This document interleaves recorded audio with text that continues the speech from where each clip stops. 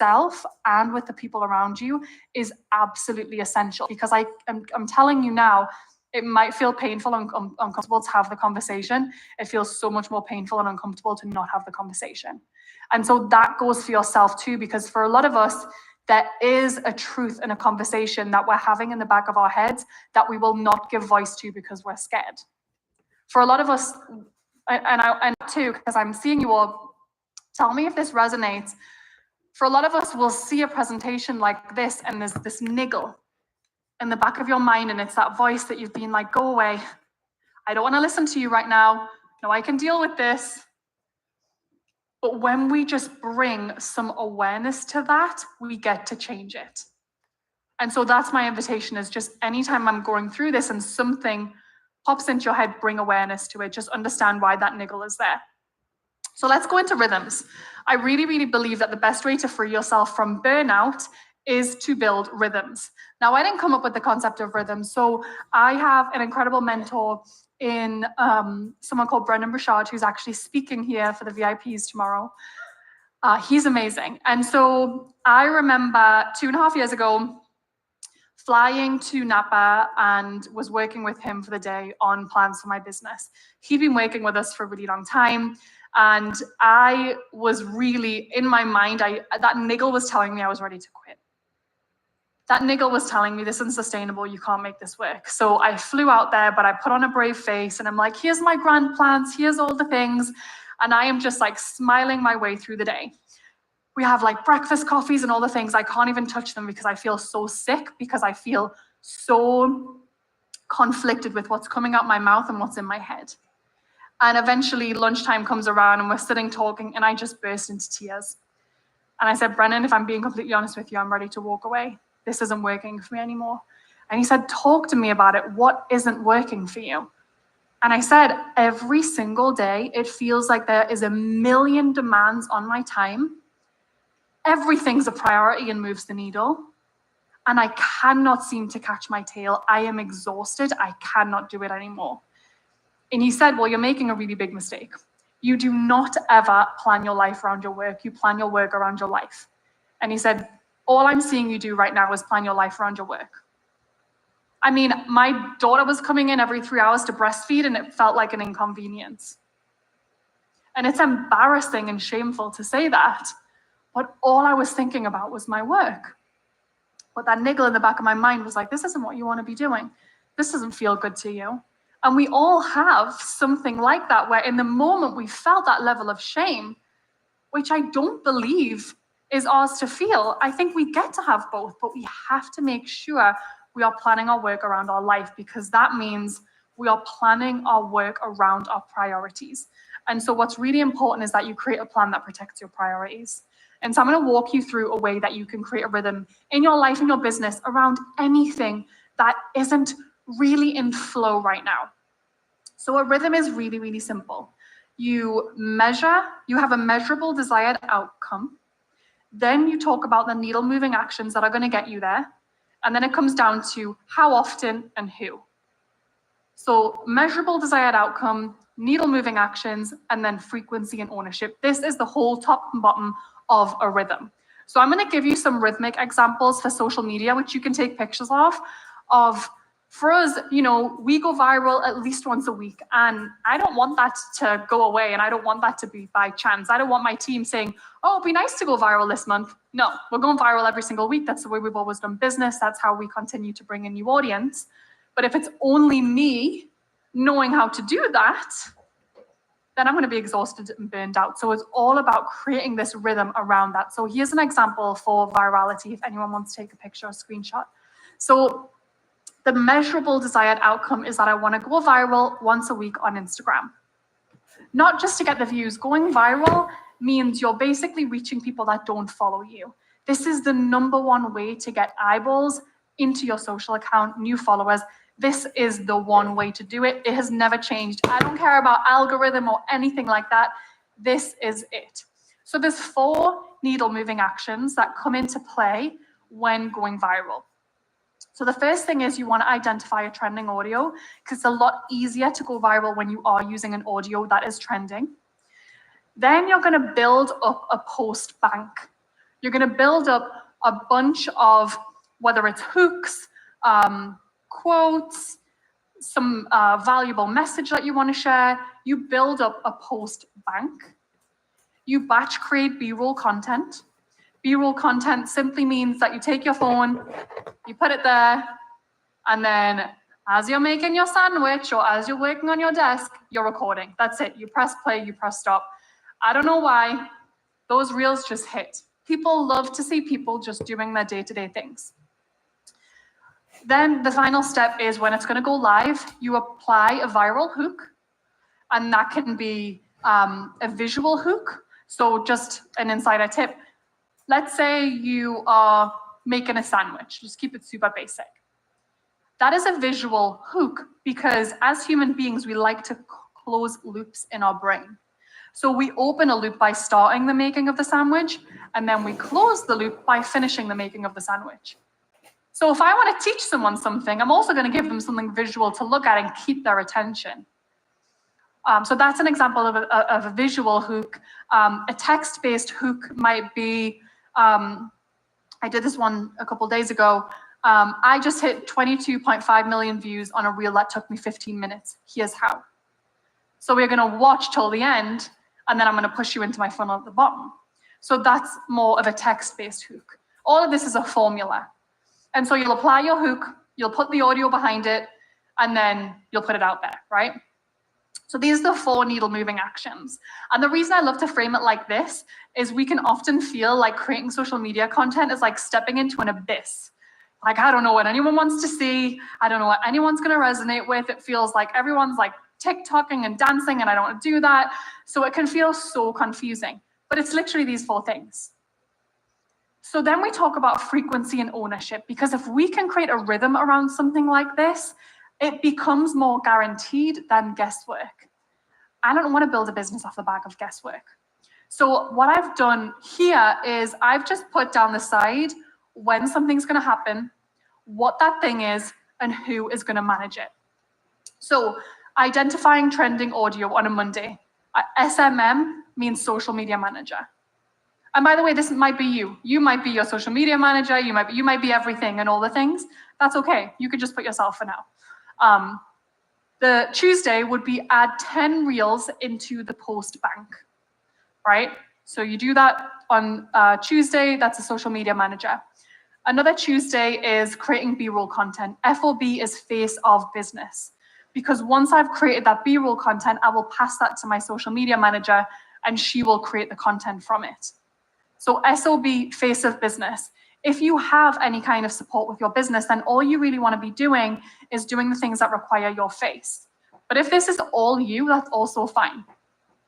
The next thing is you will map out the hook, audio, and the message for 2 reels.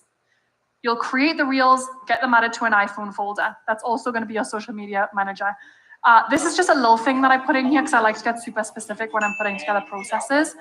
Adding them to an iPhone folder. We do not add them to Google Drive. We do not upload them into Dropbox. We put them in a shared iCloud folder. We do social media off of our phones, so we need to stop creating content on laptops. It is so janky, it takes so much more time, and it is very confusing moving files. Like, who has dealt with that where you're like, oh, I created on Canva and then I'm getting, it's so confusing. So whenever you're creating a process, get specific. Where am I saving it? How am I taking as much of the guesswork out? So I have 2 iCloud folders, or shared iCloud folders. I have one, which is B-roll content. I take a ton of B-roll and I upload it. And I have another one, which is finished reels ready to post. And so my social media manager will create and just move the content along like that. And it's a simple process. If this is just you doing it, cool. Just move it along yourself. And then you can always see what B-roll you've got to work with. Let's talk about another one. I know this is super detailed, but I promise at the end I'm going to give you something that's going to make it a lot easier for you. But another one. Let's talk about your goal being you want to have 2,500 new Instagram followers a month. Because one thing that I hear people say is, well, yes, Natalie, I want to grow my audience, but it's impossible to put a number on it because followers aren't predictable. Followers are very, very predictable. You can literally decide how many followers you want to add per month if you're willing to reverse engineer the process to put it together. So let's say you want to have 2,500 new followers a month. Okay, so the needle moving actions would be, you would want to have 3 growth-oriented posts a week. And growth-oriented means viral style. It means you're going to go reach people that aren't already following you. Because if your content only reaches the people who are following you, you'll never grow your audience. You want to have 2 branded posts per week. Now, branded post is what I mean by personal brand. It is, hi, I'm Natalie. Here's what I do. Here's what I care about. Here's my life. Here's things that I teach on. Here's value. You are building what you all know as the know, like, and trust factor. Because if all you're doing is viral style content to bring in tons of followers and you don't do any branded content, you will get sick on the ride of the follower roller coaster. You gain them, you lose them. You gain them, you lose them. You gain them, you lose them. Who's experienced this? It sucks. You're like, why are you all leaving? Am I really that bad? And it's simply because we are not putting our brands out there in a way that people build a know, like, and trust factor. So then when they see you pop up on their feed, they're like, wait, who is this? When did I start following them? Then you want to have at least 1 call to action per week. That's getting them into your ecosystem. That's getting them buying, getting them on your list, wherever you do it. And then daily stories. I love a daily story. So then again, you just break down when it's going to happen, what it's going to be, and who is going to own it. So I won't go through all of this in too much detail, but it's really as simple as that. You repurpose 3 reels from your post bank. You rewrite 2 carousels from past content, whether it's newsletters or speaking or podcasting, things like that. We love a repurpose. We love to take one piece of content and make it 10. So you build all of this out, and you follow a rhythm with it. So every single week, you know what it looks like. And so if you're not hitting the follower number that you want, you just come and look at your rhythm. Okay, I didn't hit it, so where's the problem? Did you post 3 viral reels? Well, I did, but they didn't get engagement. Okay, so then they went viral. So we need to go back to the drawing board and fix that part of the process. We can always identify where we're going wrong when we have a rhythm like this, because instead of just, I don't know why this is not working, you dive in and you look at all of these things. Or, yeah, I grew my following, I put out the branded post, but no one bought. Okay, then did you do a post that's gonna bring them into your ecosystem? I think the best way to do that is ManyChat. I think it's incredible. That's just mine, so I put that in there. But then you go and look, did anyone engage with your ManyChat? No? Okay, then that's probably the reason that no one bought. No one joined in your ecosystem. Let's troubleshoot that. Let's not make this a whole, I don't know what I'm doing on social media, my content sucks, because that's not the truth. Let's make it, oh, there's a problem in my rhythm that I'm going to go fix. And it's very empowering to look at your business this way versus looking at it like the whole thing is broken and you're just not good at social media or it's not working for you. And then I like to take this a step further. Listen, I'm a spreadsheet person and I love processes and systems and I love to make it as easy as possible. So the system that I always use for everything is Asana. And I just build it out into Asana like this because I can put my needle moving actions, I can put the frequency and ownership, and I can just have it repeat automatically. So I'm not having to tell my social media manager, hey, every Monday I need you to go do this. I put it into Asana, I put the frequency on it, and then it just automatically repeats. She has to tick it off. So if I don't hit my goals that month, and then I go into Asana and I see people haven't been doing their tasks, I'm like, okay, well, I see where the problem is. So this is just taking it a step further for anyone else that's like a systems brain. You don't have to do it this way, but this is a really great way you can do it. And then I also want to show you this because I really believe there's a way to bring all of these systems into your day-to-day life. If you want to cook healthy meals 5 nights a week, let's identify your needle moving actions. Let's enroll your husband in doing it. Let's put those actions down there because it's so much easier to stick to something when you have a rhythm behind it. Okay, so sorry if you want to take a picture, let me go back. Take a quick, sorry. Like I've got so much to share. I'm gonna give you this, by the way, you don't need to take pictures. I'm gonna give you my entire life playbook at the end. Okay, delegation. Let's talk about delegation because it's a really, really big one. Delegation is the absolute best way to get free from overwhelm because we do not need to be doing it all ourselves. We all are very well aware of that, but we've also probably got some horror stories about delegation. I want to see more hands up because I know that's not, yeah. We've got a horror story or two. Every single one of us has a horror story or two. So like I said, my belief is you can have it all if you don't do it all. My husband's in the UK right now. I have a 2.5-year-old. She's been traveling with me. I spoke in Phoenix yesterday. I'm here today. I need help with me. I enrolled my best friend on coming on this trip. We can have it all. We cannot do it all alone. So then let's talk about why we do mess this up though. So a lot of us have this idea in our head that no one can do it the way I can. Who has that? No one does it as good as me. So what we'll do is we'll prove ourselves right time and time again, because as human beings, we love to prove ourselves right. So we will vaguely delegate something. I want you to start doing my social media. What do you mean, do my social media? Just do it. Just do my social media the way other people do social media. You're a social media manager, right? Go do my social media. So we vaguely delegate a task. Then we check in on progress. Hey, how's it going? Because I'm noticing my posts aren't getting engagement, things aren't growing. How is it going? You take a look at stuff, you're like, this reel is shit. That's not going to get engagement. What on earth is that? You've made a spelling mistake here. We get really, really frustrated. So we feel like we delegate something, they don't do it to standard, we get super frustrated. We either fire them, we demote them, we completely avoid them because we don't want to tell them their work is shit, or we lose them because they quit because they're sick of being vaguely delegated to. Hands up who has experienced this. And those of you at home, because I know it's almost every single one of us. I know it.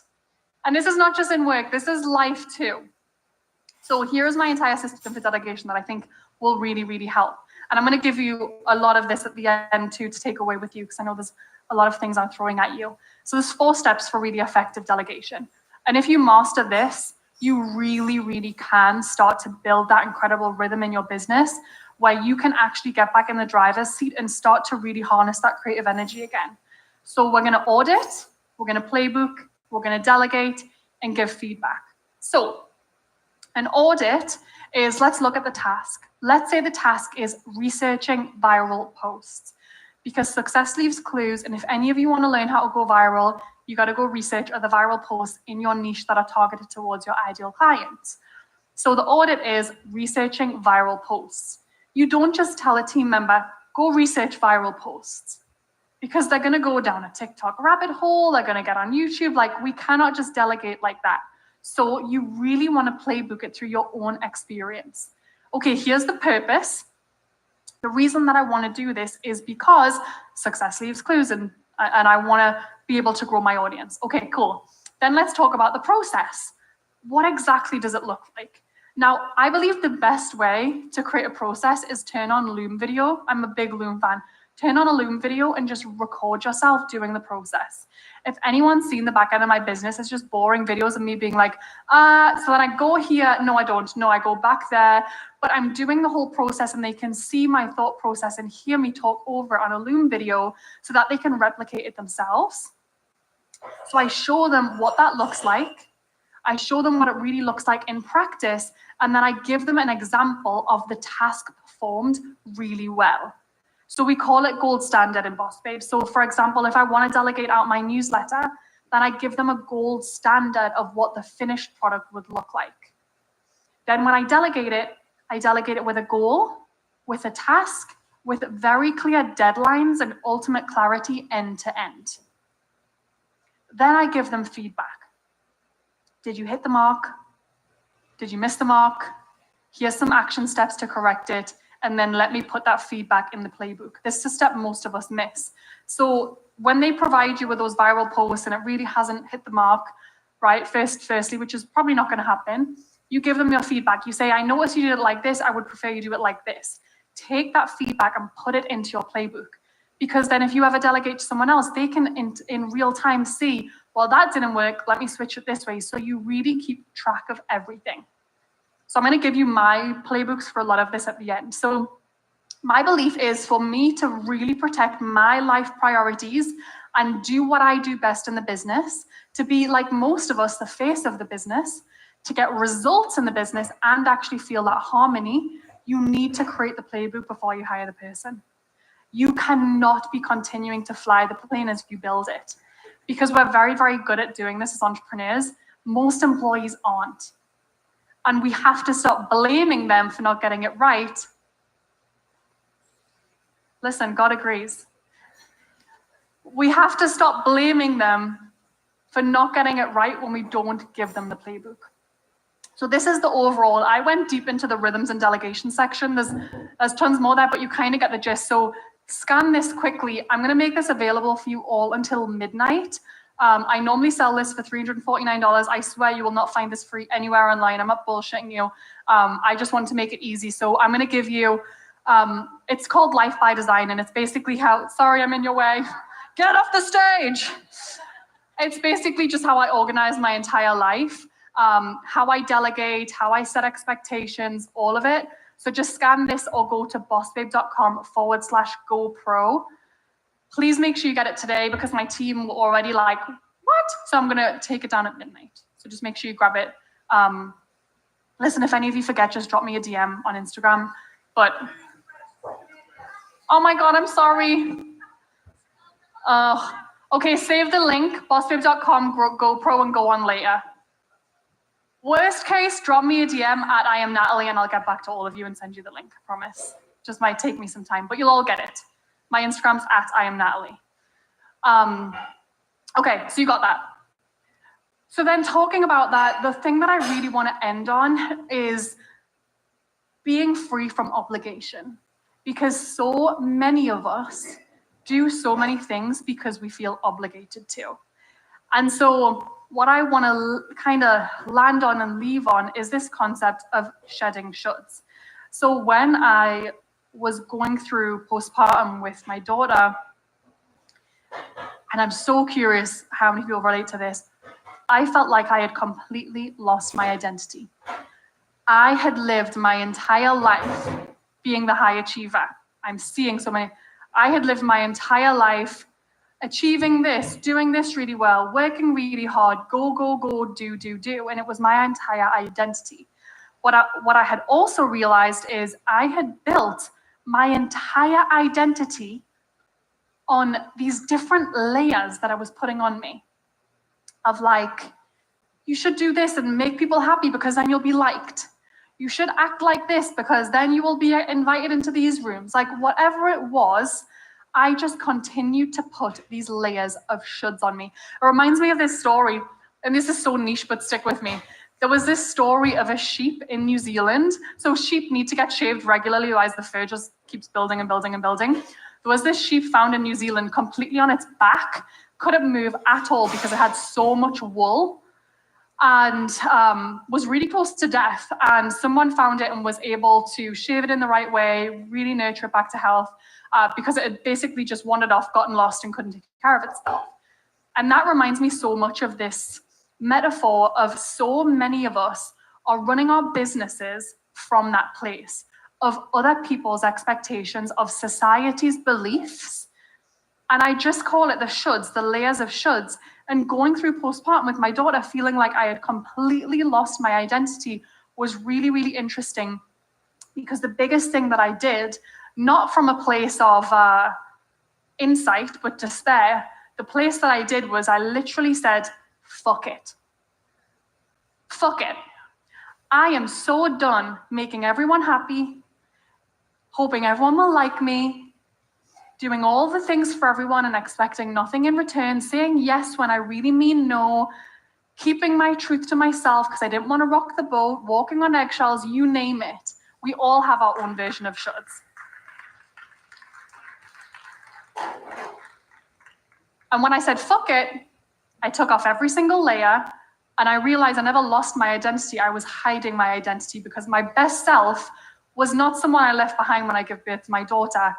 It was the person that was there all along, and I left her behind when she was 7 experiencing what she experienced because I put on shields and layers to get through life. And when I was able to really realize this, I could run my business differently. I could run my life differently. Because when we are doing what we really want to be doing, when we are having full candor with ourselves and the people around us, you are fueled with a completely different energy. Fueled by other people's opinions and expectations get really, really boring really, really quick. And so I really want to share that with you. If any of you are in that place, I feel like I can never keynote without saying it because I know there's someone in that place where I was. And I want you to know you haven't lost your identity. You haven't lost who you are. They're right there. They are right there underneath all of those layers that you've been hiding away from for so, so long. And so thank you so, so much for today. Make sure you grab the playbook. DM me if you don't get it. Thank you so, so much. Thank you.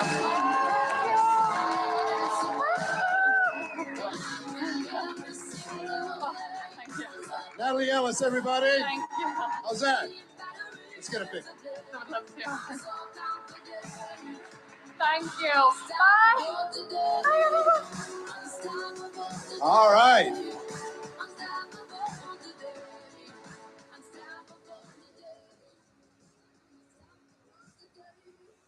What's one takeaway you got from Natalie? Wow. Give me a takeaway. Huh? Shed the shoulds. Systems. Go viral every week. Wouldn't that be something? Delegate. Learn to get delegate, right? All right. Make sure you go through your notes. Pick one thing. Put a star next to it. That's for you to focus on later. Okay? We're going to pivot now. And I'm going to talk to you about some strategy concepts.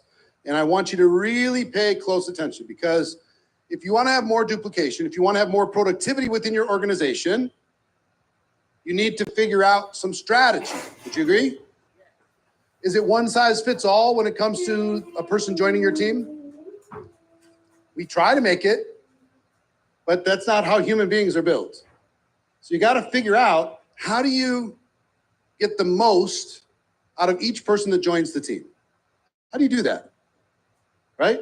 So if you're ready to learn some of this strategy, say aye. You good? All right. First thing I want to do is I want to give you some big data. I'm going to give you some real truth when it comes to statistics in our business. When you look at big data, this may freak you out a little. But if you take the last 1 million people that have joined the network marketing profession, okay, from any company as a distributor, you know, they have the ability to build a team. So they're not just a customer. They have the ability to grow and build a team. At any one moment in time, 70% of those people have recruited 0. So out of 1 million, 700,000 recruited 0 at any moment in time. About 20% have recruited 1 to 2. Lifetime, ever.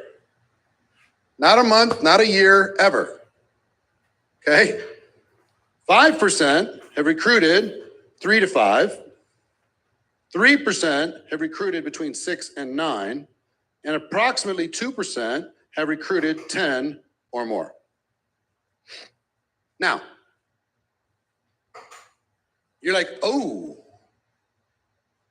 is this good? Or is it bad? Is it bad?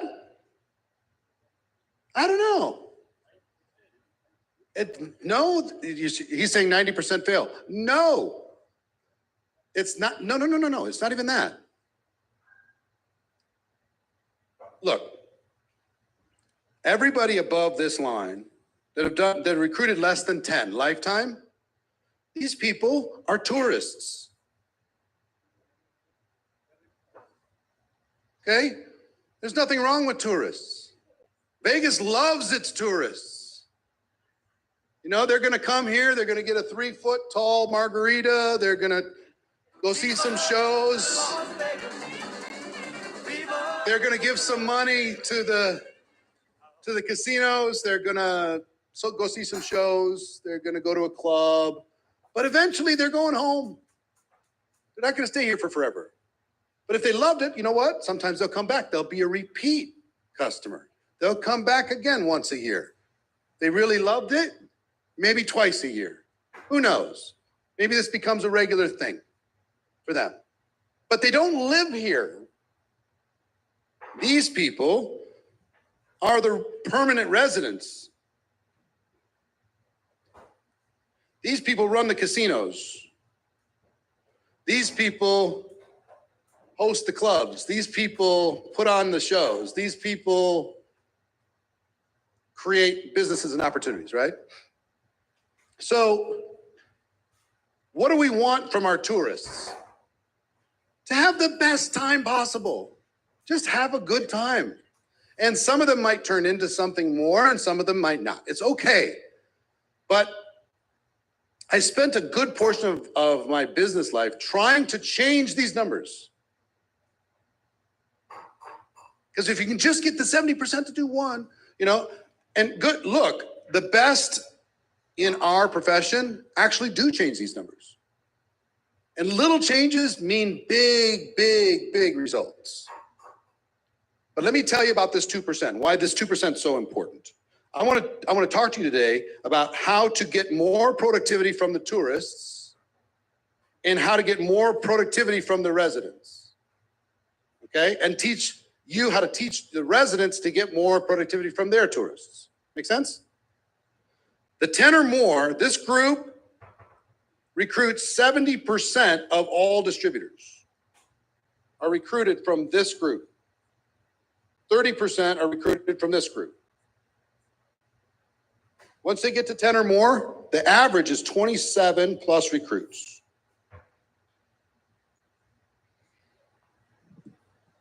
Seeing it? Sorry, am I in the way? So, taking a look at this, I think it's important to just kind of like see what are we working with? Because some of you are like, I have so many zeros in my back office, and you're feeling bad about it. Don't feel bad about it. People are just self-selecting, or people are, afraid, or people are nervous, or people are scared. Okay? 27 recruits, they average. They average 27 recruits. So that's some of the big data. 2% drives everything, the 10 or more. I'll give you one other piece of information about this, the big data, is in the report that I saw from the industry, they called these people super recruiters. If they recruited 10 or more ever in their life in the company, they call them super recruiters. But this 10 plus super recruiter group, if you have, here's what's really interesting. If you have less than 2% on your team that are in that group, less than 2%, you'll be in decline. And you could track this country by country, line by line, leader by leader, and just take a look. Out of their distributors, how many have recruited 10 or more ever? And if it's less than 2 out of 100 on their team will be in decline. If it's, it'll be neutral. Kind of like, no growth, there's no such thing as truly neutral, but generally neutral. If you stay there long enough, just at 2, you'll go into decline because people won't be feeling progress. Okay? At just 3%, you'll be growing 20 to 30% per year, year over year. Just turning a 2 into a 3. Which isn't that, what I want to talk about in this training is how do you find that extra 1? How do you find 2 out of 100 on top of the 2 that got there naturally that you could help to get there? Because at 4%, it's 60 to 80% year over year growth. 60 to 80%. To go from neutral, so a 2 to a 4, you go from neutral to 60 to 80%. Okay, now we're talking. And look, here's what I would tell you. Some of you are in momentum right now. Some of you are neutral. Some of you are in decline. And don't feel bad regardless of where you're at, because guess what? At any moment in time, If you take a career, you will be in decline sometimes, you'll be neutral sometimes, you'll be growing a little bit sometimes, you'll be growing a lot sometimes, you'll come back to neutral again, you'll grow again, maybe go in decline for a while, then reinvent yourself. I mean, this is a roller coaster. I would love to tell you could just predict it and just up you go. But you can't. Because what happens in good times? Do people get stronger or do they get softer? Softer. So when you're in momentum and you got 4 out of 100, you got 5 out of 100, you got 6 out of 100, and everybody, when they got 4, 5, 6 out of 100, they think that they're geniuses. And they think that they've totally reinvented network marketing, and they think that they're Elon Musk. And if you're not careful and you're not watching the numbers, pretty soon the 6% goes to 5, it goes to 4. You don't even notice it goes to 3. You know, you go on vacation, it goes down to 2. All of a sudden, growth is not happening, and people start grumbling and complaining. People start leaving because, hey, it's not as fun as it used to be. I worked with one company that went from 3 million in 1 year to the next year, 300 million. 3 million to 300 million in 1 year. And everybody in the company thought that they were absolute geniuses. I mean, they were sitting back, collects. It was the easiest thing that they ever done. They all just thought that they were I'm a natural at this. The next year, they went from 300 to 450 million, and everybody thought it was over. Literally, because they only grew 50%. They're just like, I'm just going to retire now, I guess. Literally, they sat back and I'm going to just see how long I can ride this check. And guess what? Down it went. So when you have momentum, be excited, but also be nervous. Be nervous if you have momentum. Because pay attention to the leadership development, pay attention to the strategies, make sure that you're getting the maximum productivity out of each person within your organization. Make sure you're paying attention to the things that really move the needle within your group, okay? You've got to have a high level of awareness if you want to change your organization. So there's 3 ways to grow your team. Let me give you 3 ways to grow your team. You got that for me, Sandy? Thanks. 1 is by accident. It just happened. What happened? You hit lightning in a bottle and everybody was joining and it was fun and Ignorance on Fire. And Ignorance on Fire is fun for a little while, but eventually, if you don't have good systems, it's going to decline. Second way to grow your team is by acquisition. By acquisition. It's like, go find sometimes a company goes out of business and all of a sudden there's leaders available that need a new home. And those people join your team, they go look around. If you're loud enough and if you're building a solid organization, maybe they choose your organization, they join your team. Now, I'm a big believer of like kind of the ethics around this. Let me give you my opinion. My opinion is never take somebody who's happy where they are and do what you can to try and make them unhappy. Don't be a person that goes around planting seeds of doubt in other entrepreneurs' minds. Okay, don't do that. But if somebody's truly unhappy, or you build friendships, they're unhappy, or their company went out of business, or there's a couple companies this last year that got rid of the network marketing model, moved every single person in the organization frontline to the company, and just had to switch to affiliate like that. If you're a leader there, you're not going to live with that. You're going to go. But here's the great news. It sucks, yes. But here's what I will tell you. If you work on you and you're strong, you have earning power. You don't have to worry about Finding a home, everybody will line up once you develop the skills. So don't worry about that.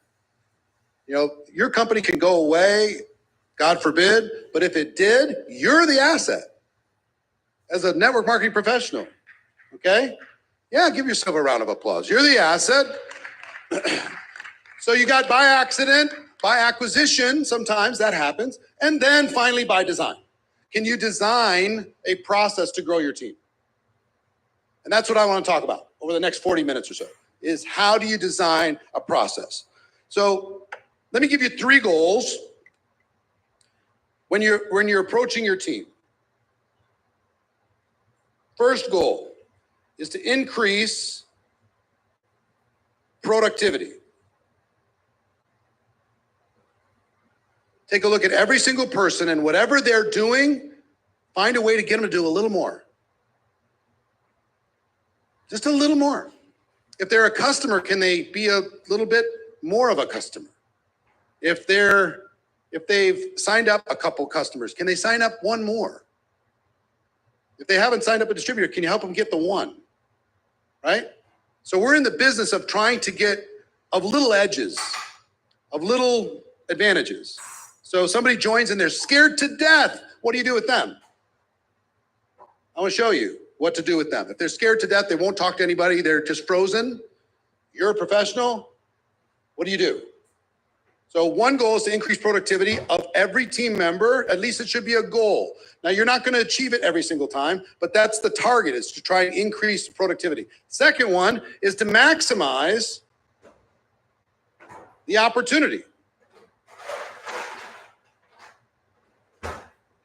Maximize the opportunity between company, compensation plan, growth, strategy, organization, systems. Maximize every single thing. Squeeze the juice out of the opportunity. And third is to leverage human resources. That's not a department. What are the human resources within your organization that you can leverage? This is what professionals do, okay?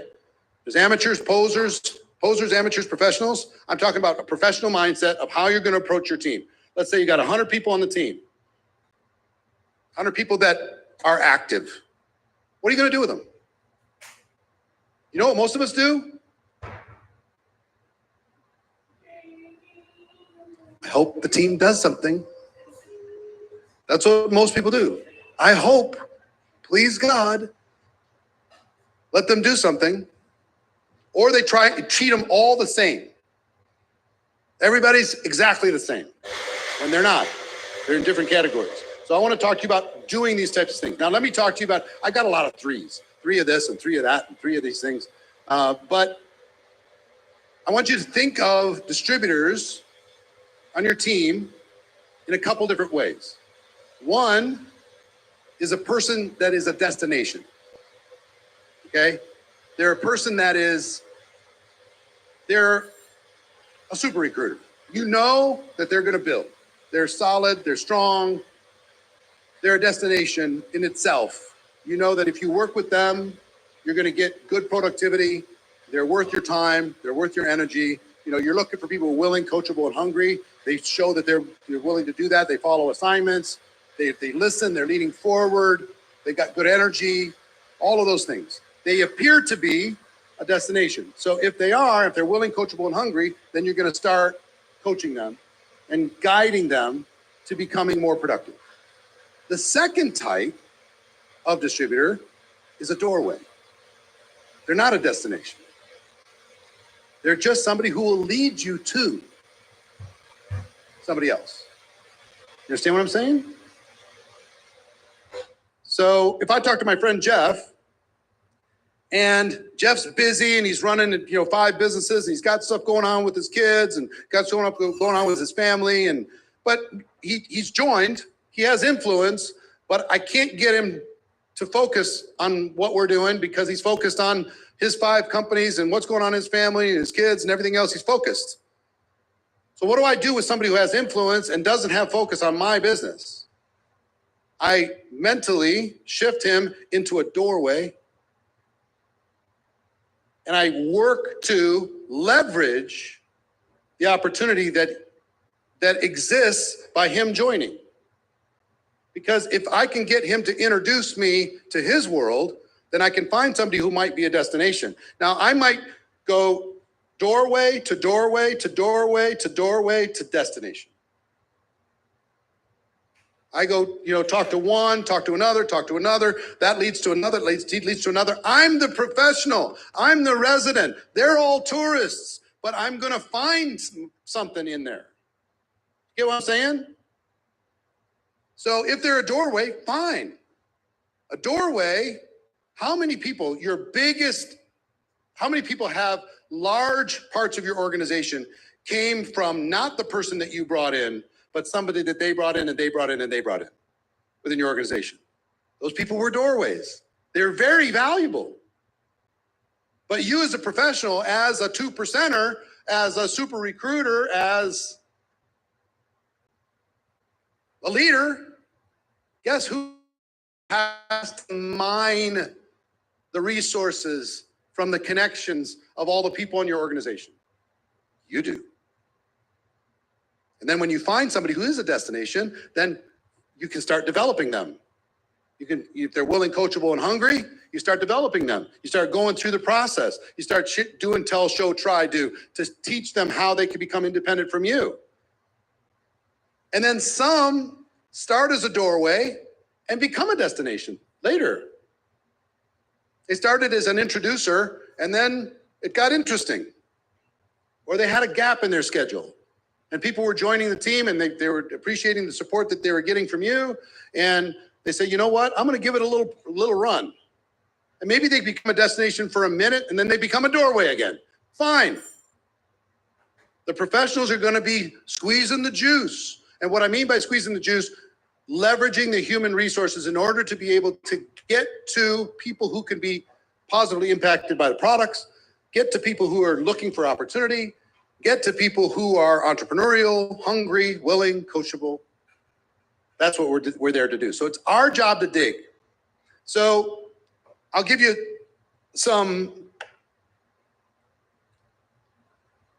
a couple things.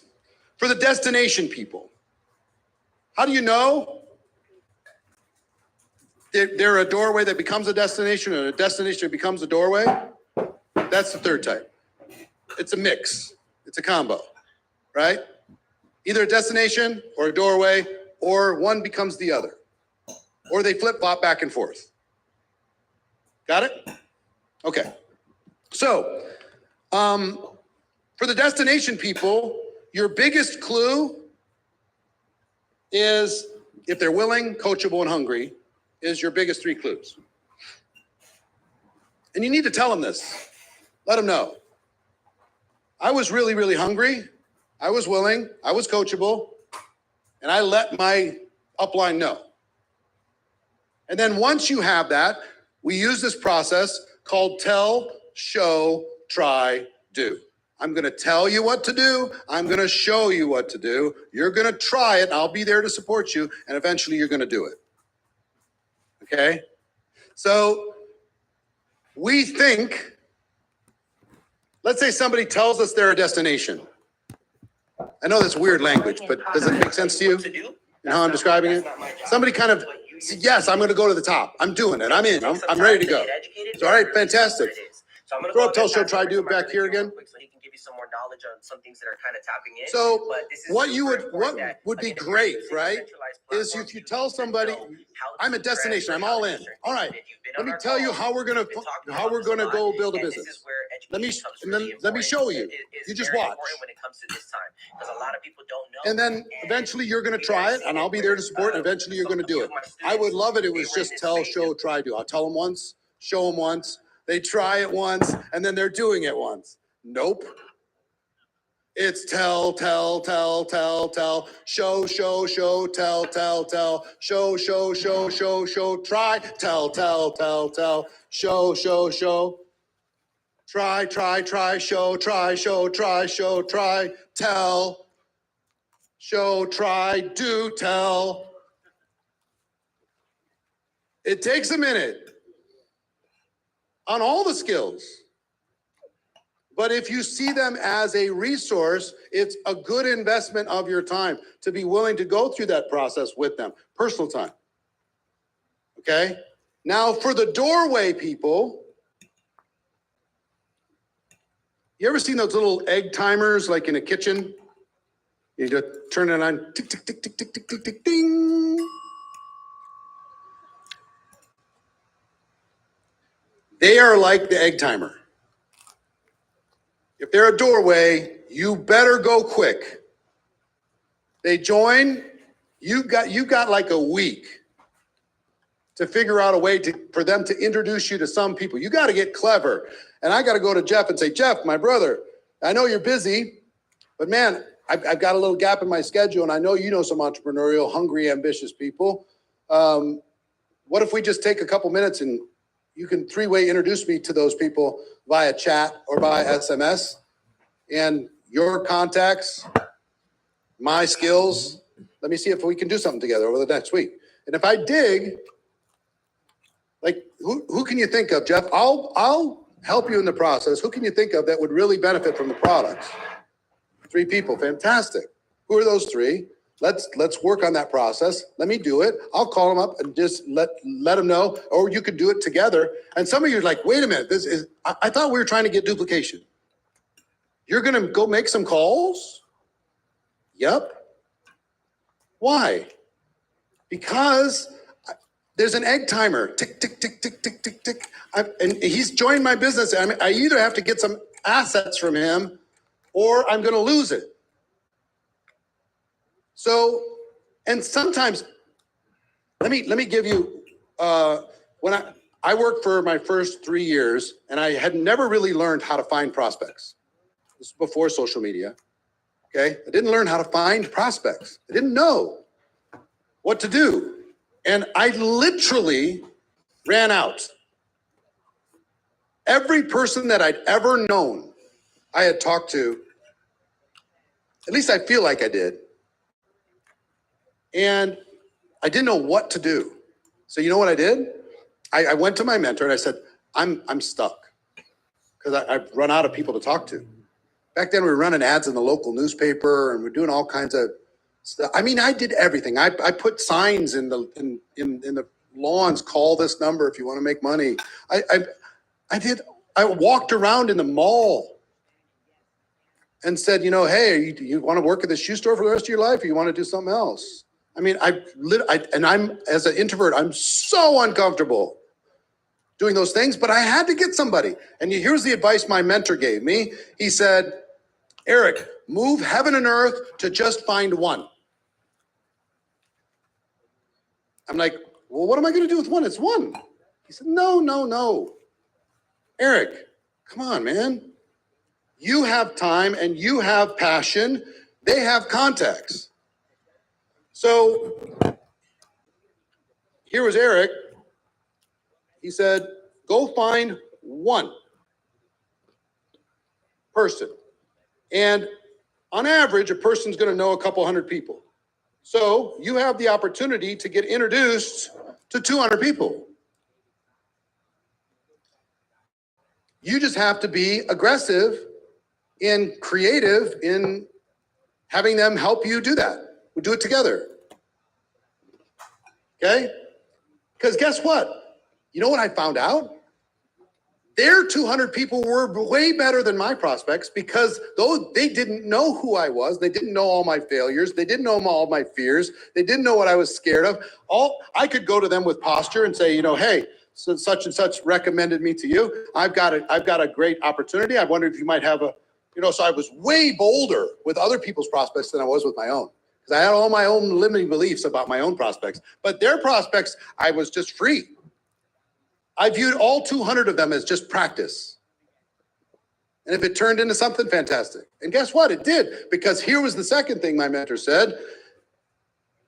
Out of those 200, if you could figure out a way to get introduced to all 200, even if it's a 3-way chat or something, and you have the time and you're building a business, how many of those 200 do you think you could sign given an amount of time? Given 90 days, let's say. 20? 10%? Okay.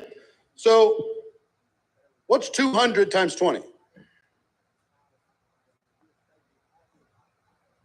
200 times 20 is 4,000.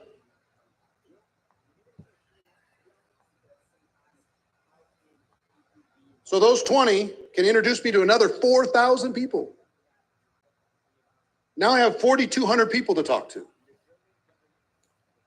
And if I'm a professional and I go to those 4,000 people, how many of those people can I eventually, over time, bring in? Let's say it's 400. What's 400 times 200? 80,000? 80. It's got to be 80,000, right? Is that right?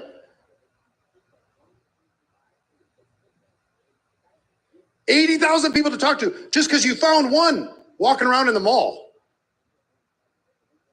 One person called the yard sign. One person. And this got rid of so many of my limiting beliefs because I just went, all I have to do is find one. And if I do, they can lead me to 80,000 in just 3 steps. Step 1, step 2, step 3. I'm the professional. They have the resources. They're going to introduce me to their resources. I'm going to bring my professionalism. I'm going to see what I can dig out of this, and I'm free. I never have to worry about it again. I don't have to worry about being influential because guess what? The farther I go down, the more influential I became. Because when I have 80,000 people to talk to, am I worried about offending one of them? No, I have 80,000. Are you in or you out? Don't waste my time. I got 80,000 people to talk to. Hurry up. Here's the product. Here's the opportunity. Here's the company. Everybody else is joining. Are you in or you out?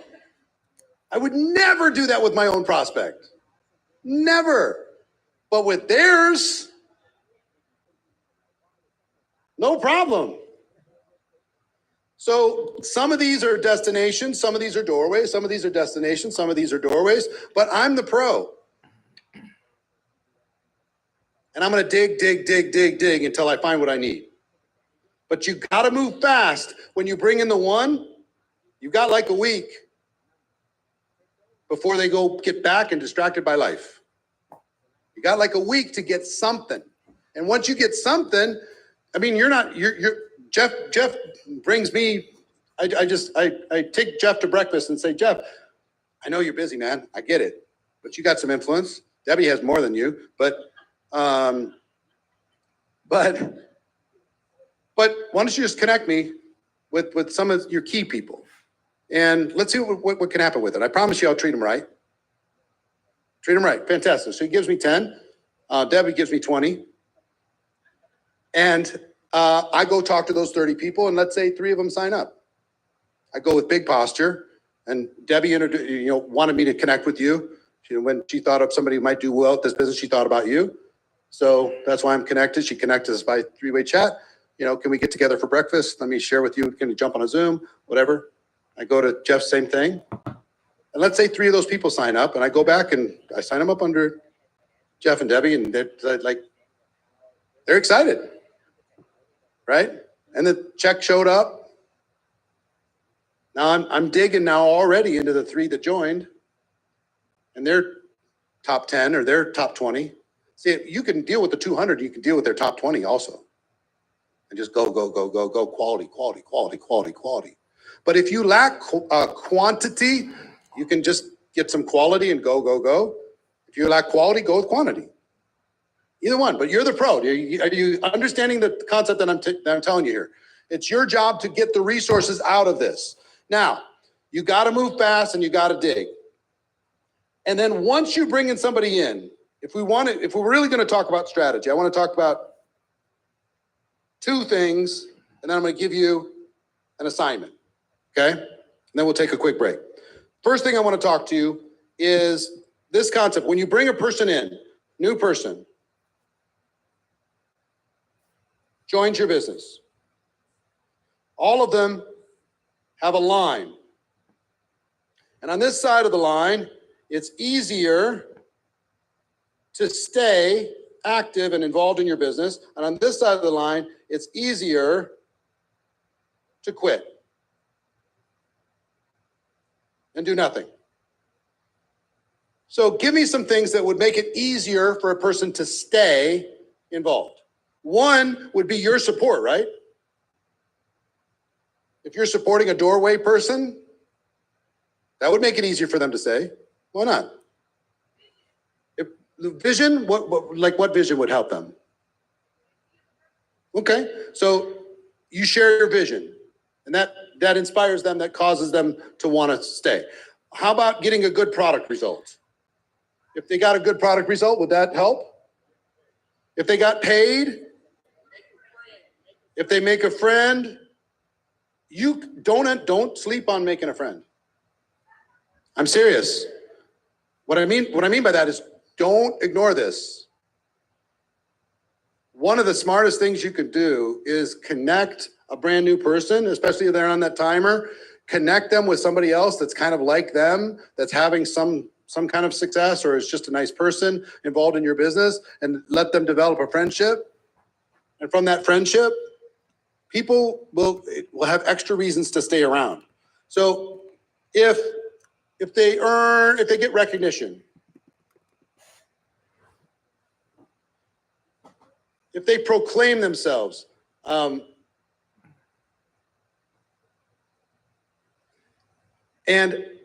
here's what I mean by proclaiming themselves. I'll throw positivity in a second. Proclaiming themselves. Now, I sponsored Jeff. Jeff joins. Is he gonna post something on social and saying, "Hey, I just joined this new company"? Probably not. But can I out him kind of anyway? Yep. If I'm at breakfast, I'd say, "Jeff, why'd you decide to join?" And he says, "Hey, it looked like it was interesting. The product looked like it was okay. And who knows, something might happen." Yeah, right. So he says something like that. I said, "Do you mind? Can I take a picture? And do you mind if I just, because I think it's cool, and I think other people would admire the fact of doing this. Can I post your picture and just tell that story on my feed? Would you mind?" All right, cool. And guess what I do? I tag Jeff. And then now his whole world just sees it. His whole world sees that he joined a new company. And I'm working with him. I'm excited to work with them. We're looking forward to some of his strongest people, blah, blah, blah, blah, blah. I will do that. And once he's out there in the world, it's harder. It's harder to leave now that he's out there, because people are saying, "How's that thing going? How's that thing going?" He's not going to say, "I don't know." So what's some other things? If somebody attends an event, would that make it easier for them to stay? Accountability. Okay. Accountability. Positivity. So we can make a long list, right? What's the other side? Is everything opposite of this? They didn't get support. They don't see the vision. They didn't even use the products. They didn't make any money. They didn't make any friends. They didn't get recognized. They haven't told anybody that they're involved. They didn't attend any events. Well, our job with this new person is to buy time. Buy time. One of the highest earning people in our profession sat me down early in my career and said, "Eric, you want to know the secret?" He was just kind of joking. "You want to know the secret?" I said, "Yes, I would like to know the secret." This person's earned maybe $150 million in commissions, something like that. "I would like to know the secret." He said, "Your job is to get people to stay close to your business for 90 more days. I'm like, "Yeah? And what else?" "That's it. Just keep them close to your business for 90 more days." Well, what happens after 90 days? And he looked at me like I was the stupidest person ever. Get them to stay another 90 days. Before you quit, let's use the products for 90 days. Before you quit, I want you to jump on this Zoom. Before you quit, I'd like you to meet this person. Let's go to breakfast with this other guy that works with the organization. I just want to connect you. There's this contest coming up and there you can earn a trip. Might be fun. We can go on a cruise or something together. Why don't we just go get the cruise? It'll be a good time. Why not? Oh, okay. And guess what that buys you? Guess what attending an event buys you? It buys you about 90 days. Guess what one rank advancement buys you? It buys you about 90 days. Guess what a good product result gets you? It buys you about 90 days. But you're always trying to buy time because it takes time for a person to make a decision to actually really do this big. It takes time. How long did it take for you before you really made the decision? The penny dropped and you said, you know what? I'm not going to try and get lucky. I'm going to be good. This is going to be my thing. I'm going to crush it. Marinda at home says 3 years. How long did it take you before you made the decision? 2 months? She dragged you to a GoPro, and 2 months later, you were in a year. Took a year. 90 days. 2 years. 12 what? 12 years before you really made a decision? Really? Wow. So 2 weeks. Some will go fast. But guess what? If you average it, how many people it took you more than 90 days? Raise your hands. More than 90 days. How many took you more than 6 months? Raise your hands. Be honest. Took you more than a year? Raise your hands.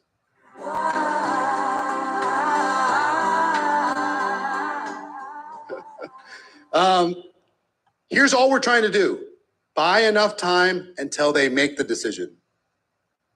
Once they make the decision, now you got something to work with. But until then, they're all like prematurely born babies. They're in a little incubator and you're the nurse making sure that they keep breathing. You know, just feed them, warm them up, shake them every once in a while. You okay? Right? Changing diapers, taking care of stuff, figuring stuff out until eventually they can go out on their own. Okay? So buying time. I just want you to get this idea. For a couple ideas I wanted you to understand.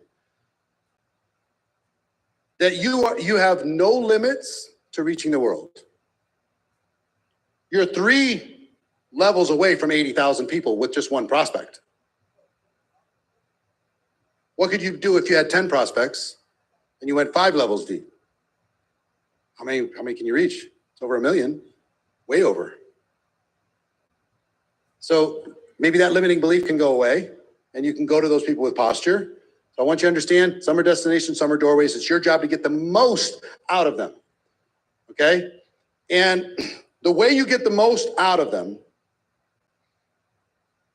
I'll give you 3 quick strategies. What causes people to do more? Do more. My favorite is assignments.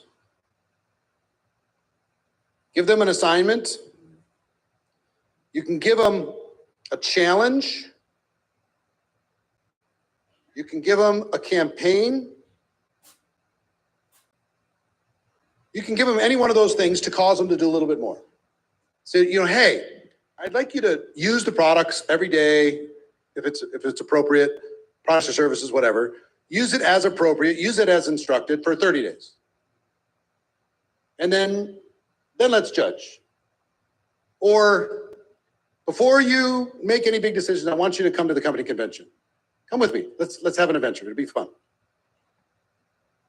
Okay? So sometimes it's assignments. Sometimes it's really simple ones. I mean, if somebody's super distracted and I don't have a lot of hope I'm going to get much from them, the assignment might be, who's 3 people that you can think of that would benefit from a product? I'll take care of it. Can you think of 3 people? We start the process. So simple assignments, challenges, and campaigns. And what I'm going to give you is a little preview of, I'm a super fan of campaigns and challenges.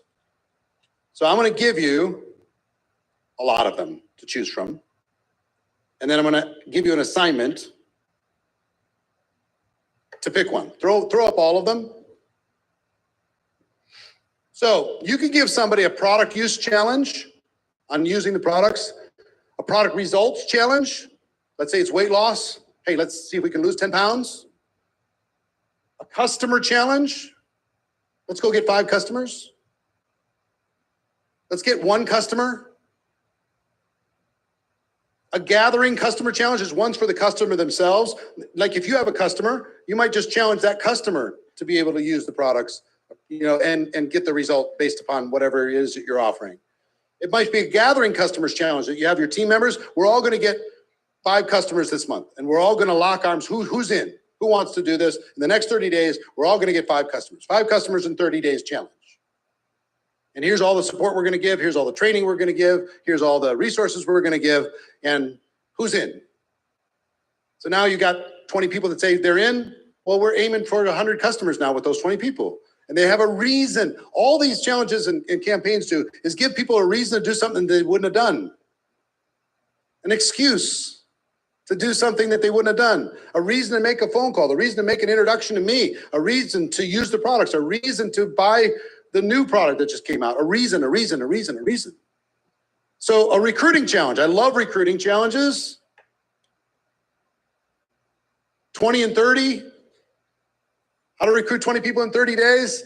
I've done so many challenges like that, you can't even imagine. Any activity, you can do a challenge around that activity.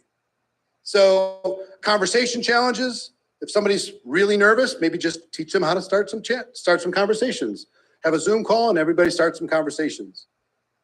Do a conversation challenge. Tool campaigns. Let's say you have a video resource, or let's say maybe you have a magazine article that has your complete business opportunity in it. Okay? And your team's featured in that magazine, GoPro Media, you've got that as a tool. I'll give you an example of a tool campaign that I used early. I used to drag people to live meetings because that was the only way you can get a presentation that was third party. My upline never had time and I wasn't qualified. So there was live meetings and I would bring people to those live meetings. I'd sit there with them and somebody else would give the presentation. And then they came out with a video. Oh my God, it changed my whole life because now I had a video. It's a video cassette, okay? It was a long time ago.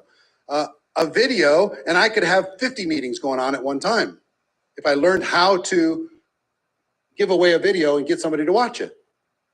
But when it really took off for me, I was launching, I'll give you one quick example. I was launching, kind of doing a 90-day run to change my life again, and I told people basically, I told my team, this is back with Sarah and Tony and all that, I told them just get your prospects and get them on the phone with me. So my team members was just literally, I would get phone calls like, hello? Hi, this is John. Hi, John. Is this Eric? Yeah. Well, Sarah told me to call. Okay. Has Sarah told you anything? No, I have no idea why I'm calling you. I'm like, oh man, you're like, okay, well, let me tell you the story about the company. Let me tell you about the products, blah, blah, blah, blah. And I do these like half an hour things and it was killing me. So I created an audio recording that people could 3-way their prospect into an audio recording. It was like 7 minutes long. And all I did was tell everybody on my team, get 10 people a day to listen to that audio recording. And then when they're done, if they have an interest, 3-way them to me. Or introduce me. And now at least I know they watched something, they've listened to something, I can go with it. Okay? So if you have a tool within your organization, let's say like you have a magazine, and inside of that magazine is the story of your team, the story of your company. Could you not tell everybody on your team, you need to share that article with 10 people a day for the next 10 days. We're gonna do a 10 and 10 challenge. You're going to share the link with 10 people over the course of the next 10 days. That's a total of 100 you're going to share with. And if they have an interest, then connect them with me or connect them with the upline, connect them with the permanent resident here, the pro. Okay. So now if I can do that, is that something that an average person can do? Sure. If I sent you a link, would you check it out? I've got this link to this thing that I'm involved in. It's really, really cool. I'd like to share it with you. If I sent you a link, would you check it out? Boom, sent the link. And then say, you know, see the person that's on the cover or see the person, those people that are in the magazine? I can introduce them to you. Would you like to meet with them? Would you like to talk with them? They're like, really? That person that's on the cover? Yeah. Okay, sure. 3-way in, off you go. What if you had 10 people who each did a 10 and 10 challenge? That's 1,000 exposures in 10 days. Okay? Just with 10 people on your team. So these little things, tool challenges, calendar-based campaigns. It could be New Year, New You. It could be, you know, something in the summer. It can something around the holidays, Black Friday, Cyber Monday. Do a challenge around that to be able to make it happen. Rank pushes. You can do a push towards core rank. You can do a push towards, you know, what if you did a campaign? All it was teaching people how to get their first distributor. Take everybody that has recruited 0 and say, our challenge is for everybody to get at least 1 in the next 7 days. Would you join our first distributor challenge? And they join, you give them training, you give them support, you give them encouragement, you give them some recognition when they do it, and off you go. So rank pushes, occupation pushes. You can do a challenge just for stay-at-home moms. You could do a challenge just for nurses, just for personal trainers, just for teachers. You could do a challenge only for specific occupations, just for fun. You can do one just for chiropractors, just because you feel like it. This week, all we're doing is talking to chiropractors or real estate agents or whatever it is, Uber drivers. We're going to do an Uber driver challenge. What does every Uber driver have in common? They want to make some money and they're willing to hustle and they're out of their house and they're out there doing it. Could you not teach everybody on your team to Uber once a day for 5 minutes in order to just ask that driver 3 questions? You're looking for an opportunity? Do you want something to give you leverage beyond this car or this vehicle? I have something for you. It might be interesting. You look sharp. You look like you might be able to do something in my business. And I know when you're out here, you're hungry. You already shown me that you're hungry. Could you not do an Uber challenge? 100%. Easiest thing in the world. Incentive trip challenge, convention challenge, become a presenter challenge, recruit X number of people in X number of days challenge, 90-day game plan all in challenge, recognition campaigns, sampling campaigns on your products, social media campaigns. What if you did a 30 in 30? Everybody's going to go live for 30 straight days, once a day. We're going to do 30 lives in 30 days. And they figure it out along the way. And you give them training, you give them guidance, you give them support. Would that not help? You think of all of these things: home party challenges, social gathering challenges, international recruit one person challenge, recruit one person that's not in your country challenge, recruit one person that doesn't speak your language challenge. Just for fun. I've done all of these. Every one of these campaigns and challenges I've done, plus more. So here's your assignment. You ready? You can keep this up here. Just write down your assignment. It's because it's 5 steps. 1 is choose one of these. I want you to choose one of these campaigns or challenges that you're going to do. Okay, choose one. You don't have to choose it right this second, but choose one. Number 2, pick a date. When does it start? When does it finish? Number 3, tell the world. Tell everybody you're going to do it. Get ready for this challenge. It's starting January 1st. Start recruiting people from within your team in order to be able to become part of the challenge that's going to start January 1st. Understand? I'll give you an example of why a January 1st challenge is so important. Do you know why? The first 2 weeks of every January is dead. People have post-holiday depression. Everybody thinks that when January 1st comes around, they're going to go get productive, but they don't. They lay there for like 10 days, and then they start waking up around the 11th, 12th, 13th of January. This is everywhere. So if you have a challenge that you start recruiting to within your own team, do you need to recruit people that are already recruited on your team? Yes. You recruit them on your whole team. The whole month of December, you're recruiting them to a challenge that starts January 1st. Now, instead of watching all the football games and eating all the food and doing all the stuff and being hungover on January 1st, they're ready because they already made a commitment. And you spend the month of December preparing them, training them, giving them resources, giving them belief, telling them stories, building excitement, building enthusiasm. In January 1, guess what? When everybody else takes till the 15th of the month to get going, you start on January 1st because you already started in December. See what I mean? So pick one, choose a date, announce it, and then figure it out. Number 4. Figure it out, number 4. Figure out all the pieces. What's the training necessary? What's the recognition program you need to attach to it?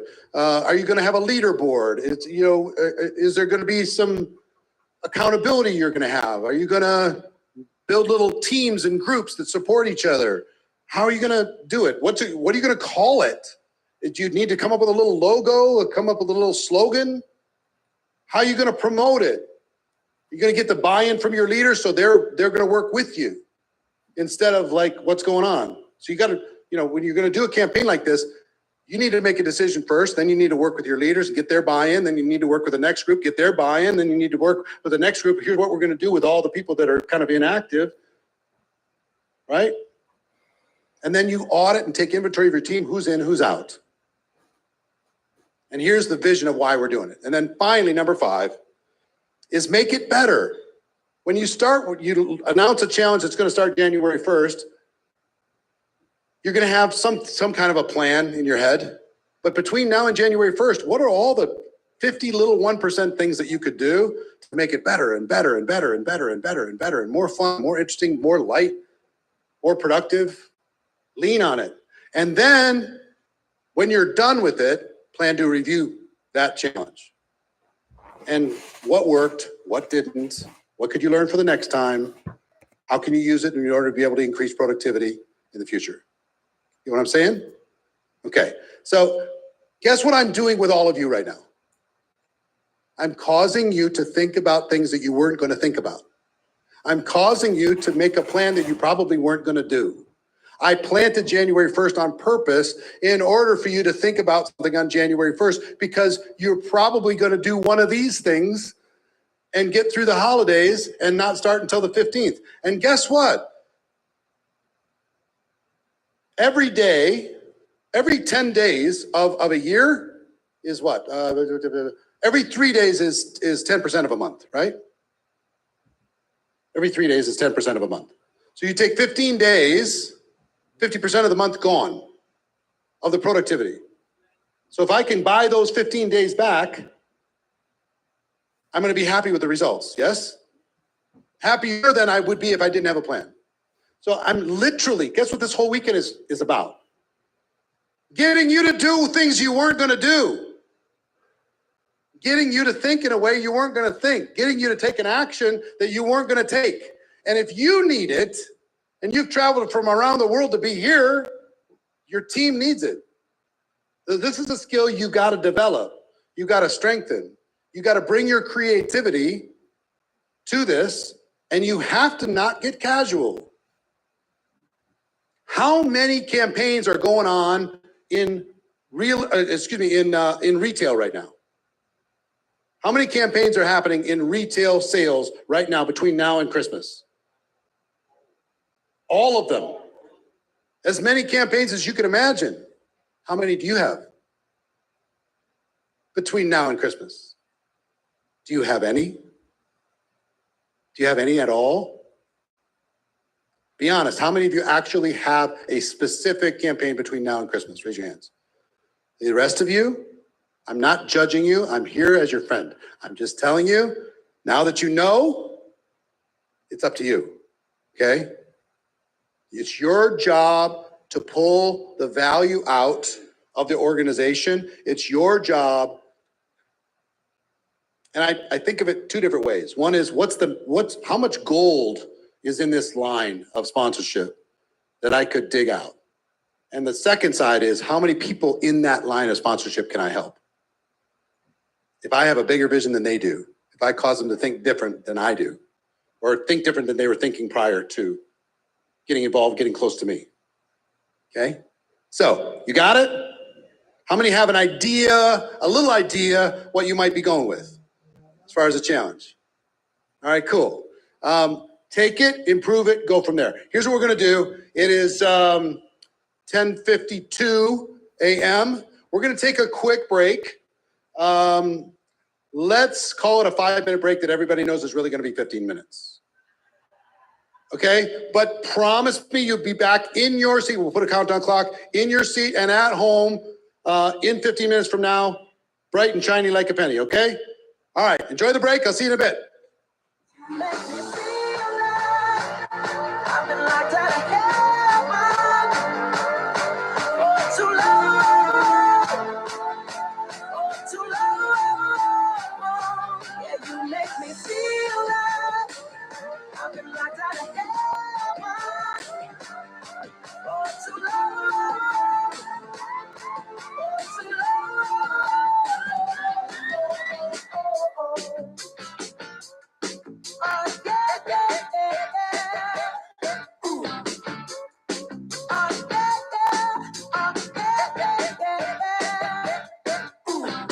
You bring me to my knees, you make me testify. You can make a sinner change his ways. Open up your gates, cause I can't wait to see the light. And right there is where I want to stay. So the sex takes me to paradise. Yeah, the sex takes me to paradise and shows. Yeah. Yes, you make me feel like I've been locked out of heaven. Oh, too long. Dream. How can I explain? Talking to myself. Will I see you again? We are always running for the thrill of it. Always pushing up the hill, searching for the thrill of it. On and on we are calling out now again. Never looking down just to know what's in front of me. Is it real to the people who come on? I can feel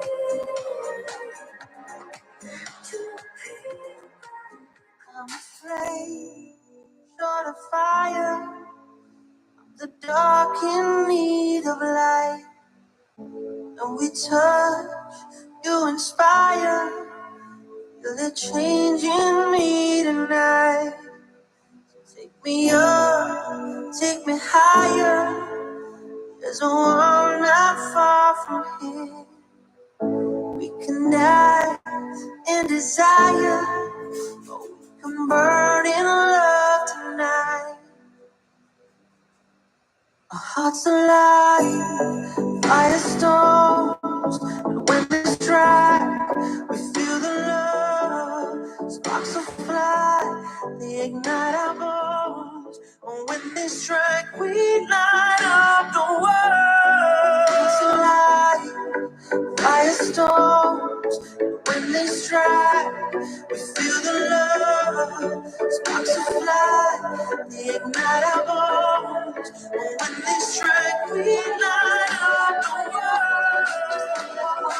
We light up the world. When my depression walks the graveyard, shift all of the people I posted stand there in the room. I should not be left to my own devices. They come with prices and vices. I end up in crisis. I wake up screaming from dreaming. One day I'll watch as you leaving, cause you got tired of my scheming. It's me, high, I'm the problem, it's me. At tea time, everybody agrees.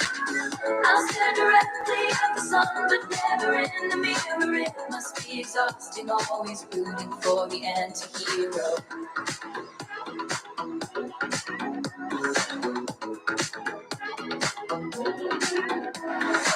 Sometimes I feel like everybody is a sexy baby, and I'm a monster on the hill.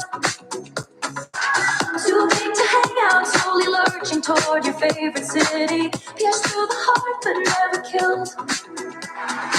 Did you hear my covert narcissism? Like disguised altruism, like some kind of congressman. I wake up screaming from dreaming. One day I'll watch as you're leaving, and life will lose all its meaning. It's me, I'm the problem, it's me, it's me, time, everybody agrees.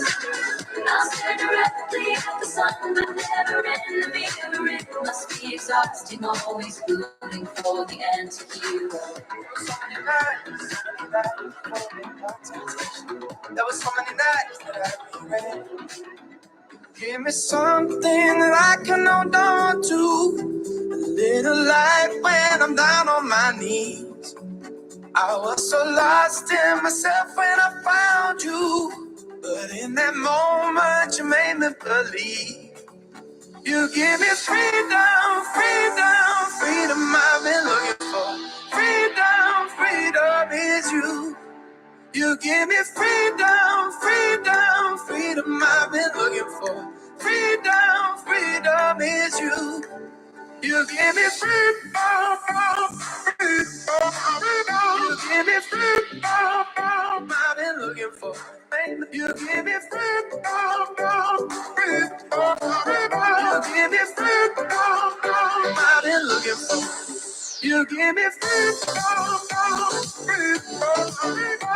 Give me freedom, I've been looking for. You give me freedom, freedom, freedom. Give me freedom, I've been looking for. I didn't care enough to stop me falling. I didn't care about myself till you lifted me up, and I was down, and now it's the highest I have ever felt. You gave me something that I can hold on to. A little light when I'm down on my knees. I was so lost in myself when I found you. In that moment you made me believe. Dive in, deep end, just riding on the feeling. We're out of sight, we're never out of love. We're never out of love. We just need a little time. We'll be alright, yeah, I'm not giving up. Yeah, I'm not giving up. I'm gonna hold on to the night.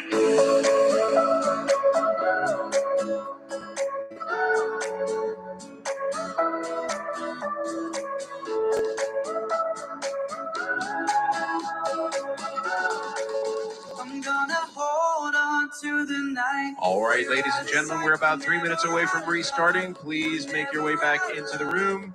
At home, make your way back to your devices. We'll be seeing you in about 3 minutes.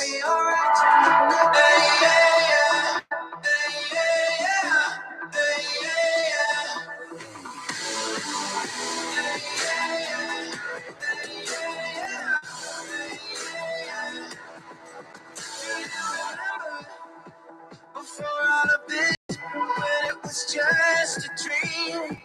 Do you remember when we were young? When we were young and free, we would go all night.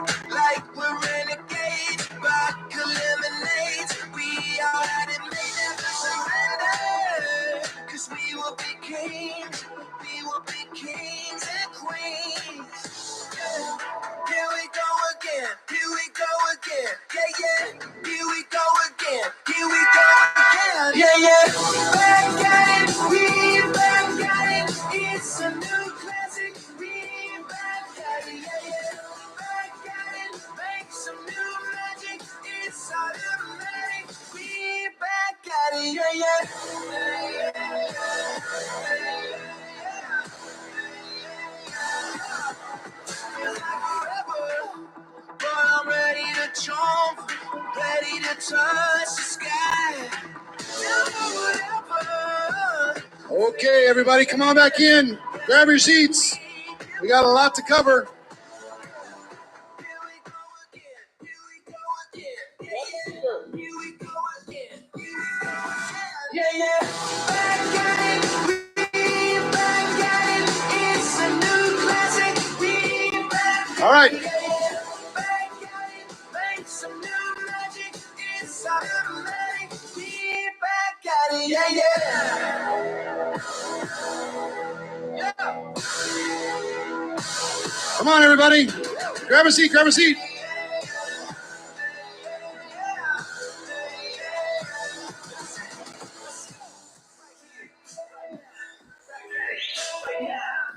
All right. Grab a chair. How we doing at home? Show me some hands at home. Show me some hands. Hey, Azelle. Good to see you.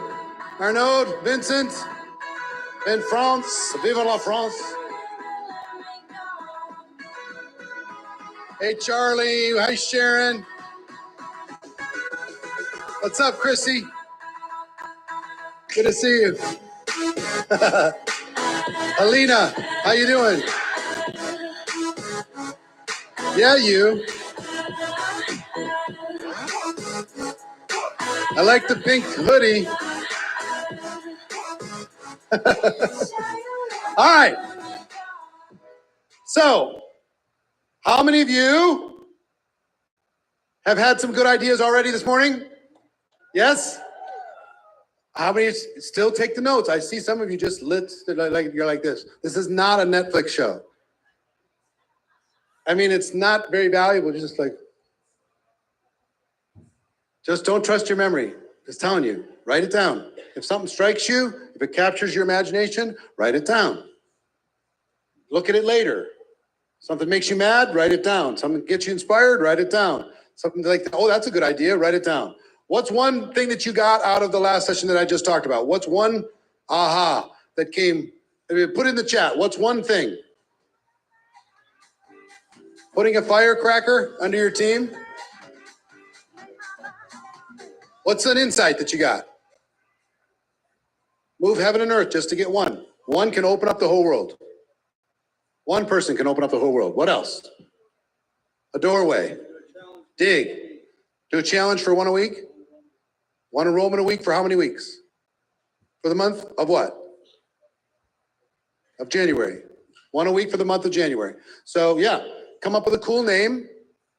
Consistency every day. Do more campaigns and challenges. My job is to dig. Find your tribe. Find your tribe, and you don't need everybody. One of my favorite stories. There's this guy, I won't give you his name, but he's known. Okay? And gosh, he had a gap in his schedule. And he got involved in a network marketing company in Dallas, Texas. And he said, you know what? I've got 10 days. Let me see what kind of a team I can put together in 10 days. So he did 140 one-on-ones in 10 days, all in a Starbucks. He took the 10 days and he booked on average 14 a day that he would just give the opportunity to. He sponsored something like 40 out of the 140, something like that. And then he kind of got them launched. He worked with his upline, got them launched. And then he had like a bunch of real estate, a bunch of other businesses, a bunch of other things going on.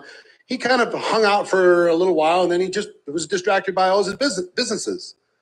Well, from that one 10-day burst with those 40 people that he enrolled, he earned more than $7 million. And they went. And they didn't need him because he was working on his other stuff, and he leveraged his upline, he leveraged the resources that were available. But the biggest thing that he got out of that is, I'm just going to jam as many of these contacts in as I can do. I'll hand them off to qualified people. Those people will go to work with them, and they're going to get a benefit from going to work with them. I'll do the 14 presentations a day for 10 days. I'll see how much I can get. And the other big observation that he got from that is, he started off with this long presentation. It was like 40 minutes. Like some of you, when you do a presentation at home, it can go. You know, let me tell you about this, let me tell you about that, and it can go. And after day one, he was down to like 20 minutes at the end of day one. By day two, he was down to like 18 minutes. By day three, he was down to like 15 minutes. By the end, he got it down to like 10 minutes. And he's just like, look, all these other people are joining. See that person over there? They're next. They're going to come meet me as soon as I'm done talking with you. They can be either in your upline or your downline. You decide what you want to do. You're in or you're out. You want to do this or not? Right? Just, you know, assume that everything checks out. Are you going to do this with me or not? And just decide, do you want that person in your upline or downline? I'm going to meet with them in 15 minutes. As soon as I'm done having another coffee, 15 coffees a day in Starbucks. But think, when was the last time you did something like that? What if you did 10 presentations a day for 10 days? What if you did a hardcore challenge? 10 presentations, in-person presentations a day for 10 days. Who could you get on your team that would do that? 10 in-person presentations a day for 10 straight days. Be a pretty cool challenge. Pretty cool stories would come out of that.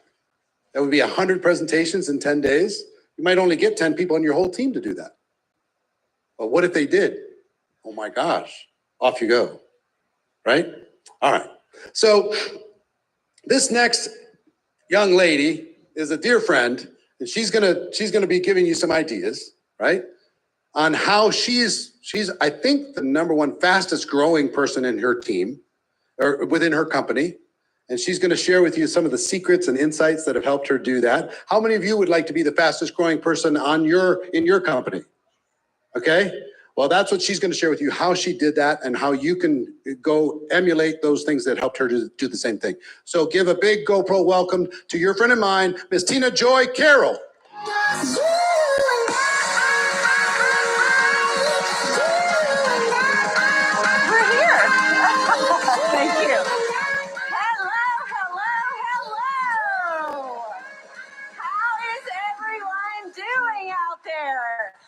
So when Eric asked me to train, I was in my bedroom cleaning up some stuff, and he said he just wanted me to teach you guys about what's working now for me.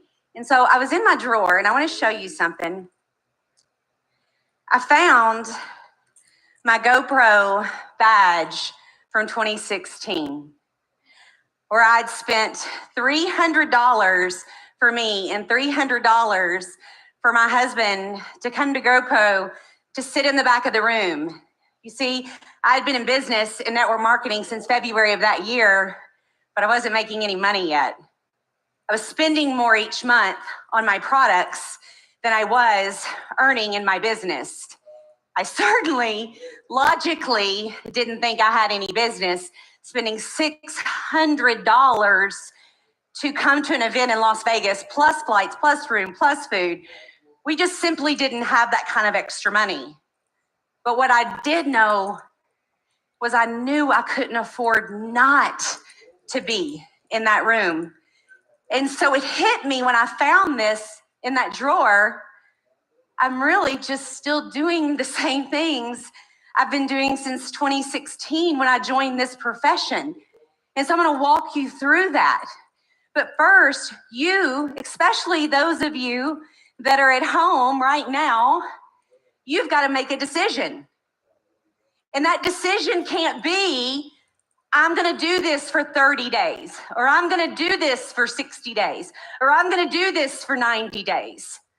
All I knew was I was going to do it until it worked, until I figured it out. And it was going to be messy. And I'm going to show you what that looked like with some slides here in a minute. But I had to show up as the unskilled, 100-pound overweight girl with a dream long before I could trade this general admission ticket for the speaker and panelist one. I made a decision in that room in 2016 when Eric and Marina Wari had no idea who Tina Joy Carroll was, that they would know my name, that I would speak on this stage. And then everything I have done since that day led here. And anything that didn't look like me getting here, I did not do. Does that make sense? Are you following me? All right, so let's talk about that girl. Let's talk about that girl. Some of you, especially some of you at home, and I want you to be honest with me, let me know in the chat, some of you are waiting to get perfect before you begin. What I've been doing that works is I show up right now, not ready.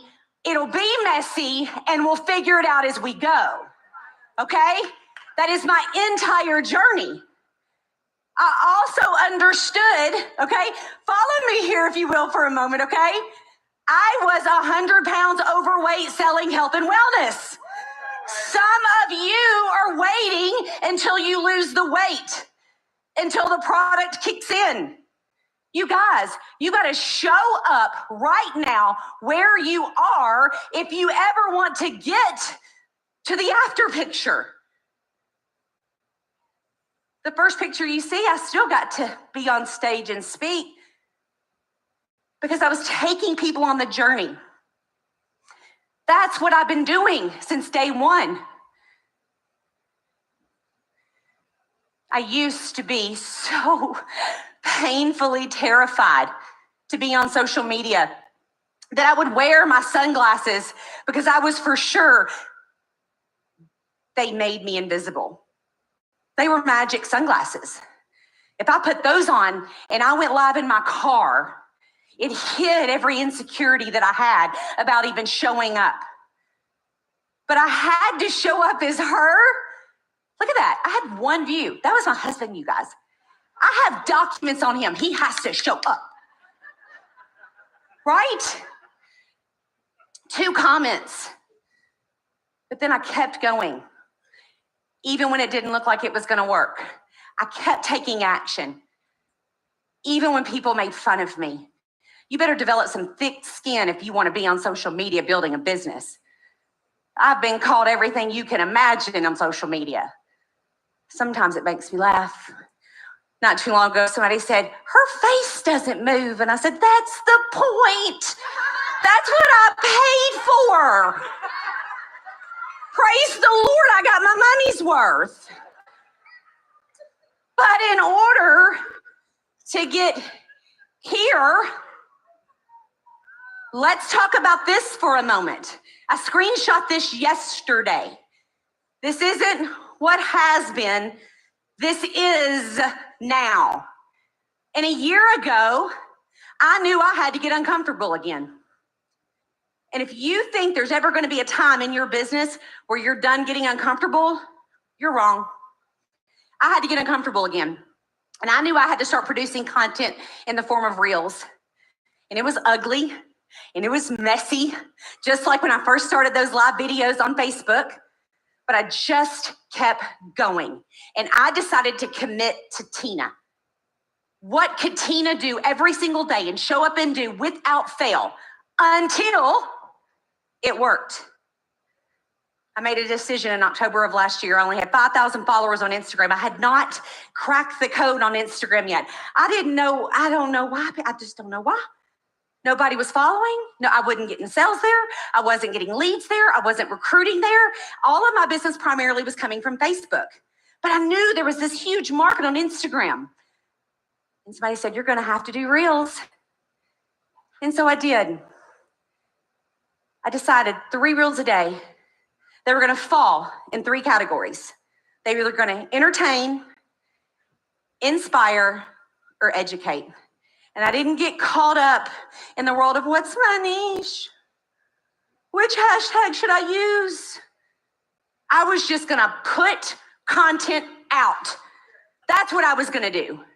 That's what I could do. And I wasn't going to get caught up in, oh my God, that one didn't get very many views. Oh, this one, no. I was just going to keep doing it and build the muscle. It's just like the first picture you've seen of me. I didn't lose 100 pounds in a month. I lost 100 pounds one day at a time, one right meal at a time, one visit to the gym at a time. And this is the same thing in the business. I just carried those disciplines and carried those habits over into my business. And so as you can see, in 1 year, my Instagram went from 5,000 followers to yesterday it hit 37,000 followers. And now most of my leads, most of my recruiting, and most of my customers come from Instagram. Why? Not because I'm the best at it. There are probably a lot of you sitting in this room or watching online that's a lot better than me online, but you won't show up consistently. I will outwork you. I don't have to be more talented than you. I don't. I just have to show up consistently. And as a matter of fact, it's my imperfections that make me relatable. It's me showing up messy that gives the girl like Tina Joy Carroll in 2016 that was sitting in the back of the room hope that she can do it too. So I went from that, all of those things you see there, to, like Eric said, the top producing team in my company across the board every month, all year long. Why? Because I just showed my team how. I led by example. I didn't step back and say, you guys go do the work.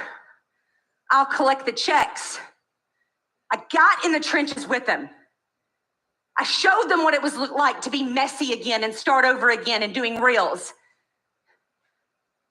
I showed them the steps, and I'm going to show you today in a very short amount of time what I do each and every day that has created the personal success I have.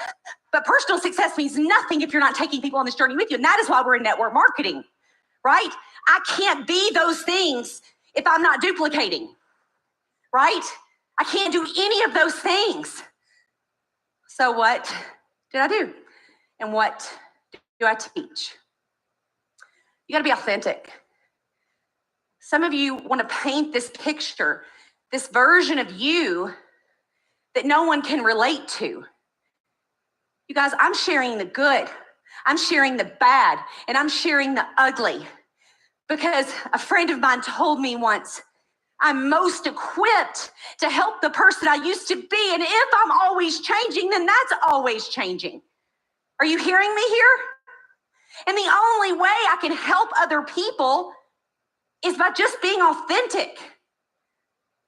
Most of the time when people come over to my socials, I don't look like this. I'm in my uniform, which is yoga pants, a sweatshirt, a bun on top of my head, and no makeup on. I'm telling them the hard-fought battles that I'm walking through. I'm telling them that success isn't easy. Why? Because I want them to know when they do join me that it isn't easy, but it's worth it. I don't know any other profession that would take a girl like me, a high school dropout, a teenage mom. I nearly drank myself to death in 2009, 2010, went to jail twice. I was homeless, carless, jobless, and lost the respect of everyone who loved me. And says, we'll make her a millionaire. You find me another profession that can do that. You got to show up consistently. Some of you will go and then you'll stop, except you think you're just starting from where you stopped, and you aren't. You're going backwards every time you stop. I don't have the luxury of going backwards. There is no trust fund. There is nobody coming to save me and our family. I have to keep showing up consistently, and so do you. You got to show up consistently in your self-development. Congratulations, pat yourself on the back for being in this room and for being on this Zoom. You've got to show up consistently on your social media.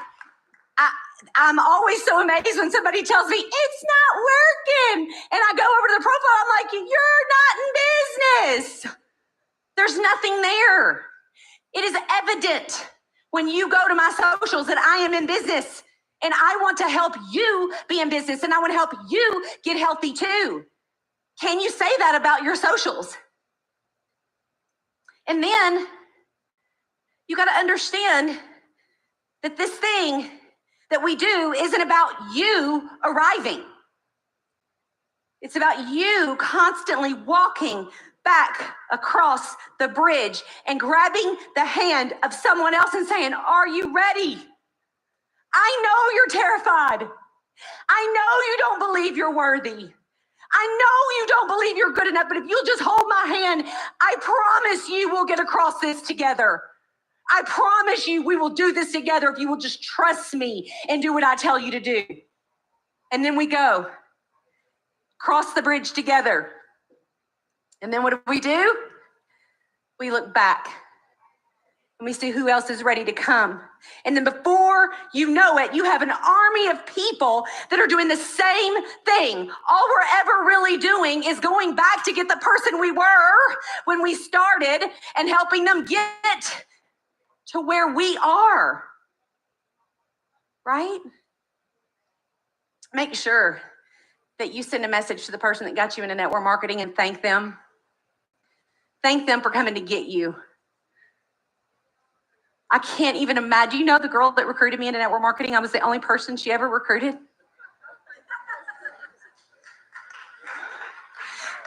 Some of you are waiting for somebody to show up in your inbox like Tina Joy Carroll. Go get her.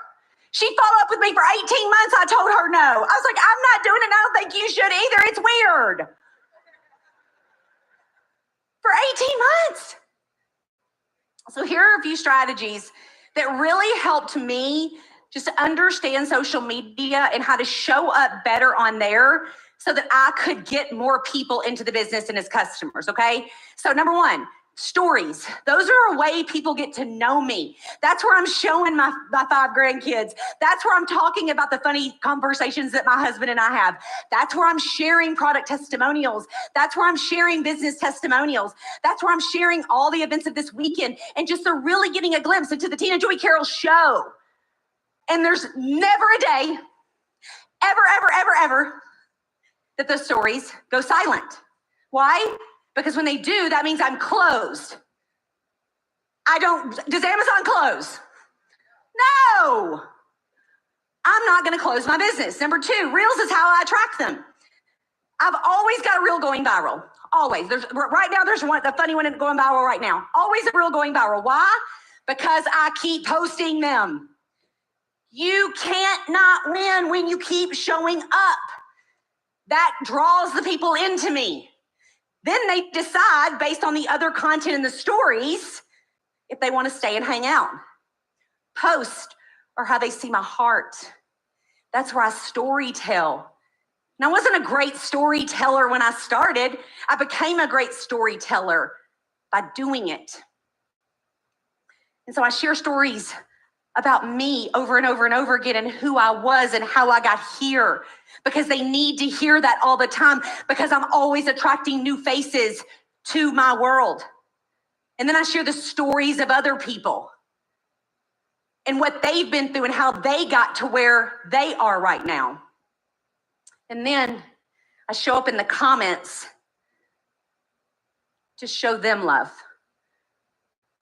Some of you want to take and take from social and never give back. And I get it. I do. We're all busy. But you've got to go and be social and leave genuine, thoughtful, heartfelt conversations in the comments section and you will stand out. How many of you will make a post? You'll get 200 likes and 4 comments. You know who the 4 people are that commented. You know them by name because you see it. Go be one of those people for other people. You want to make your environment, your social media, whether it's your Facebook, your TikTok, your YouTube, your Instagram, like a living room. When people come over, do they want to hang out and stay? People don't mind if you sell them something, if you give them value outside of what you sell. Sometimes that value is me being ridiculously funny. Sometimes that value is me sharing hard truths with people. We call that tough love, Tina. Sometimes it's me sharing those babies, those grandbabies. They're invested. They're following the journey. And then lastly, I got stuck in my business in January of 2023, or I felt stuck. We're never really stuck. We're just not doing something, right? And so I went to a mentor of mine and I said, I just don't know what I'm doing wrong. I'm doing everything. How many of you said that? Raise your hand, put a 1 in the chat. I'm doing everything. And she said, Tina, you are so incredible at social media. And what you've built is so amazing. But you still need that personal touch with people. And so I started these things called welcome calls with every new person that came in my organization. And you guys, I run a big organization. And I didn't care how much time it took because this woman's made over 8 figures. Tell me what to do and I'll go do it. So I started those welcome calls. And all it was me getting one-on-one with a Zoom or one of my leaders. I taught my leaders to do it. I don't do them all myself, right? That's not duplication. One-on-one. And I would say, listen, why did you join me? Why did you join me? What made you want to do network marketing? And do you want to know some of the answers I got? I don't want to ask my husband for haircut money anymore. I just want to put my daughter in dance. When I built that personal connection with them and found out why they really bought that package, my business grew from January of that year to August of that year by 10 times with nothing special going on other than the activity of making people feel seen and feel heard. You guys, I am so out of time right now, but I am so incredibly honored. I am so incredibly humbled to be here today. Thank you, Erica Marina Wari, for trusting me with your stage. I hope that you got value today from it. Love you guys. Tina Joy Carroll, everybody. Come here, you. Give her a round of applause. Proud of her.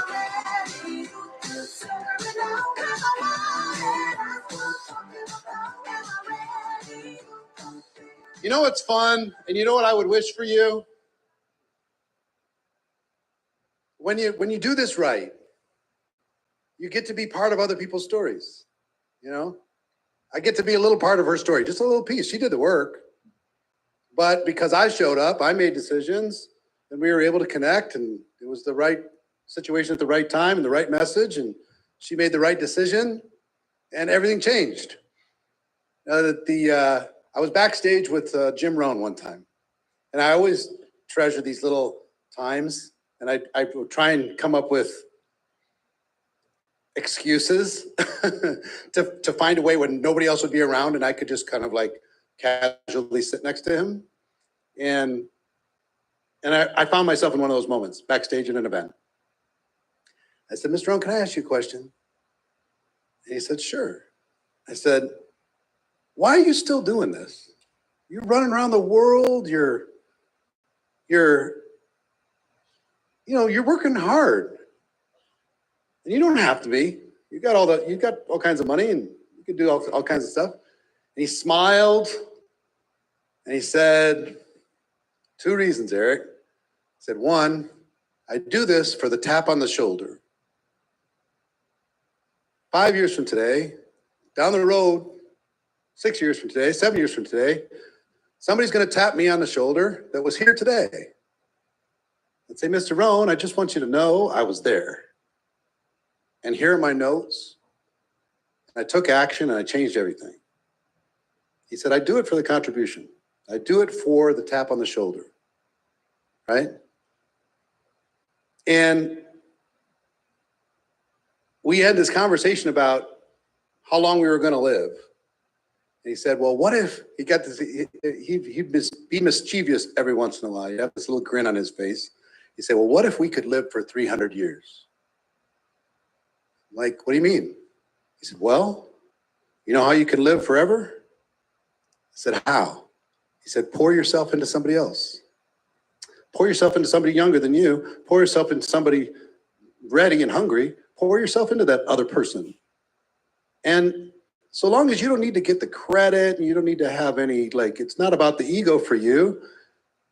It's like throwing a rock in a pond and it's a still pond and you get to see some of the ripples, but many of the ripples you'll never see. When you have an impact on somebody in their family, in their life, you don't see how they changed, how they show up for their family. You don't see the decisions that were made with friendships and families and extended situations. You don't see all that stuff, but you're still part of it. So Jim Rohn, you know, in physical form has left planet Earth, but guess what? He poured himself into me, you know? And I get to pour myself into you and you get to pour yourself into somebody else, and being equipped to be able to do that is truly something enormously special. And it's not true of every profession in the world. You know, think about how many people you impact if you work on Wall Street. And there's winners and losers, man. It's cutthroat. Or if you have employees, how many employees are you impacting? A few. Here you get to impact a lot. This business is about the development of other people more than anything else. The greatest value is how much people are developed. Look at her. It's not about the money. I mean, she earned it. It's about the person she became in the process, right? So I want you to live forever. That's my goal. I want to live forever, even if they don't know it was from me. You know, truth is old. Truth got passed down to me. I'm going to pass it down to other people. I'm going to try and find a way to make it understandable and simple. And I encourage you to do the same thing. And part of that journey is getting comfortable with your own self-worth. And it's a tough journey. At least it was for me. I still deal with it on a regular basis. And one of the people who helped me deal with that, probably more than anything else, is my wife. She's like, why are you always diminishing? You're always doing all this stuff. You're always, you know, so you got to be careful with self-deprecating. You know, it's like being a self-deprecating person, because if you tell that story enough to other people, you start to believe it yourself. You know, you start to self-analyze in a negative way. And you got to be careful of the words that you say about yourself, even if you're joking, because your subconscious brain is listening. And so Marina helped me with that tremendously. Just did an amazing job. And some of you may know her, but if you really know her, you know, she's a builder. She built this studio in 70 days from scratch in the middle of COVID, when we didn't have the money. It was something to watch, basically. But I don't think anybody on earth could have done it. She's the CEO of our companies, and she's going to talk to you about how you can increase your self-worth and unlock your potential. So who would like to unlock their potential? Say aye. All right, so do me a favor and welcome my wife and best friend, Marina Worre.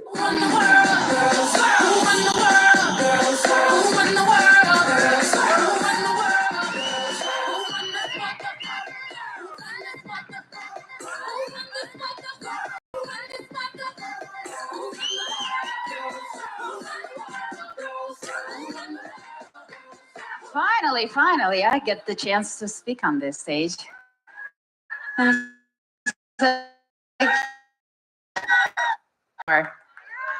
Wonderful. So how many of you are ready to get to the next level?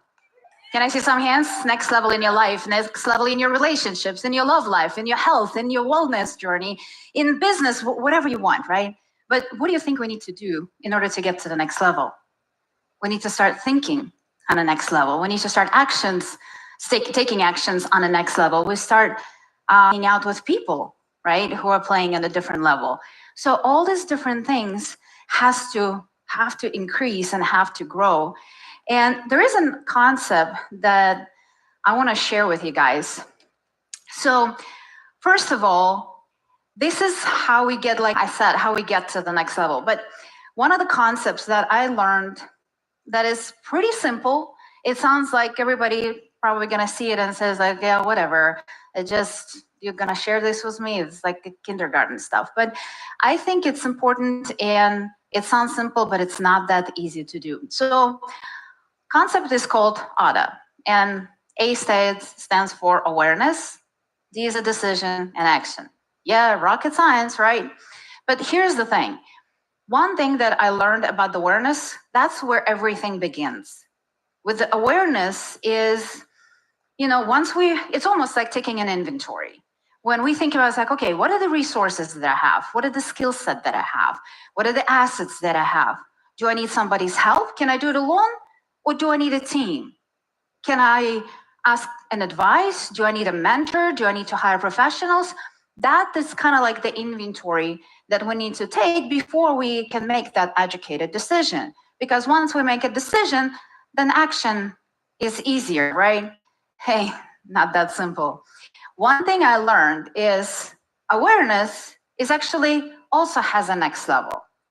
And how many of you are single here? Can I see some hands? All right, everybody pay attention. Those of you single, look around, right? Pay attention because like, hey, the night is young, you never know.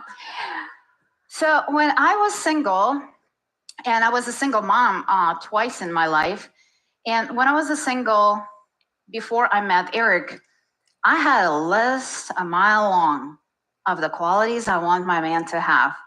And one thing I also realized that list changed with time. That list also got to the next level because when I was a little girl, I wanted a prince on a white horse, blue eyes, blonde hair. None of my men ever looked like that. But then later I learned that, maybe the looks are not the most important thing. And I started upgrading the things that I wanted to see in my men. And I started thinking, it's like qualities that I really want my men to have. What are the values that I want my men to have? Do I want him to be loving and ambitious and hardworking and caring about other people and willing to impact and willing to stretch and willing to grow? These different qualities. And I wrote the list. And one tip for all of you singles, don't put everything on the list because it's going to become a mile long and that unicorn does not exist because oftentimes we put a list of things and that human being haven't been born yet and more likely will never be. And honestly, I got lucky because my husband is a unicorn, right? So to the degree, I got my own prophecy, but kind of like keep it to 6, right? Make them the 6 the most important things that are non-negotiable, right? The things that you cannot live without, the things that are deal breakers. So if the person does not have those 6 or 7 tops qualities, that's it. So I had to take a hard look. What are those qualities for me that are like really, really, really important? And then what happened is when I looked at that list and I was like, dang, that's a pretty good man. And guess what that man wants? Probably the equal partner, right? That man probably wants woman who has similar values, who has similar ambitions, who has similar attitude, who has similar work ethic, who has similar ambitions and things she wants in life. And guess what? I had to take a little harder look at myself. And I had to ask myself a question. Who do I need to become in order to become that woman who can attract that man? So who do I need to become that man will pay attention to? And here's the thing. In business, it's the same thing. When we're looking at our teams, in our success, and if your business is not where you want it to be, maybe there is a next question that we need to ask ourselves, like, who do I need to become in order to attract that team? Who do I need to become in order to attract that leader? Who do I need to become in order to expand to that new market? Who do I need to become in order to achieve my goals and dreams? So once I realized that, I was like, okay, I have some work to do, But okay, I got my awareness to where I think I'm good. And then I started thinking, it's like, okay, decisions should be pretty easy, right? But one thing I learned is decision is kind of like, and I don't know if you guys felt, it's like that brick wall, right? You kind of like seem to know what to do. It's like, how many of you believe that you leave below of your potential, that you're meant for so much more, right? That you believe that there is another level in your life, there is another level in your business, there's another level for your relationships, for everything in life. And at the same time, like, we don't seem to reach it. And you know what you should be doing, but for whatever reason, you cannot convince yourself to do that. So that invisible gap becomes so big, and it's just really, really hard to close it. So what I realized that, that decision, when it becomes so hard, that there is something in there. So I want to share with you a secret, because when I started digging a little bit deeper into like the decision, what is it? What is stopping me? What is keeping me playing so small? And this is what I realized. And I think we clicked a little too far. Hold on, we're not gonna go there. We're gonna go first to this beautiful drawing on my big screen. Can you guys help me out? All right, so I did not draw that, but team definitely helped me. So this is the line, this is the decision, right? And if you think about like what is below that decision, those are the reasons, right? So can you guys shout out some of the reasons that you think that are stopping you from making that decision, from going to the next level? Give me some ideas, give me some decisions. What do you think? Guilt, fear, time. I don't have time, or it's gonna take too much time, right? Rejection. So here's the different couple of things that I came up with, right? So one of the, for starters, would be like, I don't know how to do this, right? So if I have that challenge, or if I have a problem that I need to solve, or whatever it might be, it's like, I don't know how. Like, where do I start? What's my first step? And then we start finding all the different reasons, like, well, you know what? I think I'm a procrastinator. It's like, why would I even bother to start? Because like, I never finished anything. And I kind of like find myself busy in all these different things. And it's just kind of like lost in the minutia of my day, and nothing seems to move me forward. So like, who cares? Maybe it's just not for me. It's like, how many of you thought about like, maybe network marketing is not for me, right? It's like, there's something broken in me. I'm trying, I'm working, just like Tina was saying, it's like, I'm building this social media, but it doesn't seem to grow. I'm building the team, but this doesn't seem to happen. So all the different reasons that we have in our head, and the failure and different fears, and failure is actually an interesting one, because one of the things, there is a statistic about failure that 98% of people die without fulfilling their dreams. And you know why? Because they're afraid to fail. And because of that, they're not even taking that first step. So once I learned that, I was like, this is insane, because failure is a part of the journey. We cannot eat without failing. If you've seen on social media somebody who showed you that they were homeless yesterday and tomorrow they're flying on their private jet, it's bullshit. It's not real. It does not work like that. The line to success is not a straight line. You're gonna go through the ups and downs. We're gonna have the life more like a roller coaster, right? We're gonna go up and we're gonna go down, and we're gonna reach the goal and we're gonna lose something. And then something happens in our life, and our life gonna take a different turn.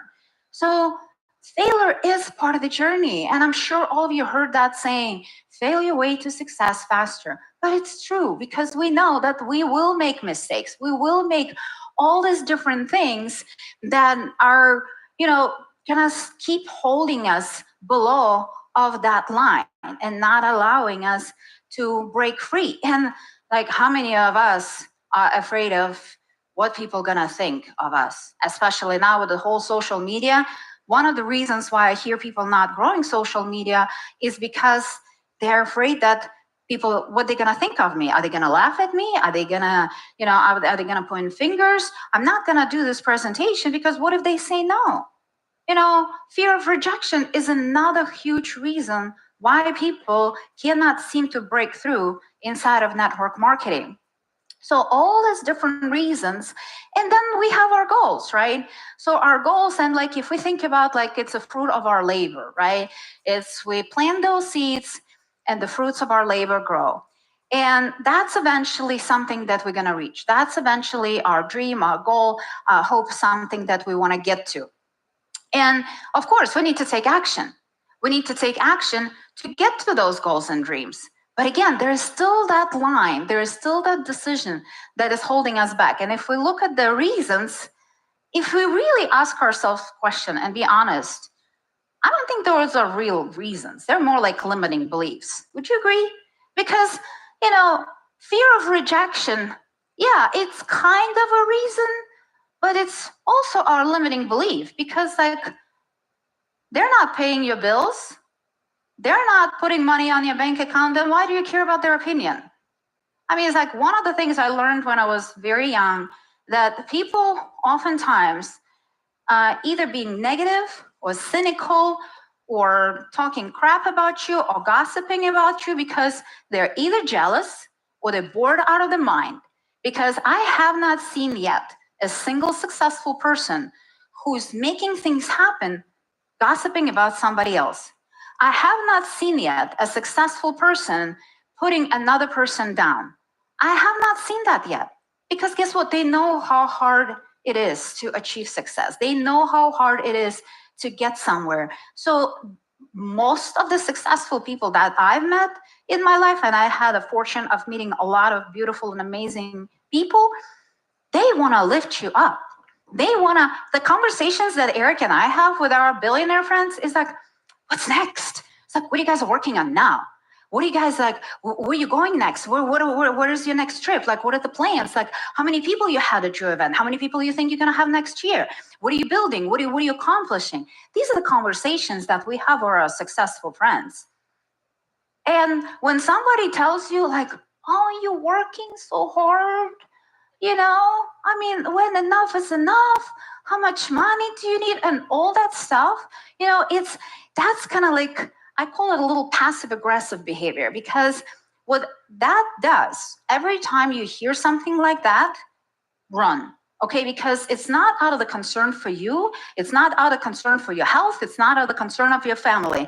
It's just because you reaching for the stars, you going after your hopes and dreams and goals is reminding all these people that they gave up. And you shining your light so brightly is just so bright into their face, and they're looking in the mirror and they're either ashamed or sad or frustrated or scared. But guess what? They're not willing to take action.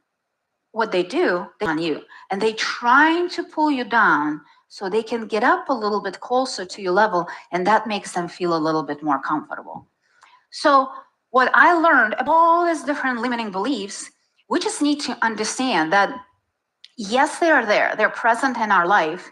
And one of the things that I also thought, like, okay, so that's good. Okay, I know those limiting beliefs are there and that line is still there. And I want those seeds that I'm planting to grow, but it's still so hard to break through that line. It's still so hard to break through that harsh soil.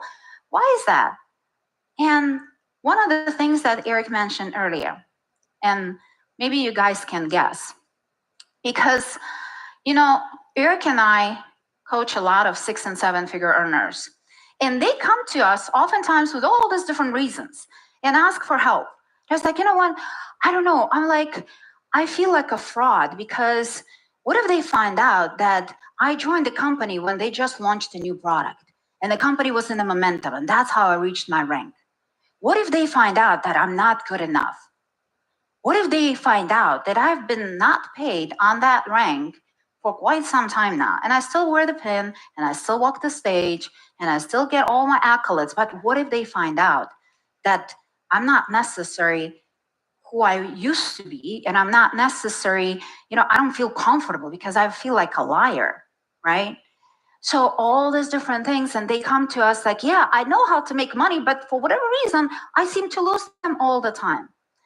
And this is the reason I believe all these limiting beliefs are just like anchor pulling us down, because they are the core, right, of who we are, or at least the things that we believe about ourselves.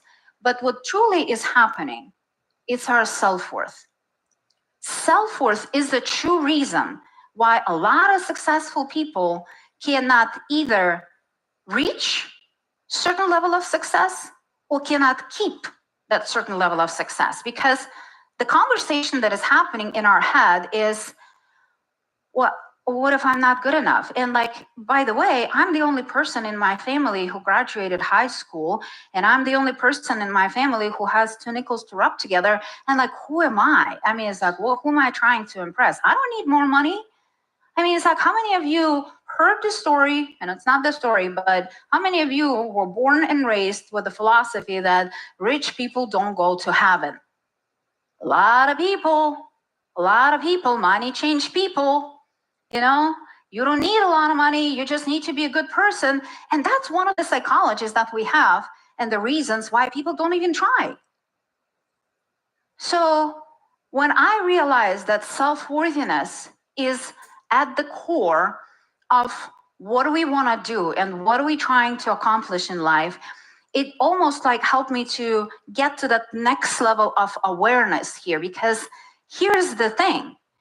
In our life, unfortunately, what we do is we try to measure our self-worth based on our net worth.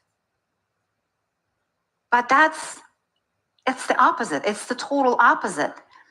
Our net worth is built on our self-worth, because it's really hard to get to the next level in our life, in our journey, if we don't feel that we're worthy. If we don't feel that we're worthy of anything good to happen in our life.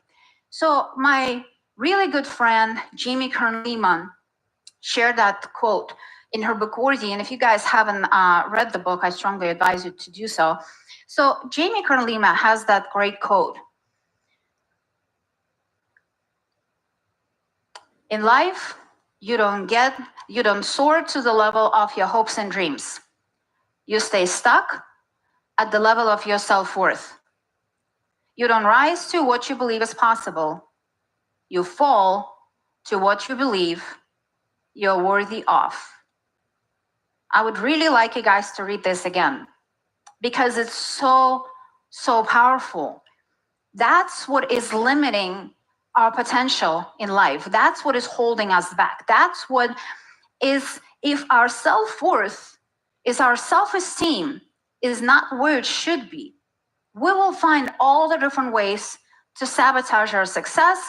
We'll find all the different ways to leave below of our potential. It's just going to be inevitable. So let's look at deeply what is self-worth. In my opinion, self-worth is who you are as a person. It's your amazing qualities, it's your amazing skills, it's your amazing talents, it's your energy, it's your emotions, it's your vision, it's everything that makes you, you. And guess what? You are special and you are unique. And if some of you are saying, it's like, yeah, Marina, but you kind of like, you don't know me, because like, who am I? I'm just like, you know, I'm a stay-at-home mom. I don't have any special accomplishments. I did not do anything special, you know. But I would challenge that kind of thinking, because it's not true. If you look in your life and see, it's like, you are an amazing mom. You may not necessarily be the best businesswoman, but you are an amazing mom. Or you're probably a great pianist or tennis player or golf player, or you're painting amazingly well, or you write amazingly. There are certain things and skills that only you possess that makes you so special and so unique. So your self-worth is who you are. It's not your bank account. It's not your lifestyle. It's none of those things. It's what you have inside here. That's your self-worth. So I actually came up with that word, and life worth. And maybe that's the reason why we're struggling with that, because there's no word for it. There's no word to describe our net worth and our lifestyle and just the way we feel ourselves in general, right? The way we live our life. So I'm calling it a life worth. And I believe that our life worth, or your net worth, is our ability to bring those amazing skills and values and talents into the world. So if your net worth, your life worth is not where you want it to be, it's not because you're a bad person. It's not because you don't have any values. It's because you have not shown them to the world yet. Your net worth is the quality of life. It's because you have not shown all these amazing skills, all these amazing talents, all the amazing person that you are to the world. So how do we grow our self-worth? Wouldn't it be a good question? How do we grow our self-worth? How do we grow our values? One thing I realized that in order to grow our net worth, there are two things that have to happen, right? We need to bring more value to the marketplace. So our value has to grow, and our self-worth has to grow as well. So how do we do that? What needs to happen? How do we bring more value to the world? And I honestly believe, like, obviously the first one is very basic, very kind of like, okay, we need to get better, right? We need to get better at our skills. We need to get better in our mindset. We need to get better, become better as a leader. We need to become better as a mom, as a wife, as a spouse, as a dad, as a husband, all these different things. We need to become better. And professionally, of course, it's the skills what's gonna improve our business. And I truly believe that everything in life is energy, an exchange of that energy. So our thoughts are energy, our emotions are energy. And by the way, thoughts and emotions, bad or good, both of those are energy. It's either good energy or bad energy. So all these different things are energy. And guess what else is energy? Money, right? Money is energy too. So values and our talents and our skills are energy, and money is an energy as well. So if there is no exchange of those two, that's one of the reasons why your net worth or your life worth may not be where you want it to be. So we need to constantly work on ourselves. We need to keep improving who we are as a person and the values we bring to the world. So with one of the things that I learned about our business is from time to time, our income may take a lucky jump. And if we do not quickly rise up to the level of the person capable of making that income and maintaining that income and growing that income will come down to the level of the person we are. And you guys probably see what happened. During COVID times, it was a very interesting season we all lived. Momentum. While everybody in the world closed up their businesses, closed their doors, people were looking for opportunities. People were looking for opportunities to build their to pay their bills, to provide for their groceries, to take care of their homes, everything. So there was a huge influx into our profession. And what ended up happening, a lot of people started making a lot, and they did not necessarily knew how to do that. They did not necessarily became leaders. They became earners. And because they became earners, their ego somewhat went a little too high, in my opinion. And what ended up happening, they did not start working so hard to build up those skills that they were missing. They were not working so hard on improving their mindset. They were not working so hard on helping their team to grow and pouring into them and helping them to become more productive, more consistent, and all these different things. So what ended up happening when the world opened their doors back to business, different incomes started slowly going down, some faster, some slower, and that income went back to the level of the leader that person is and to the level of the business that they were able to build. So again, and what is interesting right now, what is happening in our profession, everybody is measuring what their income was before COVID, and they remembering what the income was during COVID, And now they're looking down and I was like, oh my gosh, sky is falling. The opportunity is over. Network marketing is in trouble. What is going on here? I don't know what's happening. I should probably start looking for a different home. Everything is bad. But when you actually look at your income before COVID and when you look at your income right now, more likely it's the same. What we had that huge spike that was pretty much manufactured because of the pandemic, because some circumstances that are not normal, that are not usual, and that's what that spike happened. So again, because nobody was running super fast to become a leader, to get to that level of knowledge and understanding and skill set that can keep that income, the income went down.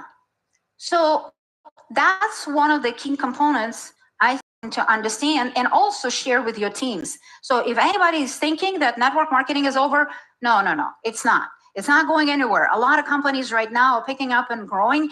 We as community, we as leaders, we need to change our thinking. We need to become aware, and not just aware. We need to become next level aware to what is happening to the marketplace, how we can grow our own values as a leader, and how we can bring them into the marketplace and help everybody else.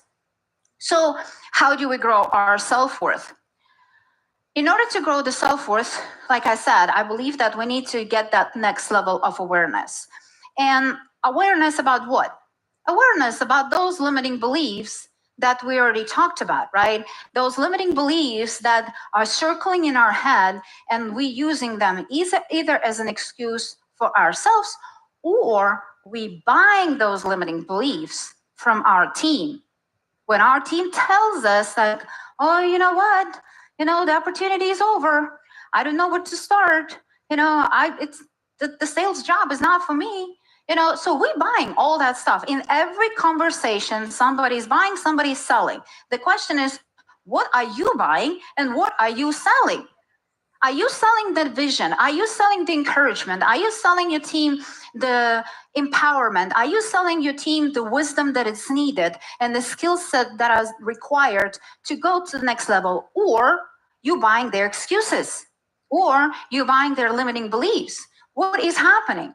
So we need to be aware of that. Next level in awareness, I believe, is the self-talk. Eric mentioned that a little bit, and I think it's really important because, and guess what? All these different qualities that I'm just describing, I'm not perfect in any of them. I'm work in progress, and the self-conversations that I have in my head, sometimes I don't want to repeat it out loud. And what is crazy to me is what is happening oftentimes is the way we talk to ourselves. If we talk to somebody else, it would be considered to be mean. We would be the most negative person, and we would be disinvited from all the family gatherings and all the different gatherings of like with social people, right? But why is that normal to talk to the same way to the person who is the most important person in your life, right? So first of all, we need to become aware of that conversation, because once we're aware, that's when we can do something about it. That's when we can like, oh, okay, that's the challenge. That's the weakness of mine. That is something that I need to work on. And I'm making a decision and I'm taking the next step of action. So self-talk is important. And what in the self-talk also, what I learned is our brain is, first of all, like I said, everything is energy.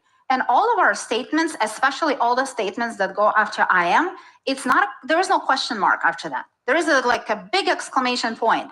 So when we talk to ourselves in the way that I'm not smart enough, I'm not good enough, universe is like, okay, you're not smart enough.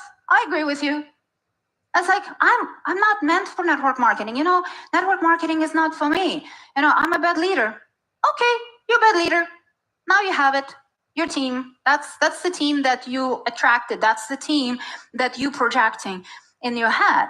So one thing that I realized that, first of all, controlling the way I talk to myself, but also controlling every single word that goes after I am. And when you come back tonight to your hotel rooms, I would like you to do a little homework.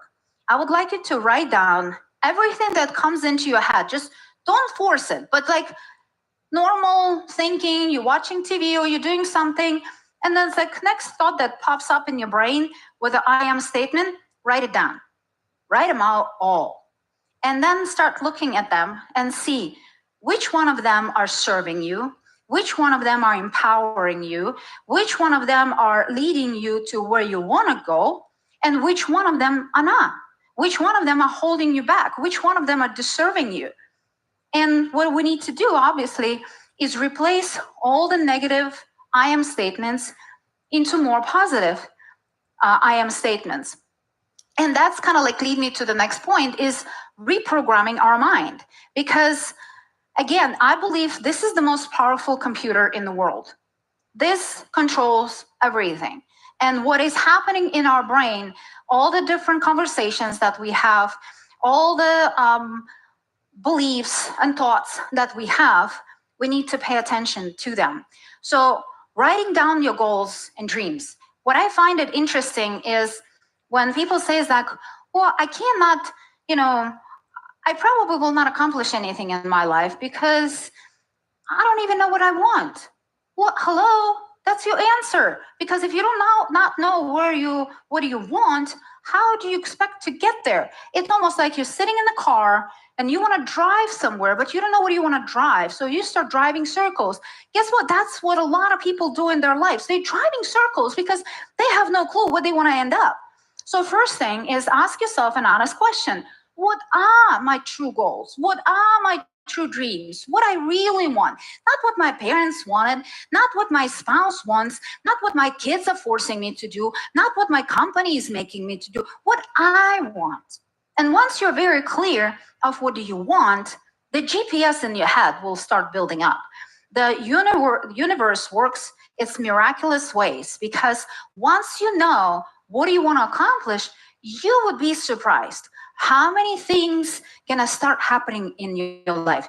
You all of a sudden gonna start attracting the right people. Some opportunities gonna show up at your door. Some doors gonna open up. Some windows gonna start opening up.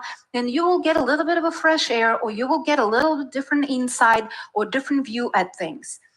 But being mindful and careful with what are we thinking and understanding where we're going starts the process of reprogramming our mind. And like I mentioned before, those I am statements are very, very powerful. So what I did with them, and I don't know if you want to write them on the note and stick them everywhere, because here's the thing, just have them in your head is one thing, but write them down and see them and repeat them all the time. It's a whole next level. So what I did one time is I sent myself a postcard. Actually, I wrote a card.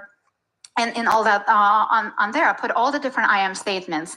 All I wanted in my life at that time, being an amazing mom, building a big business, whatever else I was hoping to achieve at that time. And it was standing in my kind of like nightstand, and I was reading it once in a while. And then time went by, and it's kind of like got shoved into one of the drawers. And for several years, I haven't seen it. And then looking through some stuff, I found that postcard. And I glanced at it, and I was like, oh my God. This is crazy. This thing really works, because I was reading some of those I am statements and almost all of them became a reality in my life. And I'll give you another kind of like glimpse here that in life, there are so many different levels, and I'll talk about that in a minute. But at some point, when you look at your I am statements that you had from 5-10 years ago, and when you already accomplished them, you start having new goals. You start dreaming again. You start believing in yourself on a different level. It's like, hey, I accomplished this so much at this point. So like maybe I can reach for next life, for next level, for next opportunity, for next big goal that I have. So that's what's happening with those I am statements and pictures. I admire people, and I don't know, Lauren is still here, yeah? Lauren loves her vision boards. She's probably the queen of vision boards because like she makes them so pretty and she redo them every single time. I'm not that patient. I was like, I don't know how she does that. I was like, really? Do you want me to sit and cut those pictures out of magazines and stick them to the board and do something? No. What I do is I love pictures. I collect the pictures of either things that I love or my photos of my family, photos of the places that we traveled, or things that I want to have in my life. So obviously surrounding myself with a lot of pictures is hard because we have a lot of family pictures and the kids and everything else. But what I found the next best thing is our computer. All of you are working on your computer, right? All of you have your technology, your tablets, your phones. There's a magic word called screensaver and a wallpaper. So that's what I do with my pictures. I put them on the wallpapers and the screensavers of my computer. So every time I open my computer, ready to work, ready to start my day, there is a photo of my grandkids shows up, or there is a photo of me and Eric comes up, or there is a picture of something of the place that I want to go to, or different toys that I want to have in my life. All these things are on that loop, and I'm not even paying attention to them because guess what? It's there constantly, and my subconscious is paying attention. Once in a while, it brings a smile on my face, but most of the time, I don't even notice because it's like a second nature. Those things are around me, they surround me, and they remind me and bring all these, positive thoughts and positive emotions that fills up my day. And it continues that demand or the request to the universe to open up new doors, to bring new opportunities, to bring new relationships into my life, to get closer so I can have those pictures, not anymore as pictures, but as a part of my reality. Another thing is the gratitude. Gratitude is a big one. And some of you may think it's like, yeah, I mean, it's easy for you to say you live an amazing life, you have everything figured out, but what am I supposed to be grateful for? I'm living from paycheck to paycheck, I'm single, my love life is miserable, and my kids aren't grateful. So what am I gonna be grateful for? And here's the thing, everything. You woke up today for the starts. 150,000 people die every single day in the world. So those 150,000 people do not have that opportunity. We do. We woke up today. That's another opportunity for us to do something special. That's another opportunity for us to reach to that next level. That's another opportunity for us to do something special. We're already here. We're sitting and learning and growing and exchanging with great ideas and, becoming more successful and powerful just by soaking it all in. So that's already a huge reason to be grateful for. Right? And honestly, if we look at our lives and lives of other people around us, I can guarantee you, no matter how tough your life might be right now, there is somebody who has it worse. There is somebody who has either bigger challenges with health and what you consider your unluck, or what you consider right now a misery, or what you consider like right now a nightmare, for somebody it's their best dream, it's their best chance, because they might be living a last day in this planet, or there might be some other tragedy that is happening in their life. So there are so many little things to be grateful. It doesn't have to be a mountain. It doesn't have to be, you just won a freaking lottery. That's not what I'm talking about. I'm talking about little things. Be grateful. If those of you who have your parents alive, be grateful that you have them. Those of you who have kids, be grateful that you have them. Even though they might be, whatever sometimes, and you kind of like want to call them one day, but hey, you have them, right? You have that next skin. You have somebody who really, truly loves you, right? For no reason, unconditionally. So if you have a spouse, whatever, there are so many reasons to be grateful for. And guess what? Surrounding yourself feed your mind with a great leader, with great ideas on a daily basis, and surround yourself with a positive influence. One of the reasons when Eric and I were discussing this whole insider idea, I was like, dude, this is so cool, because it's like motivation. It's like shower. You need it every day, right? So every day you're going to get a drip of idea, you get a drip of strategy, you have an encouragement, you have a word of helping you and reminding you one more time why we're doing what we're doing. And holding your hand through a tough day that you might be going through, when somebody yelled at you that you're nothing, that you're not good enough, you're just a girl, you're just whatever, right? So when we discussed that program, I was so excited because it helps us to reprogram our mind in a positive way. And guess what? Because it disappears every 24 hours, it's gonna put your ass into action, because you will have to watch that video. You have to do something about it, because guess what? Tomorrow is gonna be gone. And yes, tomorrow gonna be another one. And yes, tomorrow gonna be another word of encouragement, another word, another great idea. So feeding our mind with positive and protecting our mind from negative is so vital to reprogramming our mind, because everybody and everything is fighting for your attention. The media is fighting for your attention. They're dingling all these commercials and the billboards and ads and all that stuff. The social media is throwing the pictures of everybody's life being so perfect. And when you look at your life and it's like, well, my life is not that perfect. So who am I? Am I a loser? So when we start comparing all these different things, we start losing the belief in ourselves.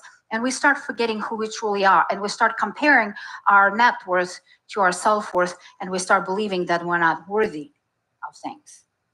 So again, surrounding yourself with great ideas and great people, movers and shakers. Your circle of influence is absolutely everything. Because people who are around you, and you heard Eric train before on law of association, right? You're the average of the 5 people that you're spending most of your time with. And it's true. If you do not know that law, it does not cancel the law. It just, your life gonna be different.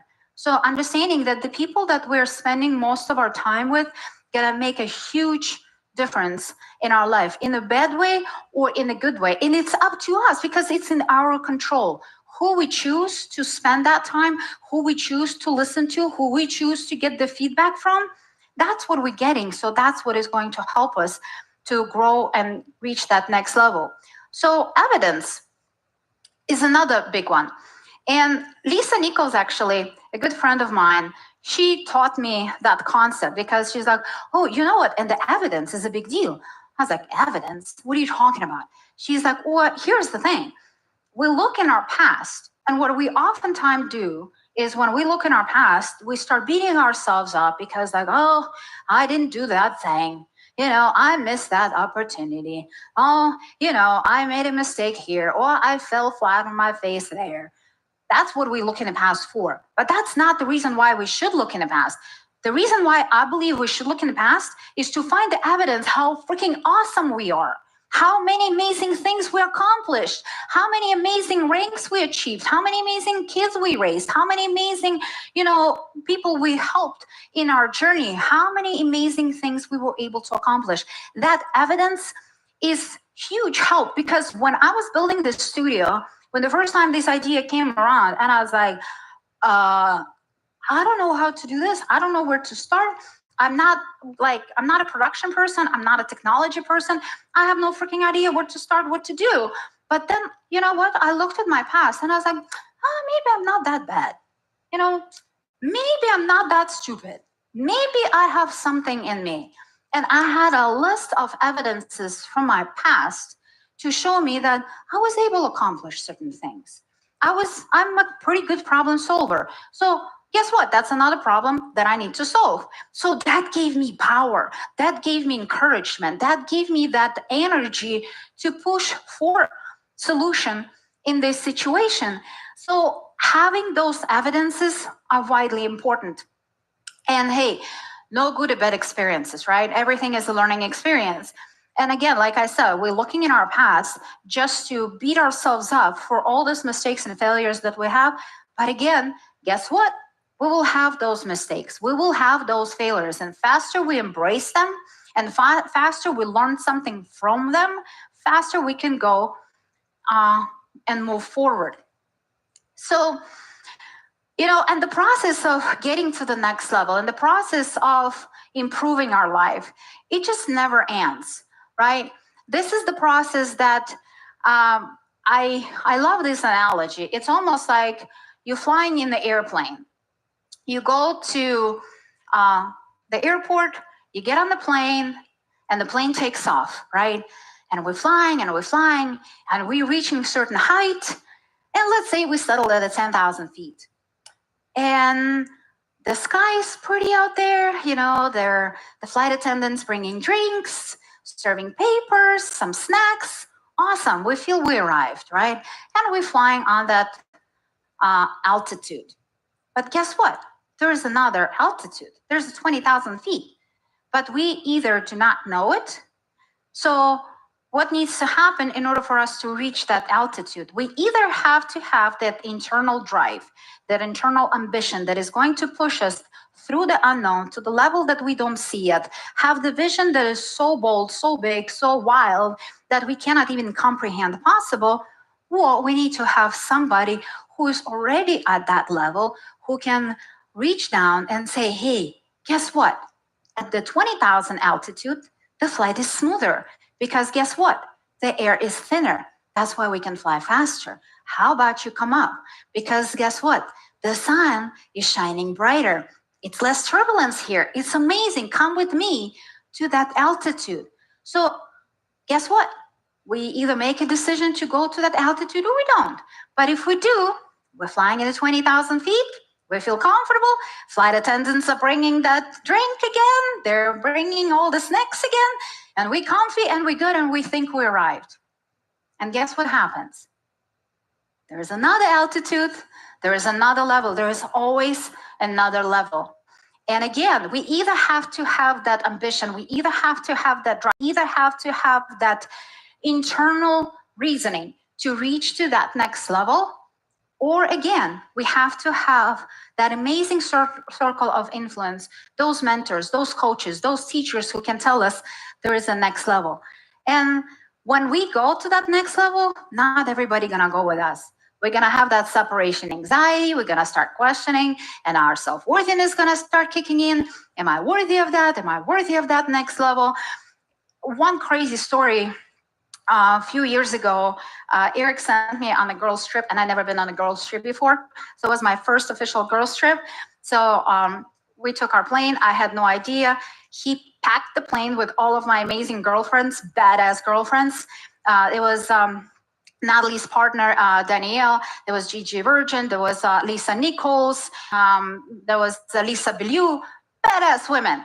So, and I'm going, and that's my birthday gift, and that's my birthday trip, and that's my girls' trip. And I'm going, and Eric sent us all to Bora Bora with all expenses paid. So that was freaking amazing. And that was one of the best times I had with girls, just because the level of the conversation, you cannot imagine. It's just like, it's another level, right? And we're all sitting in the pool, sipping champagne and listening to each other, talk about businesses, talking about life, talking about husbands, talking about all the different things. One thing crazy, we had a WhatsApp chat, and because Eric was organizing everybody, so he was talking to everybody, and then he added me last minute, and we forgot that Eric is in that chat. So we as girls keep talking in that chat. Boy, oh boy, you should listen to those conversations. And then when we realized that he's in there, it's like, oh shit. Anyway, so that was a side note, but yeah, so that was fun. But you know, one thing that made it so crazy for me at that trip, that all these women are very accomplished women, self-sustained, very influential, money freedom, time freedom, you name it. And they were always like, oh, I don't feel like I deserve to be here. I feel like I'm not worthy of this group. I'm feeling that this is like way out of my comfort zone because I don't even know how I ended up here. What did I do? How I deserve to be here? And it was so eye-opening for me. I was like, holy moly, these are women that are just so badass and so powerful and everything, and they still have their own self-worth in these issues. And that was such a crazy aha moment for me because I realized that it does not matter of the level of success you are. We all have our insecurities. We all have our limiting beliefs. They're just next level limiting beliefs. They're just next level insecurities, right? And one of the things that I also want to share with you is the most important part in all of this is, yes, of course, what we accomplish for ourselves. And yes, of course, what we do for our families and being able to take care of our kids and generations to come and the people we impact. But most important part is who we truly impact because of who we are, who we truly impact because of our self-worth, who we truly impact because we grow our values. I want to show you a quick video. So if you guys can play the video, please. In good spirits as you recover. There are so many things I've wanted to say, and now, after all these years, I feel like the right time to finally share them with you. When I was your student, it's a student of mine. I was far from an easy one. I struggled with rules, as most of my kids did. I had little respect for authority, and my grades reflected the turmoil. Many students I was going through. It's safe to say I was on a path that could have led me anywhere, but where I am today. Yet in the midst of that chaos, you were there. You never gave up on me, even when I gave you every reason to.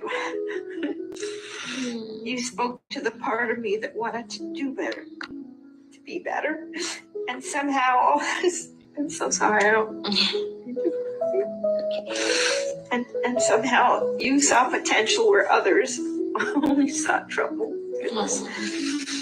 Your words and actions were more than just a teacher doing her job. They were the lifeline I needed. Wow. That's so sweet. I'm so sorry. You didn't just teach me English or history. You taught me that I had value, that I had a future, and that I could be more than my circumstances. It's so it's so grammatically correct. And because of you, I dared to dream of something greater. Because of me. Sweet. After high school, I set out on a journey that was as difficult as it was unexpected. I decided to become a doctor. Oh my goodness. Oh wow. And not just any doctor, a surgeon. Oh gosh. Well, that is good. The road was long, grueling, and full of challenges, as I'm sure it was. But I kept going because I remembered the way you believed in me, but no one else did. I wonder who this is. Your faith in me became the foundation of my determination, and it's what pushed me through the toughest moments. Nobody ever says it to me, but it's so wonderful to hear that. Fast forward to today, and I'm writing to you, not just as Derek. Oh my God, I remember Derek, your former student, but as Dr. Derek. Oh my goodness, the surgeon who had the incredible honor of performing your life. Derek did this. Oh my God. Life has a way of coming full circle, and I can't help but marvel at the way our paths have crossed again. Where is he? You saved my life, Mrs. Chamberlain, in more ways than you know. You gave me hope when I had none, and now, as fate would have it, I had the chance to save yours. Oh my God. It was the greatest privilege of my career and perhaps of my life to be able to give back to the person who gave me so much. As you continue to recover, please know covered in no. Oh my gosh. So concerned because I make teacher money, and That's so amazing. Oh my goodness. Wow. Where was I? Consider it a small token of my gratitude for the immense impact you've had on my life. This is the least I could do for someone who did so much for me. Wow. Thank you, Mrs. Chamberlain, for seeing the best in me, even when I couldn't see it myself. He was a very complicated young man.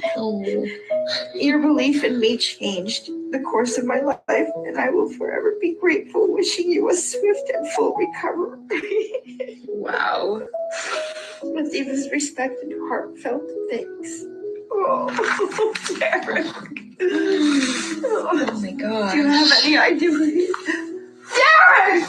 Derek! Oh my God, Derek! Derek, oh, I'm so proud of you, Derek. I'm so proud of you. It was you. It was you who made me who I am today. Wow. It was me. It was you. Oh, Derek. It's been too much. You still gotta recover, okay? You okay? You doing all right? I'm much better. My heart is full of love. Congratulations. I'm so happy for you.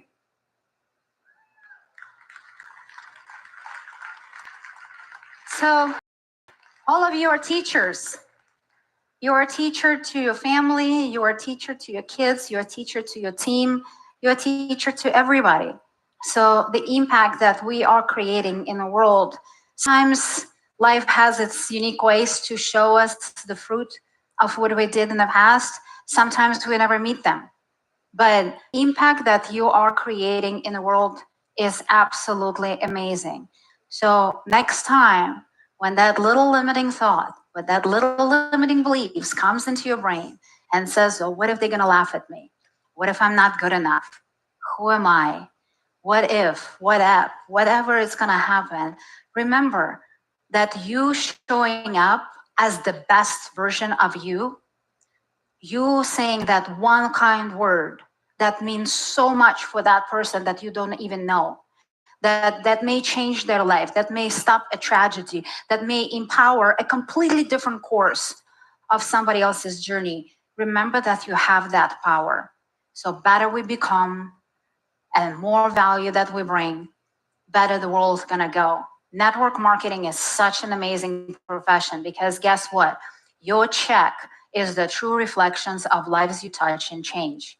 It's not true for everybody else. It's not true with every other profession. You cannot make money in network marketing by hurting other people. You cannot make money in network marketing without pouring your soul, your heart, your guts, your everything into another human's life. That's what your check reflects. So for those of you, my top income earners, congratulations, you've done a great job. But guess what? You have a next level of responsibility as well. You have a next level than you. And those of you who just reaching to those high ranks and next level in your income and in your financial journey, we just need to bring a little bit more value to the world. We just need to know, we just need to show the world and stop being those secret agents and show those amazing values that you have. So I love you guys. And always remember, you're worthy, you're deserving, you're capable of everything you want in life. I love you so much.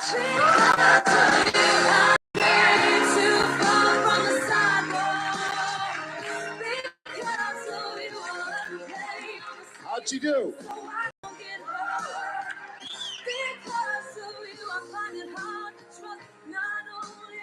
All right. Fun stuff, huh? How'd I do? Pretty good. Pretty good. The law of attraction. They say love is blind, and I know it has to be. That's the only explanation. Yeah. So listen, I got one thing I want to share with you before we go to lunch. We'll go to lunch in about 15, 20 minutes. And this is something that, we talked about Insider yesterday, and that's going to be for most people, right? And I'm super excited about that. Not only today, but moving forward, being in your pocket every day, reminding you, I'm super pumped about that. It's going to be great. And giving you good ideas, curate the best possible stuff I can curate over time. Reminding you consistently, spaced repetition, all of that stuff. Giving you a little shot in the arm every once in a while, giving you a little kick in the ass every once in a while, showing you examples of other people doing good things every once in a while. But There's one thing my life changed when two things occurred in my network marketing career. And what I'm going to talk about now, it's going to be a natural fit for some of you, and it's not going to be a fit for others. Okay, this is a big boy, big girl conversation. Okay, and I'm not saying you're not a big boy or big girl if you don't participate with it, but I am saying my original mentor, his name was Michael Nelson. I did not want to get up in front of people. I didn't want to present at all because I had no self-worth at all. I didn't want to train. And he sat me down and said, Eric, the person with the marker makes the money. And I looked around and I was like, huh. Think of the great presenters inside of your company. The great ones. How much do they make compared to everybody else? I mean, it's like 20x, 50x, 100x versus the average Joe. So my confidence completely changed because I started with giving a testimonial. Because we used to do these live meetings and we do like where people from different backgrounds would come up and they would share their story at the end of the presentation, just to kind of show some social proof. Tell my 60-second story. And that little tiny presentation, that little mini presentation, because I worked on it, I did it, it wasn't very good. I tried to be funny, it didn't work. You know, so then I like, okay, let me regroup. And I sat down with my mentor and we went back and forth until I kind of got it down. And just learning how to do that, I had something that changed my whole confidence, because if I got on the phone, I said, can I tell you my story? And I'd tell it in 60 seconds. If I did got together at a coffee shop or something, I would just tell my story. If I was doing an in-home meeting, I would tell my story. If I started a training, I would tell my story. My story didn't change. My story was what I was doing prior and why I made the decision to move in, get involved. And it related to everybody. And if I did a three-way call with somebody, I told my story. So just a tiny little thing built my confidence. And back then we used to do, one person would be the host of the presentation, the other person would do the company part, and the other person would do the products part, the other person would do the financial opportunity part, and then the host would come back and close with the testimonials. And they always put the weakest person to do the products because the host could fix whatever mistakes they made. And then the second weakest person did the company, and then the strongest person did the financial opportunity, right? And the strongest of all was the host. From doing the testimonial to learning how to do the product presentation. The first time I made so many mistakes, and the host was so kind and saying, hey, Eric's brand new, let me correct what he said. This was wrong and this was wrong, but here's what was true about what he's just doing, right? So I finally got that down.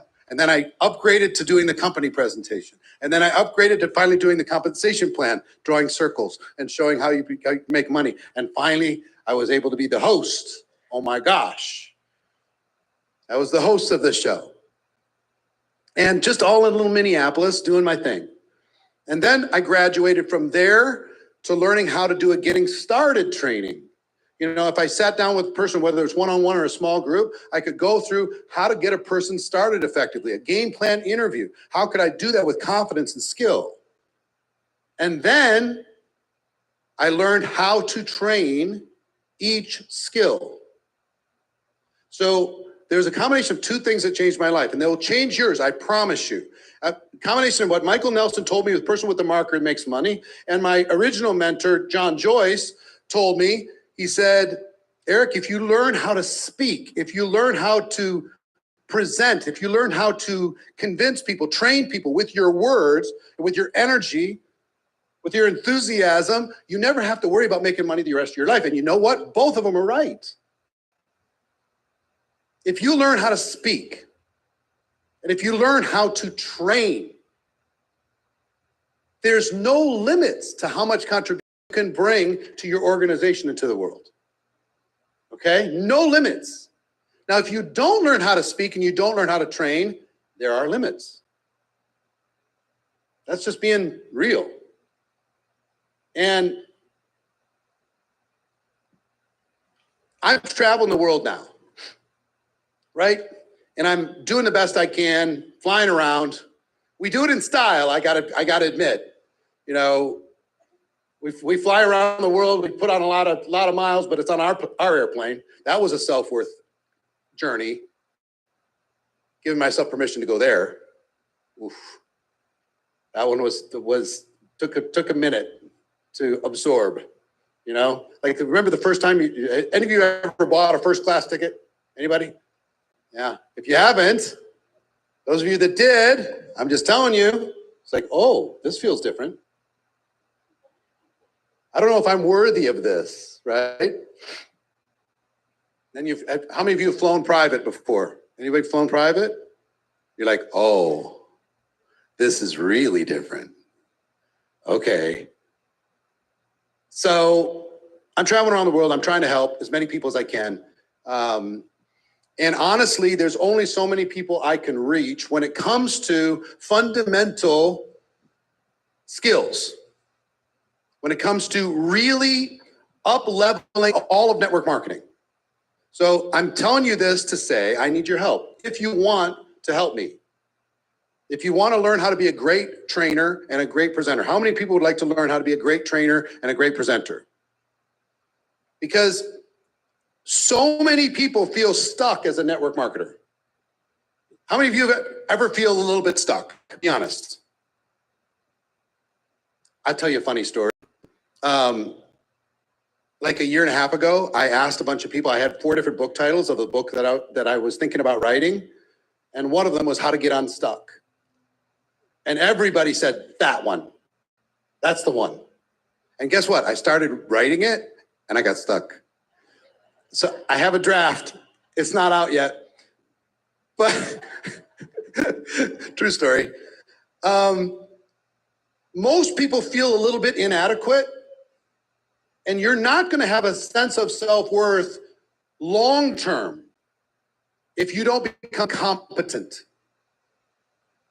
So if you'll invest in you to become competent as a presenter and as a trainer, there's no limits.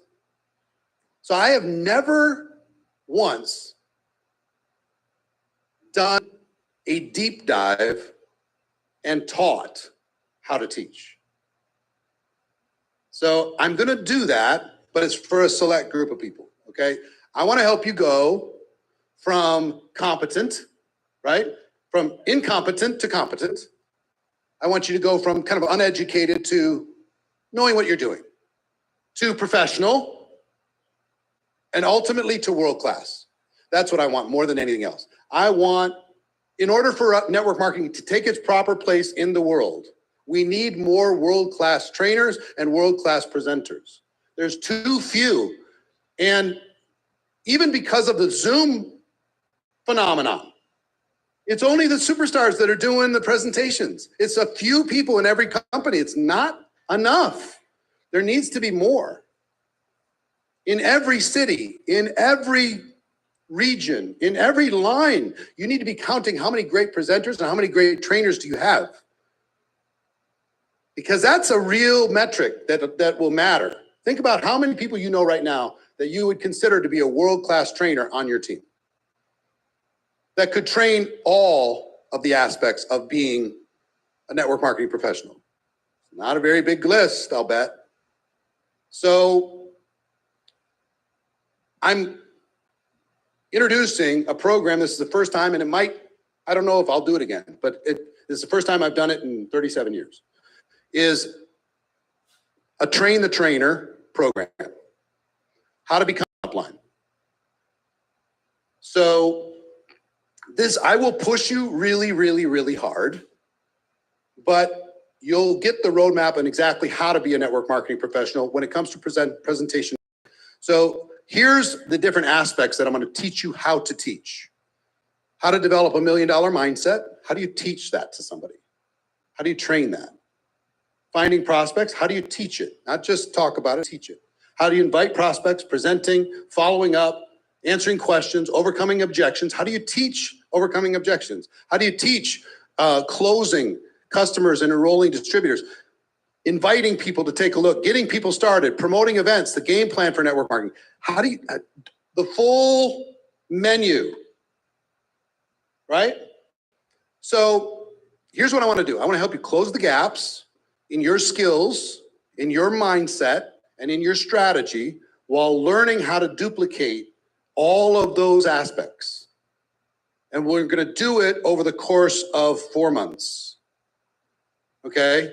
Here's how I'm going to deliver this experience. And it's going to be a pretty select group of people. This is a elite thing. Okay? One, I'm doing 3 implementation labs that are going to be delivered online. In December 17th to be exact, and there's going to be recordings of all of this. We're going to do an in-depth goal setting and personal vision why implementation lab. So to set yourself up for 2025, and part of the goal setting is going to be being a great presenter, being a great trainer, developing those skills, practicing, laying it all out there, giving yourself permission to go there, getting your why strong enough so your vision is strong, and then you can match that vision with actual tactical skills on how to be great. In January, we're going to do a deep dive personal audit of you. Where are you at? What are your assets? What are your liabilities? What are your strengths? What are your weaknesses? And let me just tell you one thing. Some of you might feel unworthy for whatever reason, because of this, because of that. Because that person's really strong at this and I'm not strong at that.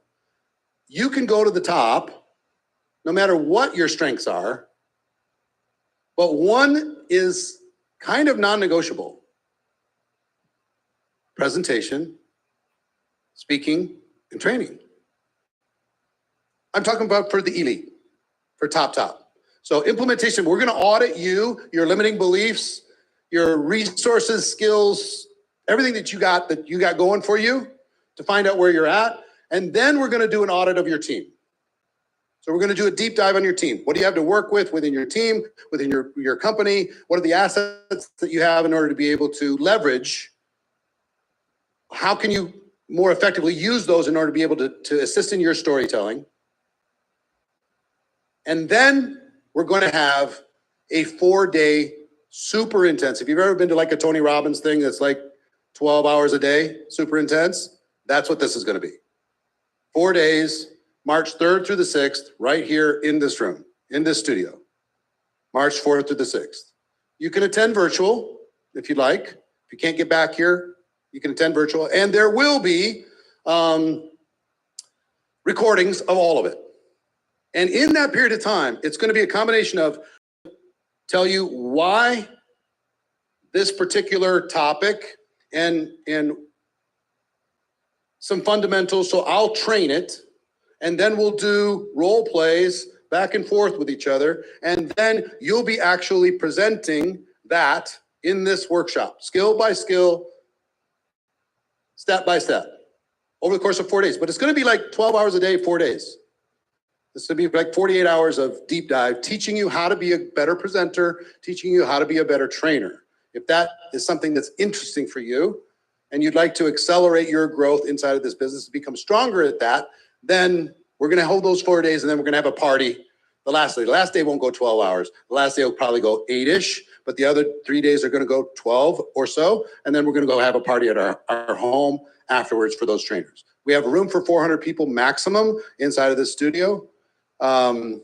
So how many are interested in learning what this is about? Would like to participate in something like this? Yeah? Some of you? Okay, good. So 3 implementation labs, 4-day training intensive. You will have resource material for every skill.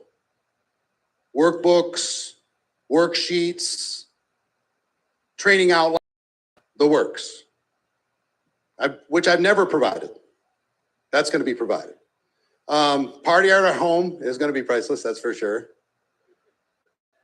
And for those that decide to become a part of this program, we'll gift you, only if you decide this weekend during this event, we'll gift you 1 year GoPro Insider Prime, which is $489. And if you already bought that, will discount that $480 off of the ticket for this Train the Trainer program, okay? So it's worth, we put $21,000 worth of value, but here's what I would tell you. If I could reach inside of your brain and just tell you to do anything, it's to accelerate this skill as quickly as you possibly can. Don't wait 3 years to get good at this. Get good at this as fast as you possibly can, because once you're good at this, everything opens up. Your team opens up, your organization opens up. You can be that upline that you're proud of. You could be the upline that you would want. That's what you can be. That's what I became. So the person said, would you want to be sponsored by you? When I first heard that, I was like, oh, no, I guess I wouldn't really. I wouldn't want to be sponsored by me. But eventually, you know what? I was okay. You know what? I'd be a good sponsor. So the price for this whole program, all of these things, the labs, the 4 days here is $5,000 per person. $5,000 per person. And again, you're going to get the discount if you bought Insider Prime already, $5,000 per person. If you want to lock in a seat, all you have to do, if you pay in full, it's $997, just one time to lock your seat, and you got a week to figure out payment. Go home, figure out payment, however you're going to do it.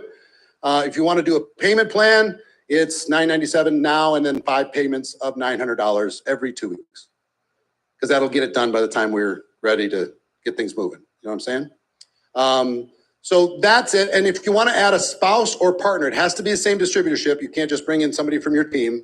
You can get a spouse or partner in the same distributorship for half price, half of the individual price. Okay. We're not gifting 2 GoPro Insider Primes. It's just one for the couple. Okay. So if you'd like to attend, do that. I think we have forms. Do we have forms? Raise your hand if you'd just like to see a form. If you'd like to see a form, just raise your hand and they'll pass them out to you real quick. Like I say, when I'm laying it out, it's either going to be a natural fit or it's not. And if it's not, no problem. No worries. If it is, fantastic. And can you figure this out on your own over time? Yes, of course you can. I just think I can help you get there faster. And what would it be worth if you got there faster?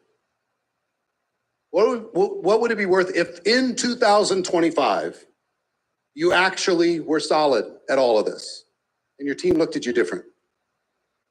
So I'm excited for you in advance. I'm really excited to do this because I never have. First time. I've only done it individually, like coaching on how to do a presentation, how to get in front of people, how to connect with an audience, how to change the tonation of your voice. Go really loud sometimes, and then you bring it down and you just talk a little bit. You know, all of this stuff happens over time, and I'm going to be training. I'm excited to do it. So anyway, if it's a fit for you, fantastic, wonderful. I'm excited. It's going to be great. If it's not, cool. I'll see you on Insider on Monday. And we'll start we'll drip on you over time until you feel worthy enough to be able to say yes to a decision like this. And if you're in this room, you can't tell me you can't afford it. You just can't.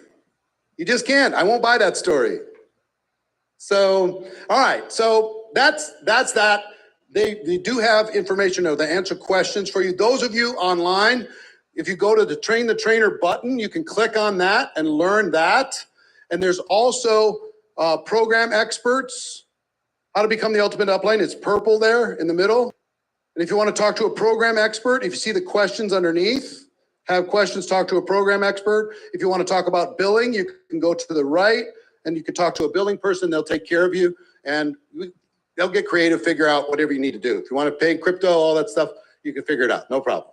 Everybody's a crypto millionaire nowadays, it seems. So why not you? So here's what we're going to do. I want you to just bear with me for one moment. This side, this section right here, I want you to go for the lunch break, go through to the red carpet side. The middle section, I want you to go through the kitchen side. We're going to put you in another line. We have 2 lines. And on this side, just hang out 5 minutes and we'll get everything settled. Lunch is ready. I'm looking forward to seeing it. We will see all of you online at 2 p.m. Pacific time, 1 hour and 3 minutes from now. All right? See you then, everybody.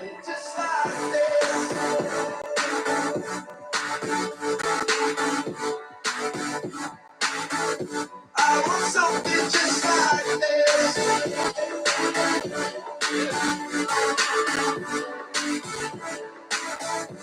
I've been reading books of old, the legends and the myths, the testaments they told, the moon and its eclipse, and Superman unrolls the suit before he lived. But I'm not the kind of person that it fits. She said, where'd you wanna go? How much you wanna risk? I'm not looking for somebody with some superhuman gifts, some superhero, some fairy tale bliss. Just something I can turn to, somebody I can miss. I want something just like this.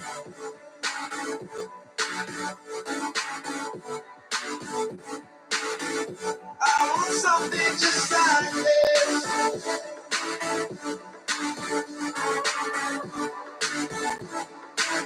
Oh, I want something just like this.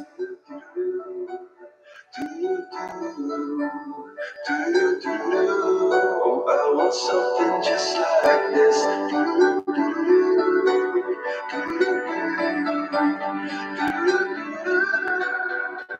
Where'd you wanna go? How much you wanna risk? I'm looking for somebody with some superhuman gifts, some superhero, some fairy tale bliss. Just something I can turn to, somebody I can kiss. I want something just like this.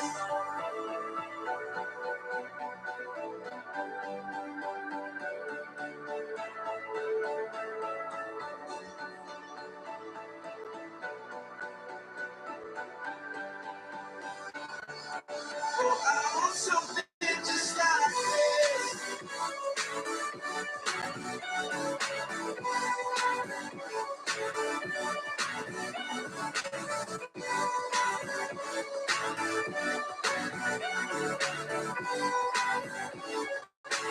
Oh, I want something just like this.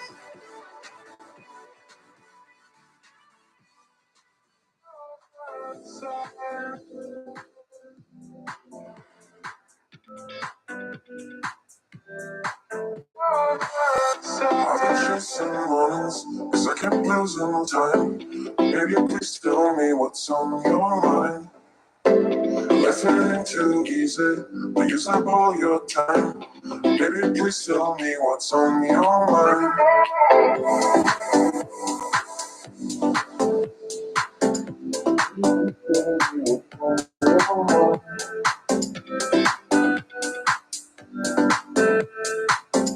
Baby, please tell me what's on your mind.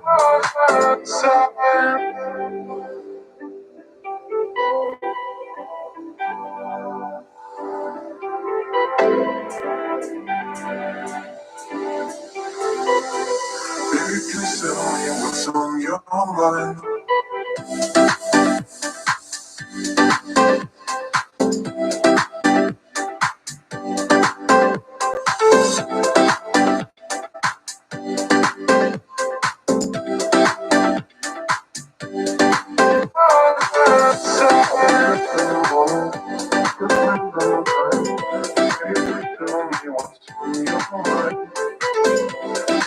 Too easy, use up all your time. Baby, please tell me what's on your mind.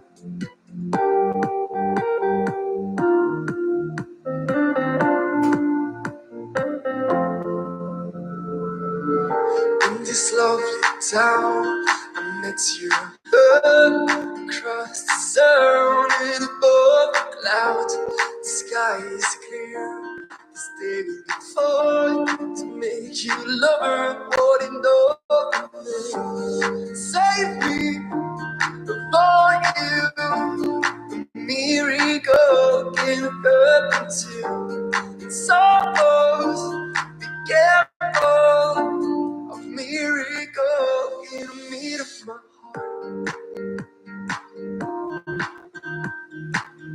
heart.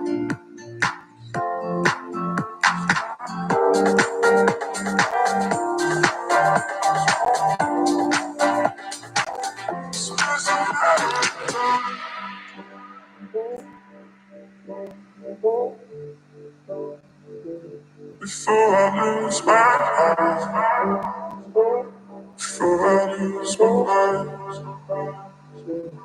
before I lose my eyes, before I lose my mind, before I lose my eyes, before I lose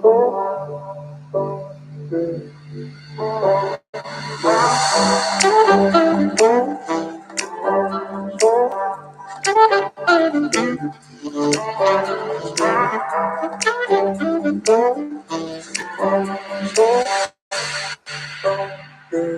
It's just a matter of time before I lose my mind, before I lose my mind, before I lose my It's just a matter of time before I lose my mind, before I lose my mind, before I lose my It's just a matter of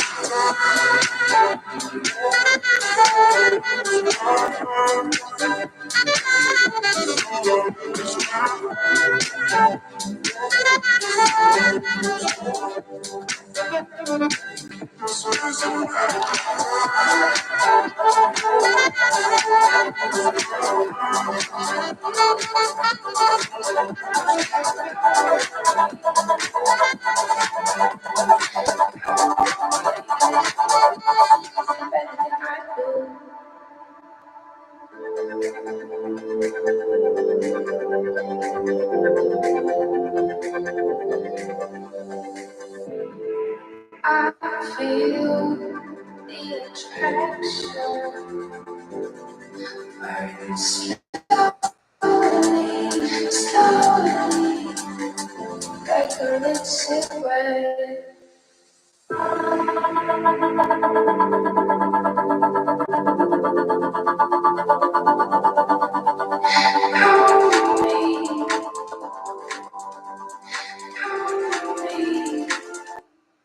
Better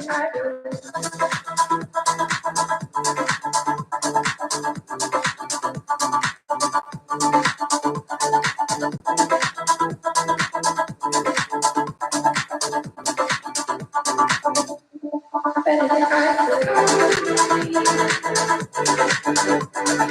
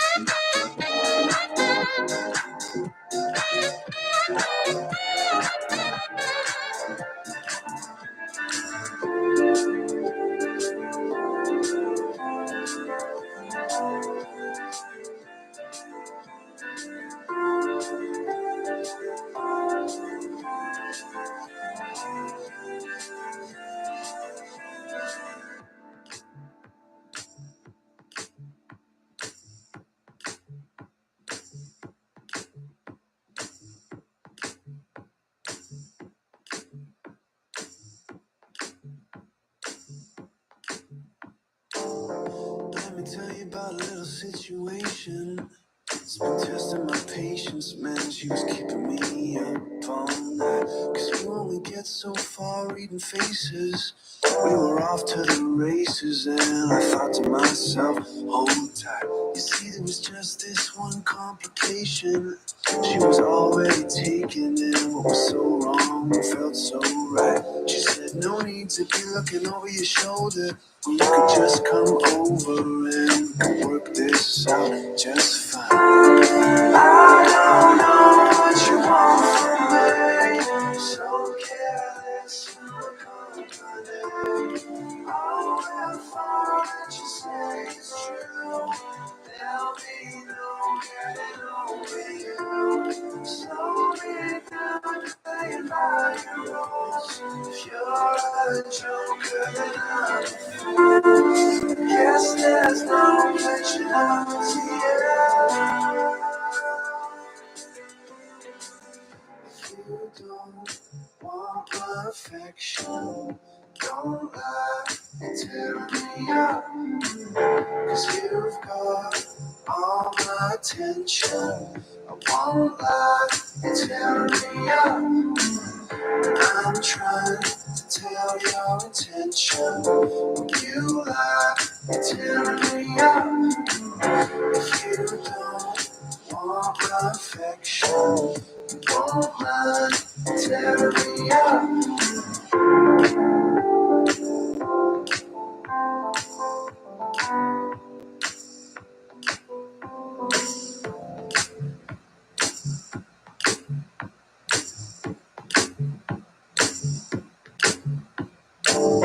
It all started with a simple conversation. It was on the weekend when she was talking me up all night. Kept asking if I was only faking. She was there for the taking. Showed me that she was on her. She told me she lived just around the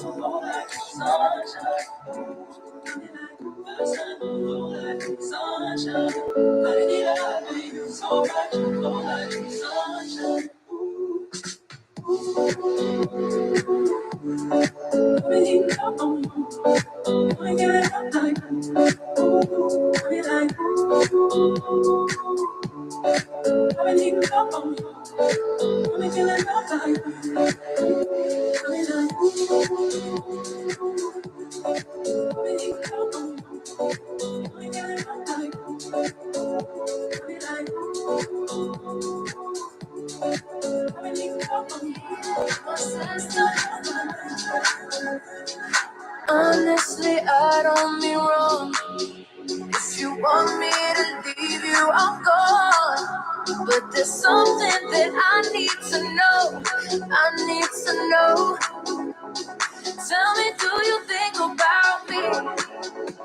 Cause I keep thinking about you, baby, over and over and over. Do you think about me? Cause I can't stop, don't wanna do this over and over and over. Do you think about me? Cause I keep thinking about you, baby, over and over and over. Do you think about me? Cause I can't stop, don't wanna do this over and over and over. Do you think about over and over? Do you think about over and over? I can't stop, don't wanna do this over and over. Do you think about over and over? I don't know what to do or how I move on when I'm here in so deep. Every time I try to let go, think I'm getting so close, like you know you're taking control of me. Don't know how you do it, how and why you got this hold on me. Every time I try to let go, think I'm getting so close, like you know you're taking control of me. Don't know how you do it, how and why you got this hold on me.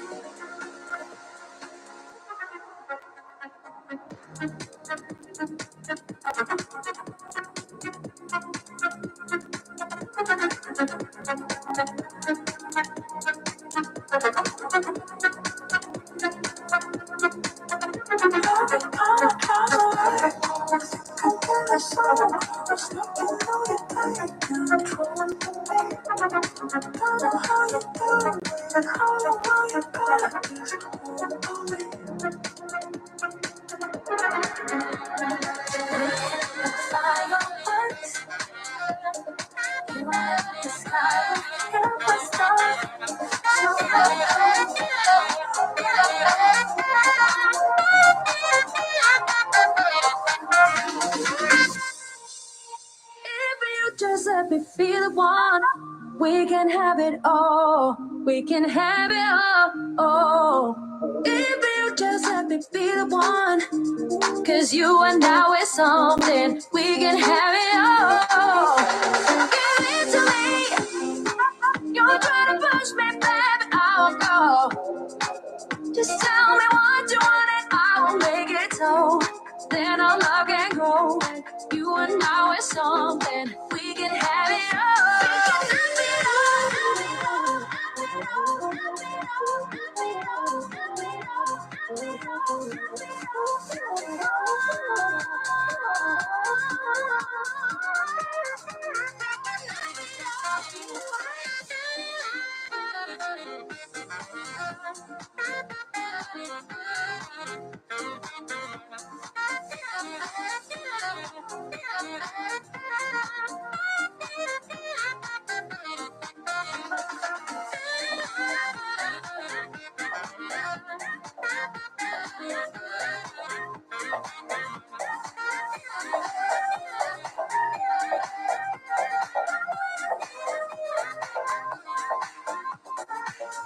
Take a look at me. Take a look at me. Take a look at me. Take a look at me. Take a look at me. She's the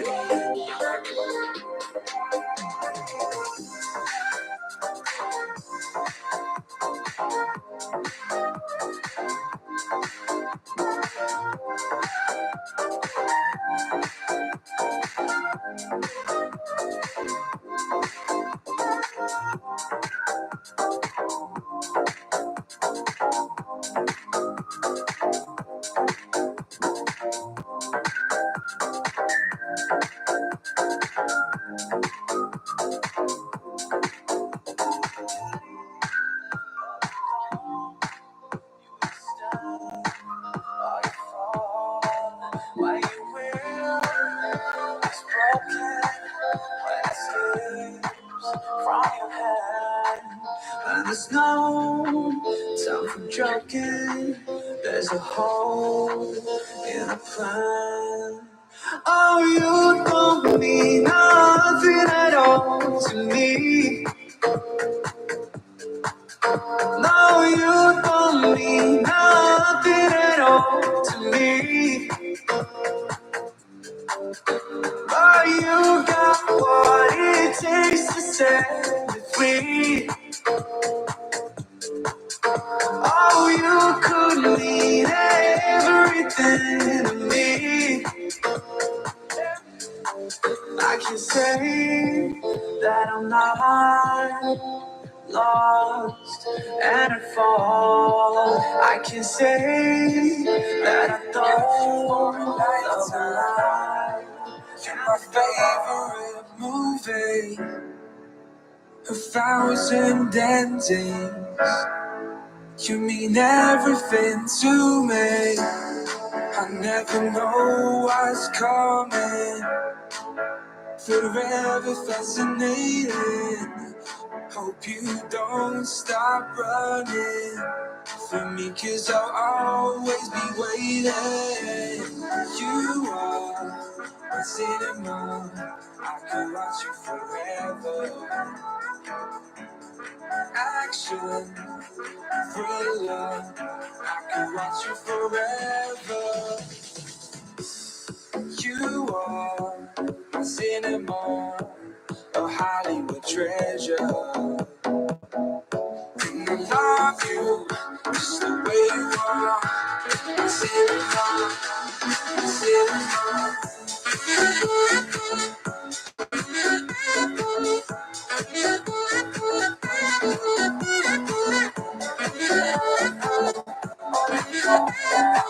I'm not crazy or I'm messed up. First say I love you, I really mean it. I will remind you, cause I want that as well. I see you in my dreams, screaming my name. I see you in my fears, screaming my name. Scream my name in your darkest fears, and I'll be right there. I remember those words you said, as if you said them to me today.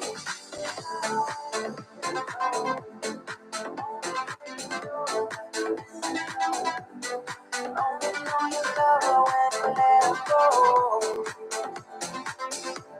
Hey, and you let her go.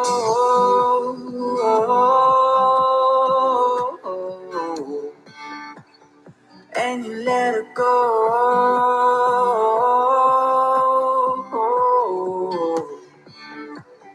And you let her go.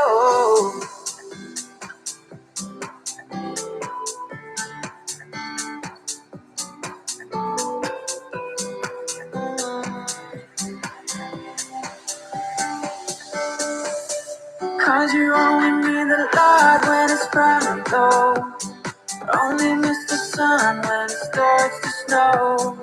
Only know you love her when you let her go. Only know you've been high when you're feeling low. Only hate the road when you're missing home. Only know you love her when you let her go.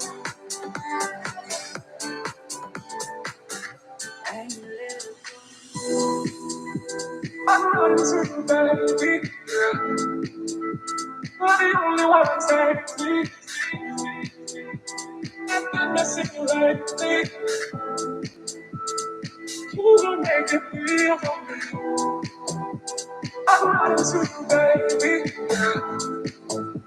You're the only one that saves me.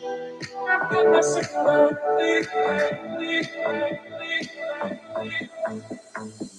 You make it feel, you make it feel, you make it feel, you gon' make it feel, you make it feel, you make it feel, you make it feel, you gon' make it feel.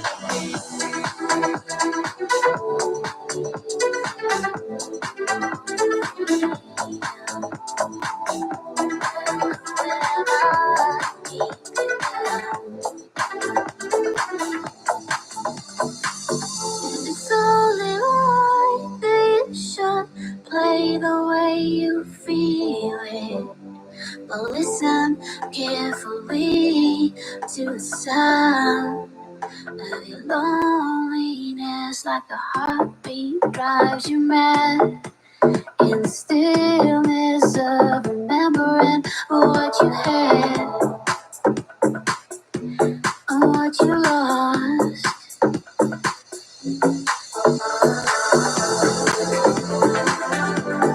What you had,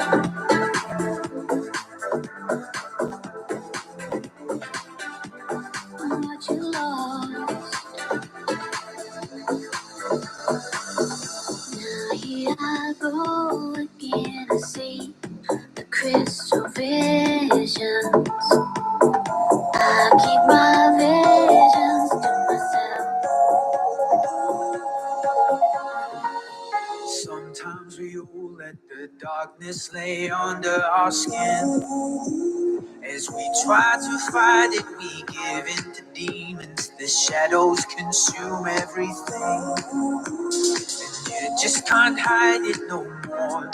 I see the colors, they run, run. Don't say a word, don't say a word. Silence is louder, silence is louder. Don't say a word, I know that you heard. So darling, I'm right here, darling, I'm right here. And I'll take it all, take it all. I'll take it away if I could. So I'm playing the phone. But if you need me, only take my body. You don't want me, throw away my crazy love. If you need me, girl, just use my body. And if you want me, you got another crazy love. La da di da da, la da di da, la da di da da da. La da di da la da di da, la da di da. Got another crazy love.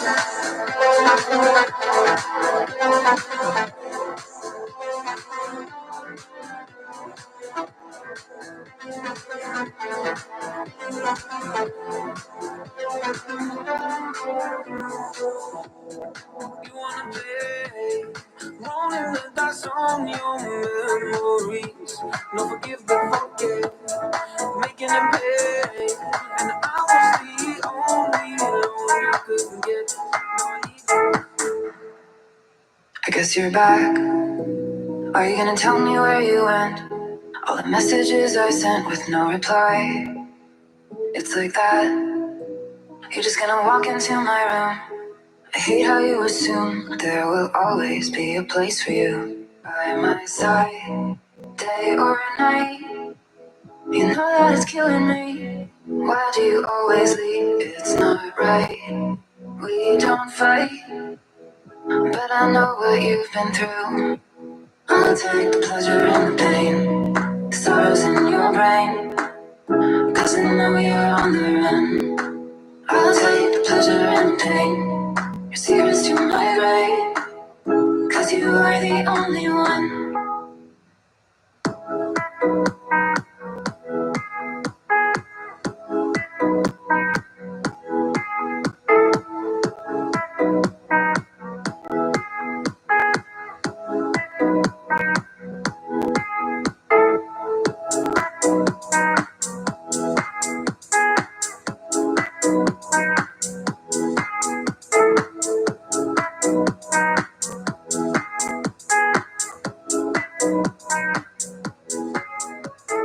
I would do anything just to get you back again. I would do anything at all. No, I'm not innocent. You deserve a better man. But let me just hold your hand once more. Ooh, ooh, ooh, I wanna take you out. Ooh, ooh, ooh, show you what I'm all about. Ooh, ooh, ooh, make up for what we lost. Tonight is the night that we're gonna fall in love. I don't care about you and him. I don't care about what has been. I only care about your soft skin. 'Cause we're still sleeping in my head. I don't care about you and him. I don't care about what has been. I only care about your soft skin. 'Cause we're still sleeping in my head.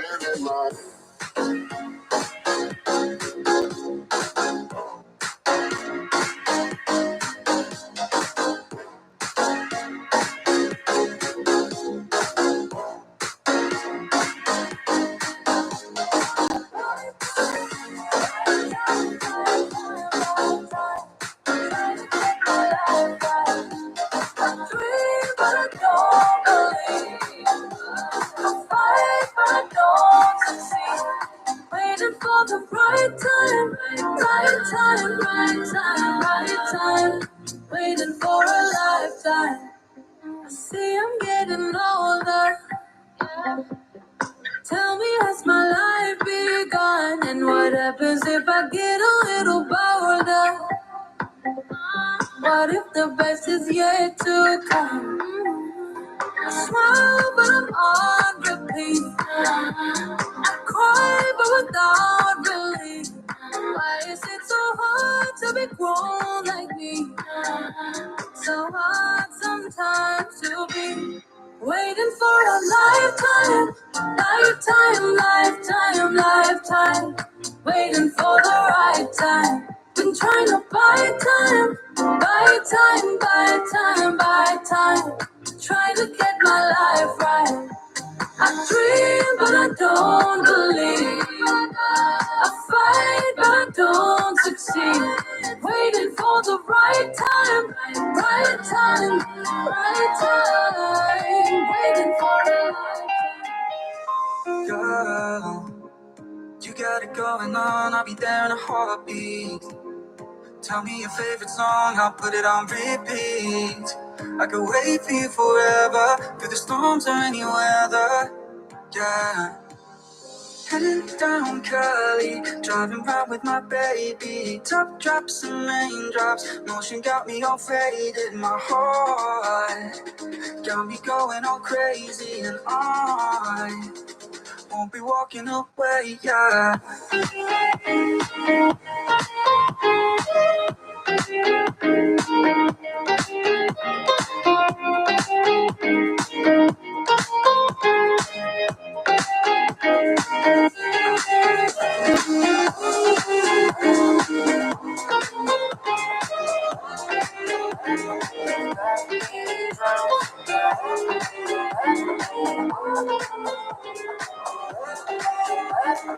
Let me drown tonight. Head over heels, feels like a daydream. Not sure if it's real. Oh, stick around, please. So take my crown, dear.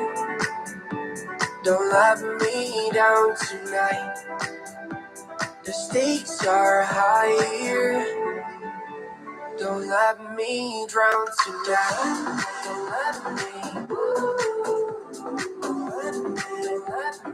Let me drown tonight.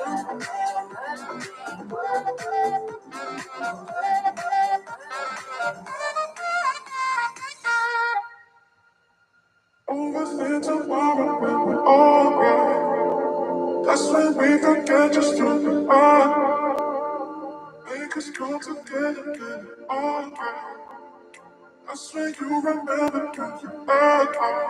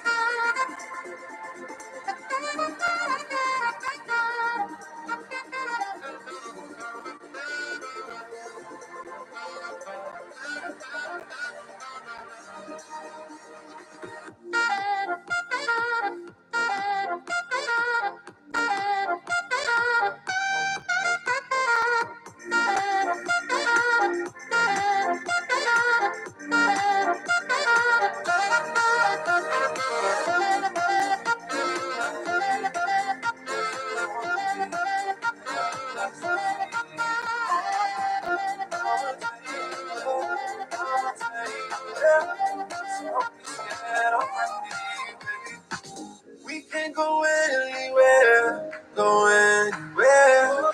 First, it's your chance to take my hand, go with me. It's like I waited my whole life for this one night. It's gonna be me, you, and the best friend. 'Cause we only got one night. Double your pleasure, double your fun, and dance forever, forever, forever. Forever on the dance, forever, forever, forever, forever on the dance floor. Feel like we're on another level. Feels like our love's intertwined. We can be two rebels, breaking rules, meeting you and I. It's like I waited my whole life for this one night. In my mind, there's a space where you used to be. Can you wait till the pain goes away before you talk to me? Is it enough to keep me rolling? I can't seem to stop from falling. Guess it's safe to say that I just can't get away from you.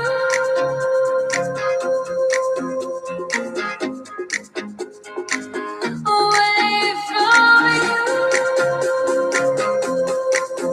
Say that I just can't get away.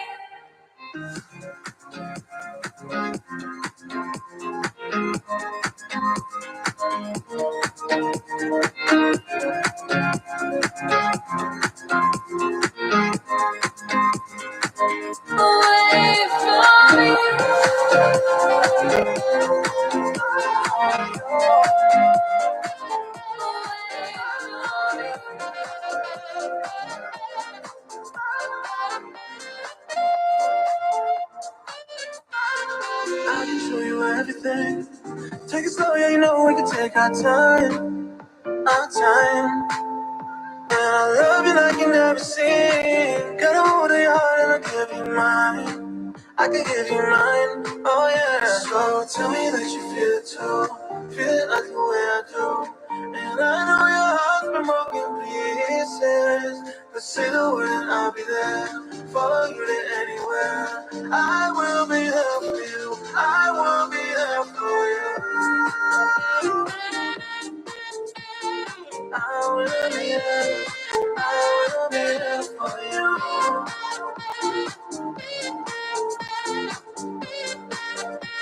I will be there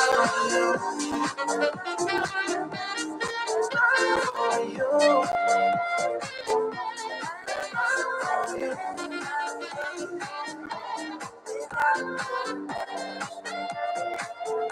You gave me something that I didn't have, but had no choice. I was too weak to give in, too strong to lose. My heart is under arrest again, but I break loose. My head is giving me life or death, but I can't choose. I swear I'll never give in. I refuse.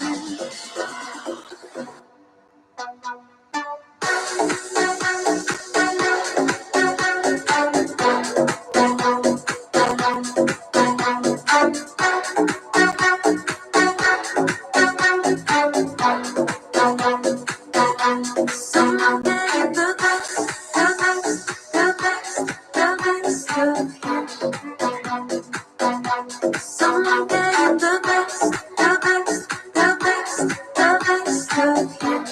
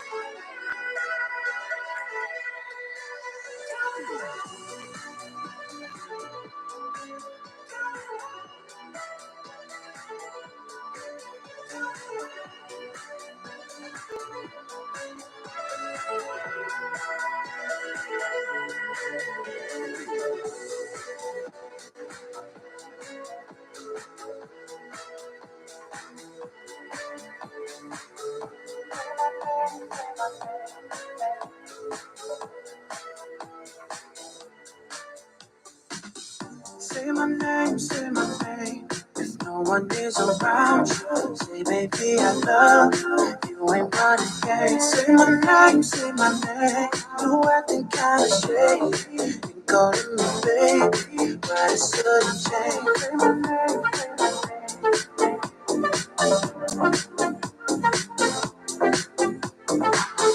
say my name, say my name.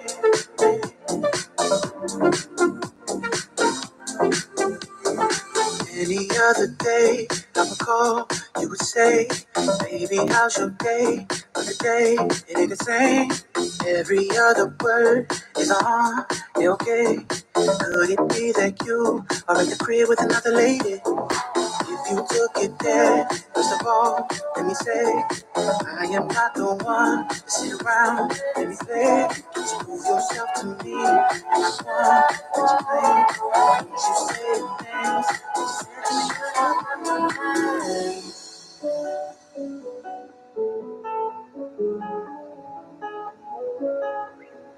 If there any just goes for feeling like this, on the surface I'm a name on a list. I try to be discreet, but then blow it again. I've lost and found, it's my final mistake.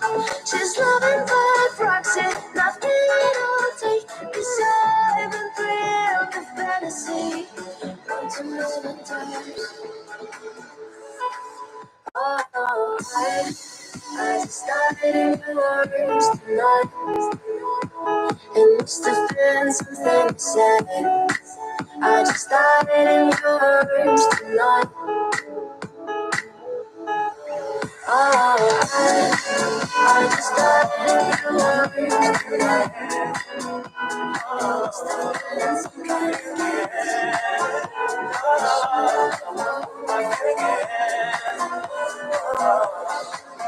See my heart taking small steps, work in progress. So let me slow. With my flaws, I ain't perfect, but I'm learning. Don't let me go. Been so long that maybe I forgot how to love. I've been running. Here I am. I'm ready to fall. I don't even know what you do. Here I am. And who would have thought? Oh, maybe it's all because of you. I feel again. Oh, I feel again. Oh, I feel again. Oh, I feel again. Oh, here I am. I'm ready to fall. I don't even know what you do. Here I am.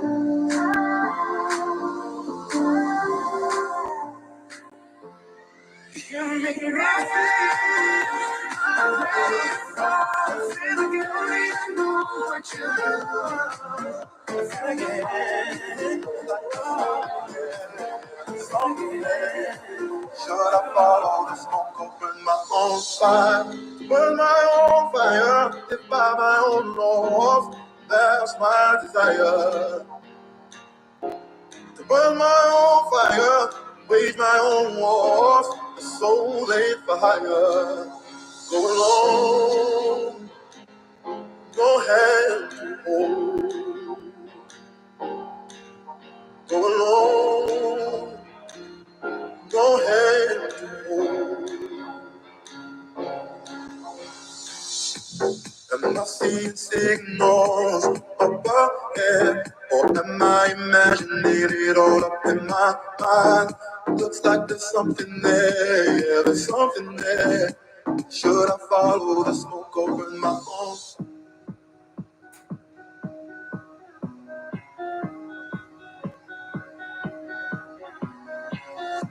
More silent than I'm used to. Though I dance when I'm alone, yeah. I just haven't got around to. So let you know I care, let you know I care, I do. God knows I'm a fool, yeah. Cause your voice is all I hear. But I love your sound, yeah.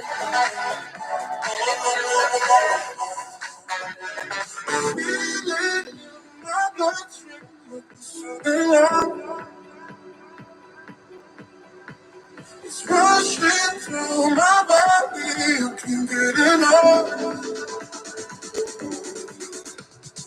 Feeling in my bloodstream, I'm still in love. It's rushing through my body, I can't get enough. I'm just one through with no boo-boos. I can't take it no more, boo-boo. Emotions fading like chemicals. Take me high when I'm not, boo-boo. I'm just one through with no boo-boos. Got my heart on the floor, boo-boo. Not yours, not yours. I'm still going through it, no,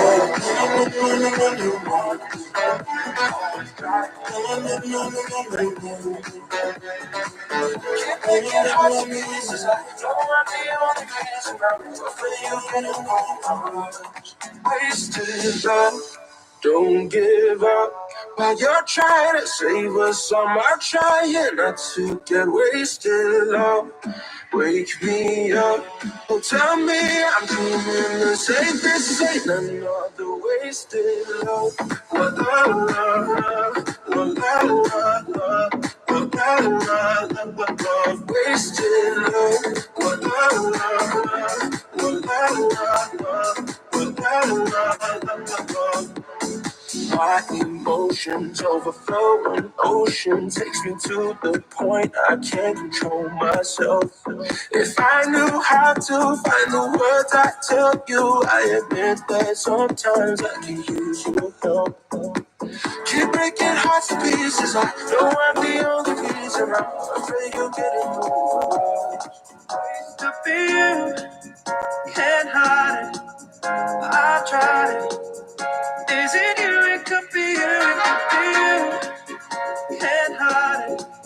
I tried it. Is it you? It could be you. It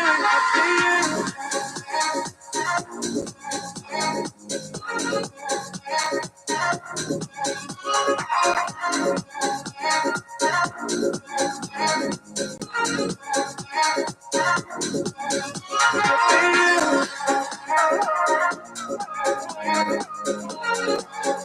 you. Is it you? It could be you. It could be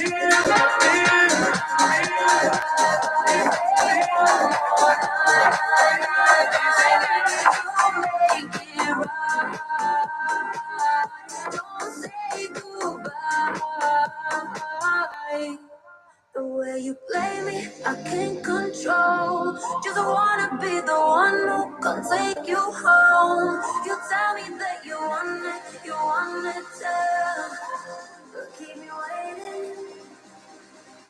Don't say goodbye, bye, bye, bye, bye. Stay one more night, night, night.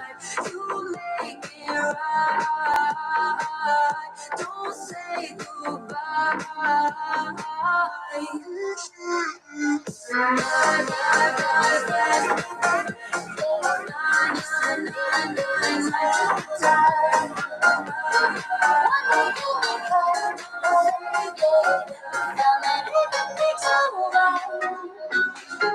We've been skating out the night, talking in our sleep. Yeah. You can feel paralyzed, scared to go in deep. Yeah. We can't see out of this life. We're born to run.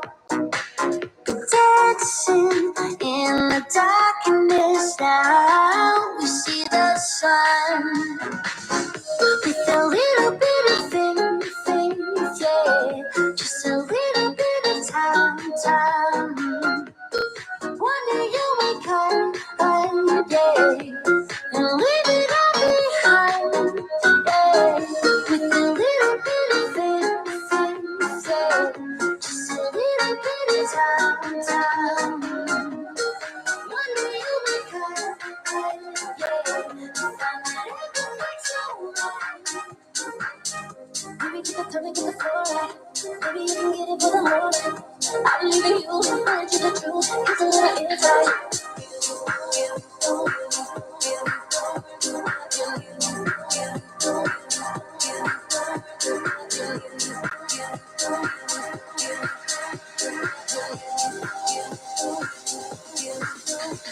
Baby, when it comes to love, it should be mutual.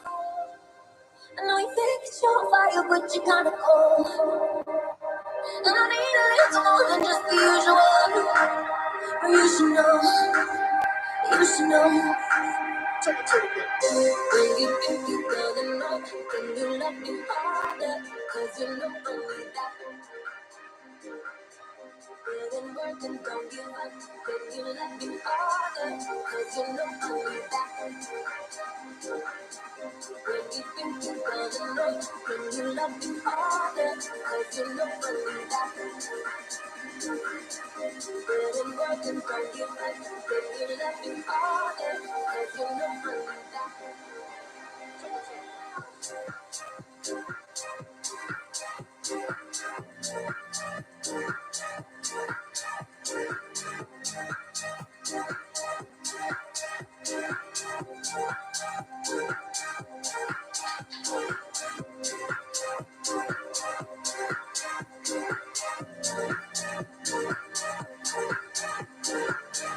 Baby, you can tell me to the floor. Baby, you can get it for the morning.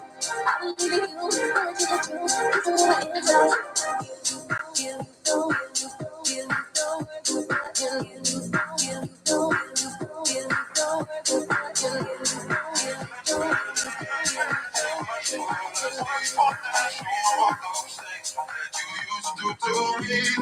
better off that way. More than I can say, and I can't say do your thing. Cause baby, I don't wanna know if you're paying me, keep it on the low.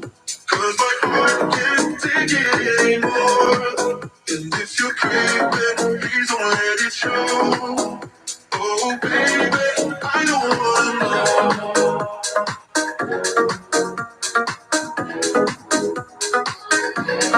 I don't wanna know.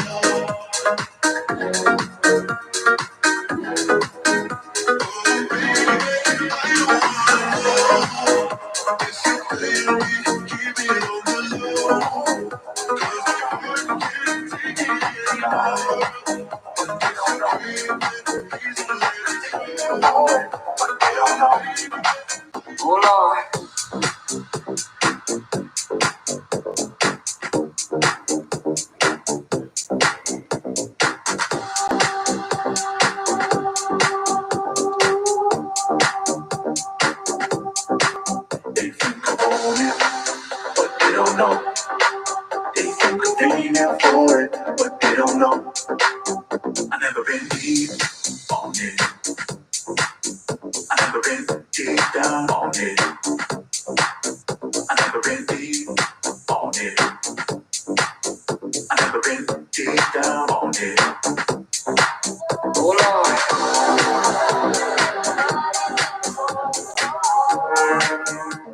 If I close my eyes, all I see is you standing there in front of me. You're on my mind constantly. Now I can't get no sleep.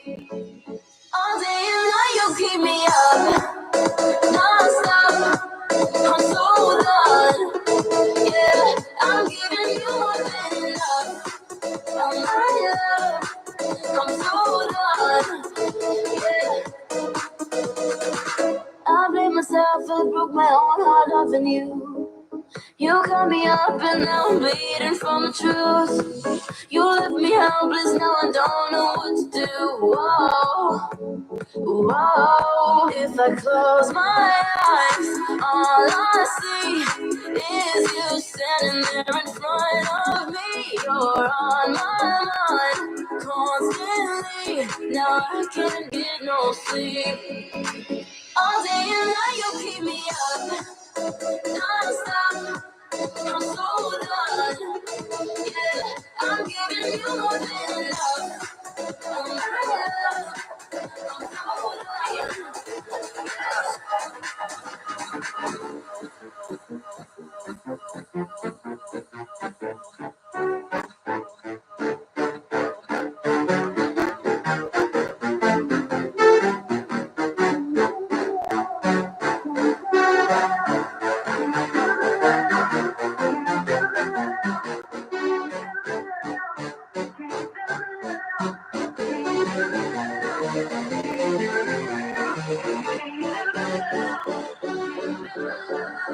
I feel the power now, but the darkness is gone. Shake off the haters and love all the people I know. My spirit's high, there's no height I can climb on my own. This is the time of my life, and now I'm number one. Can you feel the love?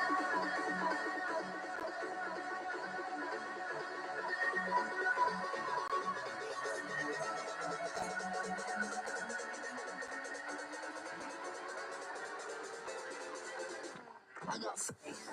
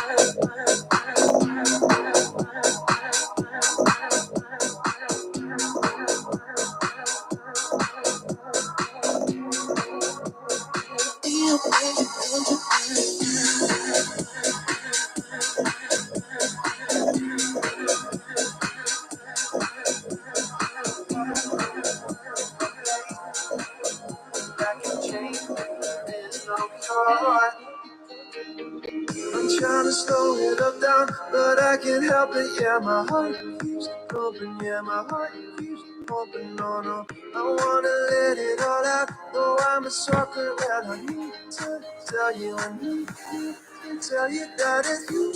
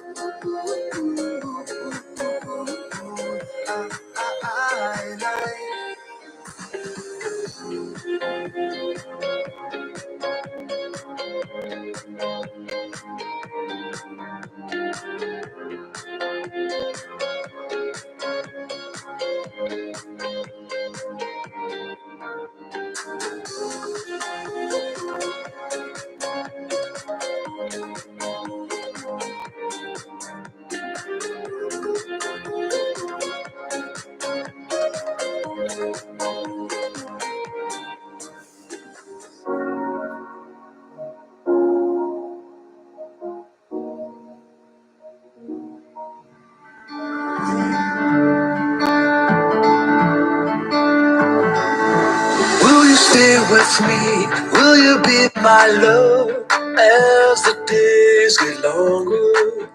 Will you follow me? Never let All right, ladies and gentlemen, we're inside 5 minutes before we restart the GoPro experience. If you're in studio, now's a good time to get back to your seat. If you're at home, please get back to your devices, turn on those cameras. We'll be starting in about 4.5 minutes. As the world turns round, when it's said and done, I'll keep holding on, even in silence. I can hear your voice through all of the noise. Yeah, yeah. We'll keep dreaming, dreaming till the sun goes down. Yeah. We'll keep dancing, dancing as the world turns round and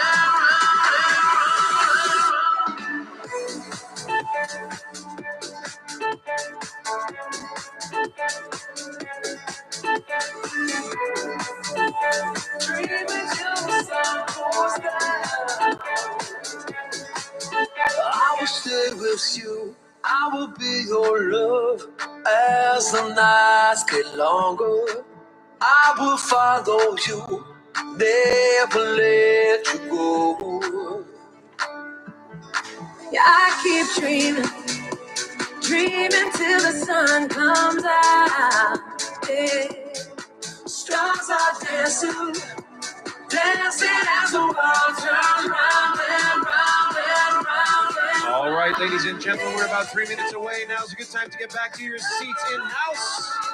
At home, turn those cameras back on. Visibility is accountability, and we'll see you in 3 minutes.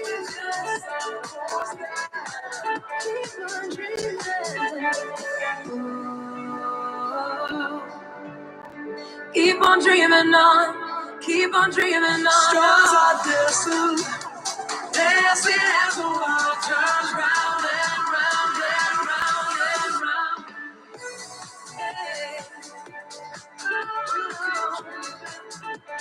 Keep on dreaming on, just dreaming, dreaming as the sun goes down.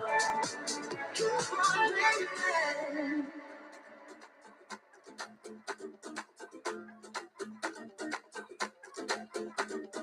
Mr. Worldwide to infinity. You know the roof on fire. We gon' boogie, oogie, oogie, jiggle, wiggle, and dance like the roof on fire. We gon' drink drinks and take shots until we fall out like the roof on fire.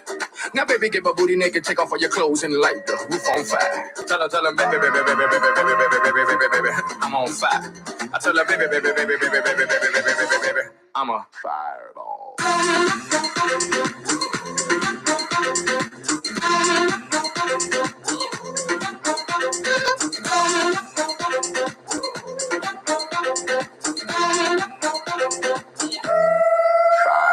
I saw, I came, I conquered, or should I I say? I saw, I conquered, I came. This little chico on fire, he no lie. Well, y'all slipping, he's running the game. Now Big Bang Boogie get that kitty little noogie in a nice, nice little shade. I gave Susie a little pat up on the booty and she turned around and said, walk this way. I was born in a plane. Mama said that every word was on my name. I'm the best you've ever had. If you think I'm burning out, I never am. I'm on fire. I'm on fire. I'm on fire. I'm on fire.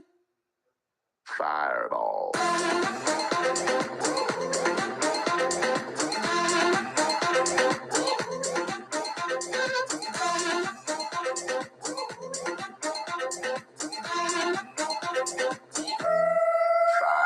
Sticks and stones may break my bones, but I don't care what y'all say. Cause as the world turns, y'all boys gonna learn that this shit go right here don't play.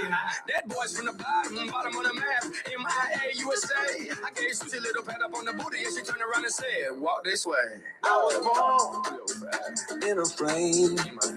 Mama said that every word was on my name.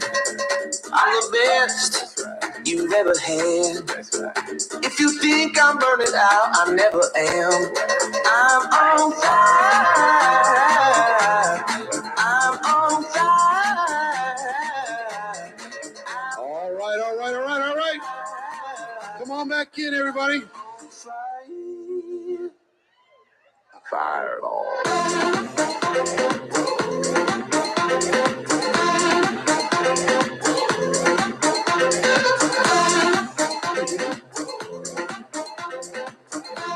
Come on in, have a seat, everybody. How was lunch? Good? Good, good, good. Thank you, thank you, thank you. Come on in, somebody holler, somebody be sergeant of arms out there and let everybody know. Round up those sheep. Get them back in their chairs.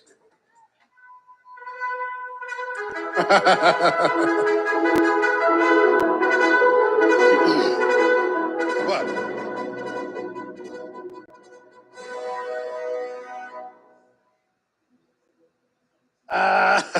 You're being silly. You're crazy. All right. While we're waiting for everybody to slowly get back into their chairs, give me some big takeaways. What if you had to pick one thing so far from this event, first day and a half? What's one thing that sticks out in your mind? Huh? Technology. Doesn't matter where you start. Systems. Life-changing. Why? Why? You're another person now? Great. Fantastic. That's a good answer. Be authentic. It's okay. Be your big messy self. You know, it's okay. Just do it and be consistent. Make a decision. Yep, that's huge. Tourists versus residents. Yeah. Impact. You can have huge impact. Unlimited. Unlimited. Bigger the problem, the bigger the paycheck. Learn to be a problem solver. Being willing, coachable, and hungry. Yeah, man. You're worthy. Worthiness is a big issue. I struggled with that so long. While we're waiting for everybody to sit, I will tell you, worthiness goes step by step by step by step by step. And you guys were probably there. There's a few people that are probably in the room. But I remember I was telling this story at a GoPro about something that Jim Rohn did on stage. And Jim Rohn was like the man for me. If you haven't studied his stuff, go look on YouTube, go find it wherever you can. But he got introduced to speak at this big event, and he comes out, and this is a humble man, a philosopher. He doesn't have an arrogant bone in his body. And he says, ladies and gentlemen, thank you for that warm round of applause. I deserve it. I was like, whoa, I could never say that. I'm telling this story to a GoPro audience. And people start saying, you say it to me. And I'm like, no. This is about Jim Rohn. This is not about me. No, you say it. You say it. You say it. And they're like, I'm turning beet red because I'm not comfortable saying it. You know, because it feels arrogant. It feels like no, you know, I'm out of connection with that whole idea. Always.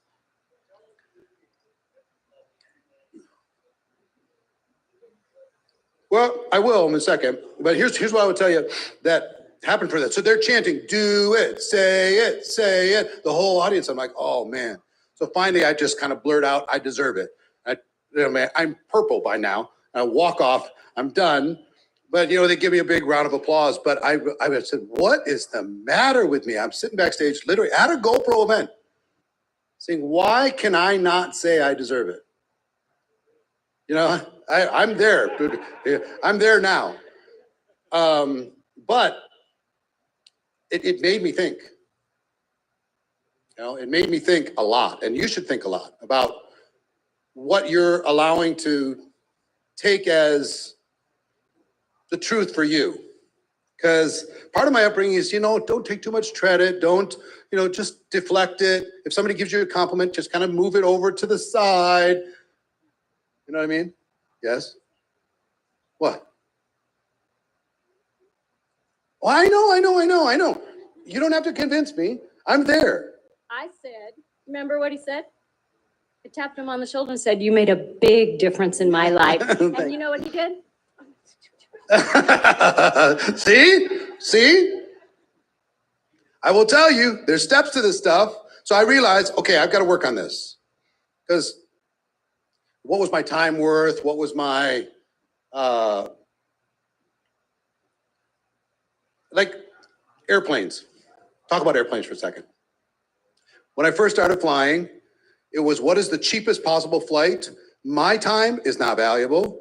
If I have to do 3 connections and it's an ugly airline, then that's what I'm gonna do. If it's a middle seat, then that's what I'll take. I was Mr. Spirit Airlines. Whatever, because I'm gonna get there anyway. And I would justify it all in my head. I'm gonna lose a day no matter what. So I might as well do it for a cheaper price because it's crazy for those people to go sit up in first class. It's nuts. Or to buy, you know, a comfort seat. Oh, how arrogant. What a waste of money. So I started with multiple, and then I finally said, you know what? If there's direct, I'm taking direct. But I still wasn't going to do first class. And then I played the little game with your frequent flyer game. How many are in the frequent flyer game? You collect your points, you add them up, and then you know what you do? You sit under the monitor at the gate and go, please, please let there be space so I can get an upgrade because I'm silver. I'm silver on this airline.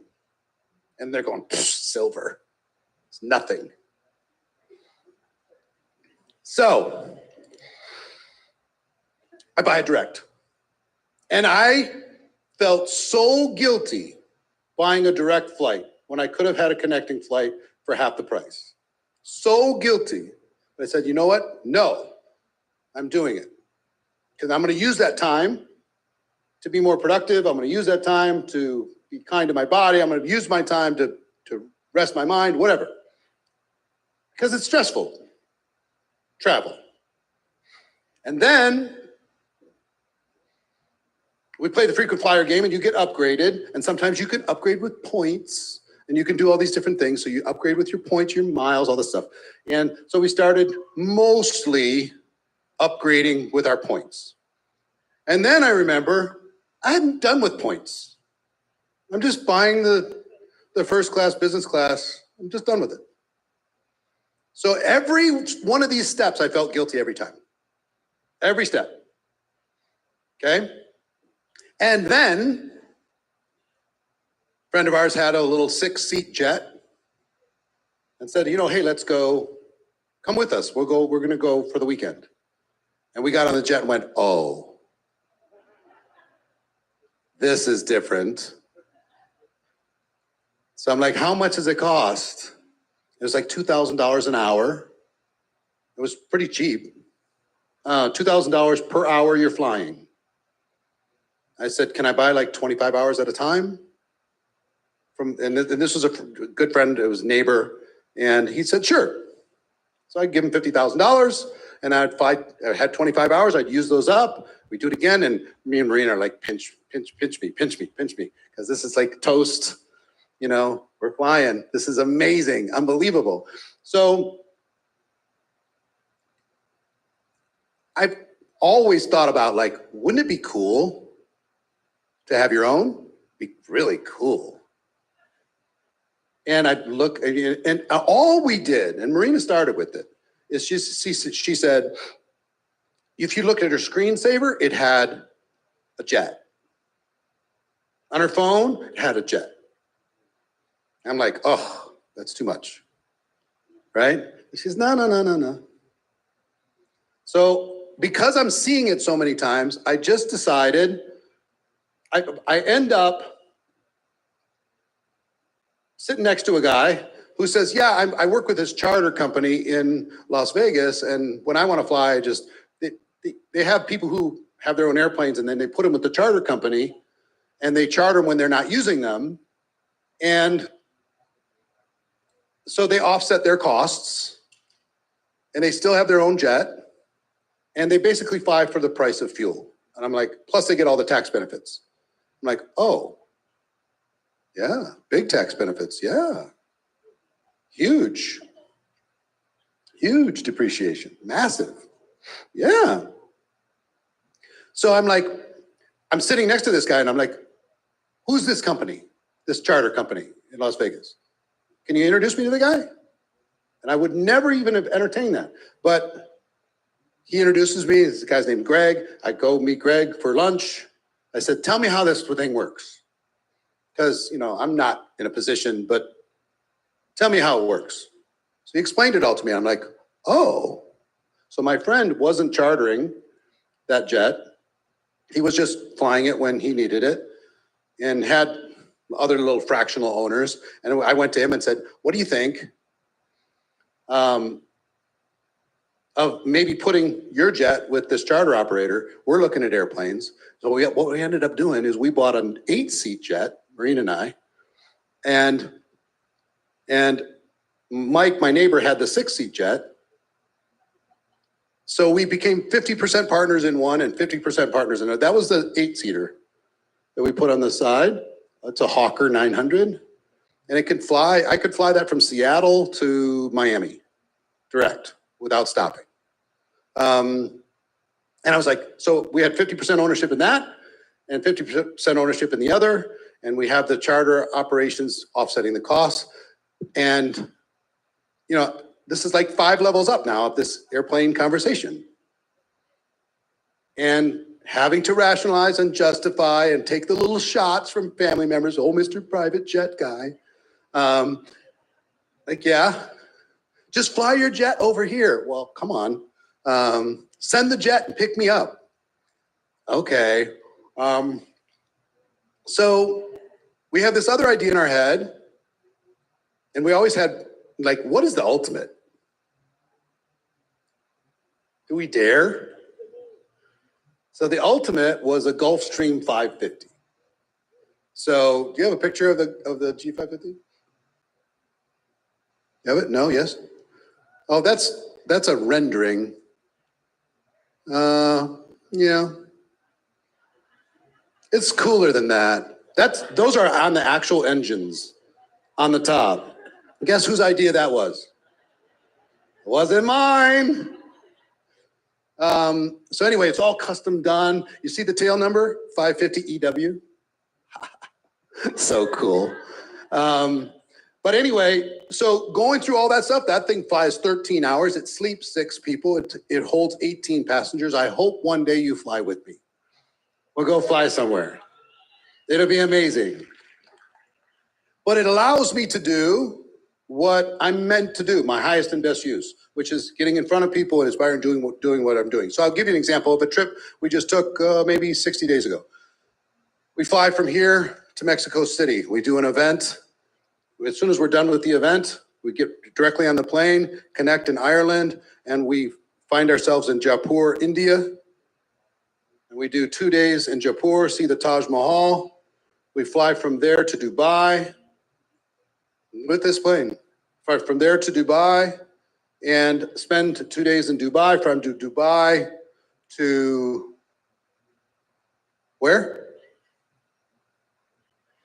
Manchester, the United Kingdom. So we did an event in Manchester, and then we got on the plane, flew home. In my own bed. Like, how arrogant is that? Have your own bed on your own airplane.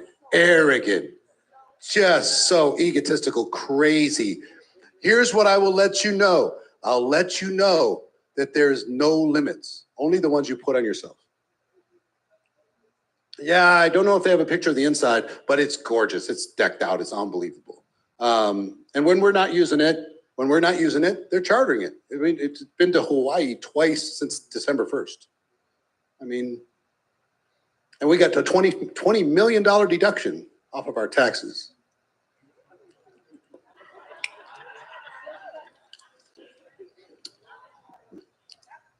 It's pretty cool.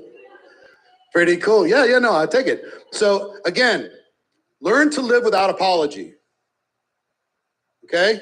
That was a big lesson for me, to be able to say, you know what? I'm worthy, I'm capable, I'm deserving.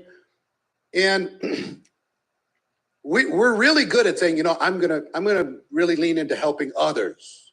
You know, my life is about contribution, which it is a super fuel from that. But the other, it's okay for you to have nice things for you too. It really is. It's all right. There's abundance on this earth. And, you know, Marina and I give to causes and all of that stuff, and we're able to help family members. We're able to do those other kinds of things. That's about, you know, taking care of your oxygen mask to be able to take care of somebody else. Really make sure you're equipped to be able to help as many people as you possibly can. The most valuable thing all of us have is time. If you can condense your learning in the shortest period of time, if you can give as much value as you can in the shortest period of time, if you can get in front of other people and really deliver, okay? That's why I'm doing what I'm doing. And I hope it's why you do what you do. And I use that example just as a metaphor to let you know that there's levels. And every level I felt guilty. Every single one. I felt a little bit guilty. And I struggled with it. You know, growing up, didn't have brand new cars, fancy cars, you know, amazing family, loving family. I wouldn't trade it for anything in the world. But we wanted to have a new car, but having a new car in our family was kind of not right. Like, oh, as soon as you drive off that lot, you just lost 25% of that car. Why would you do that? Buy a 2-year-old car. No, I want to buy a new car. Why? There's no limits to anything. So we did. I mean, it was weird first time. Gets better as you move forward, okay? So who's ready to treat themselves right? Raise your hands. Yeah? Who's ready to take the limits off of their thinking? Yes? All right. That's maybe the biggest thing, is learning how to think bigger and giving yourself permission to go there. Can you think? I'll mention this tomorrow as well, but I want to talk to the top earners for a moment, because there's levels between what you're doing in your network marketing business. If you're a 6-figure earner, let's say, or a 7-figure earner, there's levels. You could have a cash flow business and eat all of your income, or you can have a cash generating business, network marketing, that you use the proceeds of to create more leverage inside of your life and inside of your business through investments, etc. If you just use the S&P 500, I'm not a financial advisor. Don't take any of my advice. I'm not qualified to be able to do that. But what I will tell you is this: the S&P 500 has averaged about 8% or so per year for the last 80 years. And you don't have to think about it. which means about every 7 years or so, you double your money. So imagine instead of working to pay the bills, you're working to create a future. It's a different mindset. And every $100,000 you save, right, is $1.6 million in 28 years. For 100 grand, 1.6 million. Double, double, double, double. Double, double, double, double, yeah.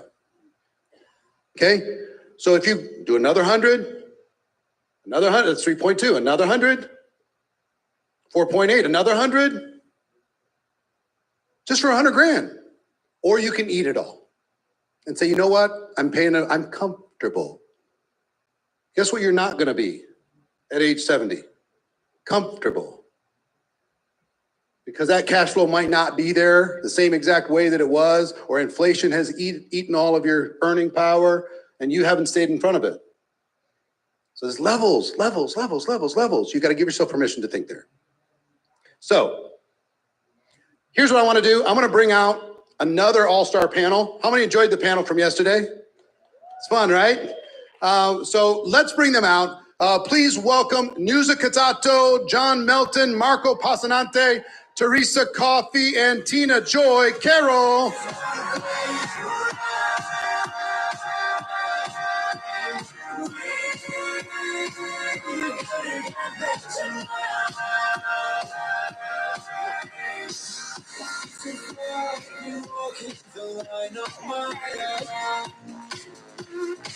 All right. So rock stars, look at those shoes, John. Bro. Stage shoes. Dang. Trying to catch up with you. Are they electric? Are they lit up? They do look electric Those are with all the pretty lights. fancy. Are those Plines or what are they? Spikes, red bottom, yeah. Louboutin. Yeah. Nadia made me. Red bottoms. Coachable. All right. So, Nusa, let's start with you. Yes. Let's try. Welcome. Congratulations. Thank you so much. This young woman has achieved some rare status. She's up in the 7-figure group. Congratulations. How long have you been involved in the profession? 4 years. 4 years. So what's your relation with Sandro? He's my brother-in-law. Brother-in-law. So did he just like give you everything? No. Will be nice if, but right? no. No, it actually wouldn't have been nice if he gave it to you, you know? Yeah, I didn't learn anything. How much better to learn it? Yeah. So in the last 4 years, that's pretty amazing to get to 7 figures in 4 years. What did you do? What was your secret that helped you get there? So when I started 4 years ago, like we didn't know anything about network marketing. So I made, I think, what everyone does. I saw, whoa, I discovered America. I have to tell everybody that I knew this is an opportunity. I make a text message and send them to my friends. And how many did you send up right away? At the beginning, I sent 7. Okay. Just to start, see how it comes. And then it starts like this, no, no, no, no. And I was thinking, what? I'm giving you a Ferrari and you tell me no? How it comes? And then I did, so I didn't do plan, do review because I never planned, but I did and I review. And I start thinking, how can I bring this opportunity so that they feel what I feel, because the text is not enough. So the next one that I text, I started like, hi, how you doing? Long not hearing. A little softer. Yeah. A little indirect. Yeah. Instead of just right at him. And then when she wrote me back, I asked her, hey, how about to make a call so we can update each other and see how you're going, blah, blah, blah. And she said, yeah, why not? And then I called her. And that's my first yes come. Yeah. Okay. So you go through and you finally get some people to take a look. How long did it take before you got a little traction? You got things moving?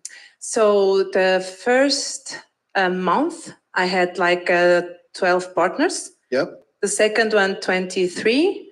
And then Sandor came with the genius idea to do a 90 days run. And that was my first run. And then when he told me that, I thought, why do I have to run? I don't even understand it. We're supposed to do network marketing and tell me we have to run like 90 days. But he explained to me, and then I did this 90 days run. And after these 90 days, I end up with 590 team partners and my first 5 figures income paycheck. In a month. Well done, well done. How many understand what she's talking about with the 90-day run, the training that I've done in the past?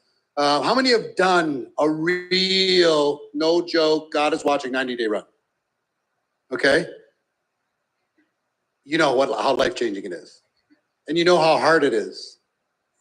Because during your 90-day run, I have to ask you,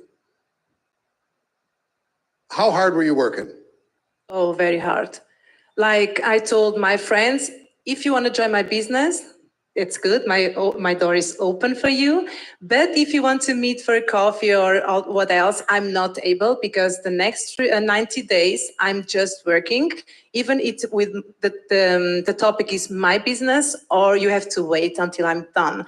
And I was from morning to evening on the phone, contacting, open conversations. And yeah, that's what I did and helping my team to grow. Were there any times during those 90 days where you were tired and you didn't feel like doing it anymore and felt kind of alone and questioned your decision? Because I mean, if you haven't questioned your decision in a 90-day run, then I don't think you've done it right. So it's really what I realized. My first one, I went from 8 a.m. to midnight every day. And then I had 8 hours, but I was literally really going 16 hours a day, 7 days a week. I would recommend now maximum 6 days a week, but you need one day to just refresh your mind a little bit. If you're going to do it over the 90 days, it was a little unhealthy, but it changed my life. I mean, I went from 6 figures to 7 figures in 1 year, just barely 6 figures to 7 figures in 1 year when my first 90-day run. I realized that at 8 a.m., nobody's around. And at midnight, nobody's around. And everybody full-time tries to make you feel guilty.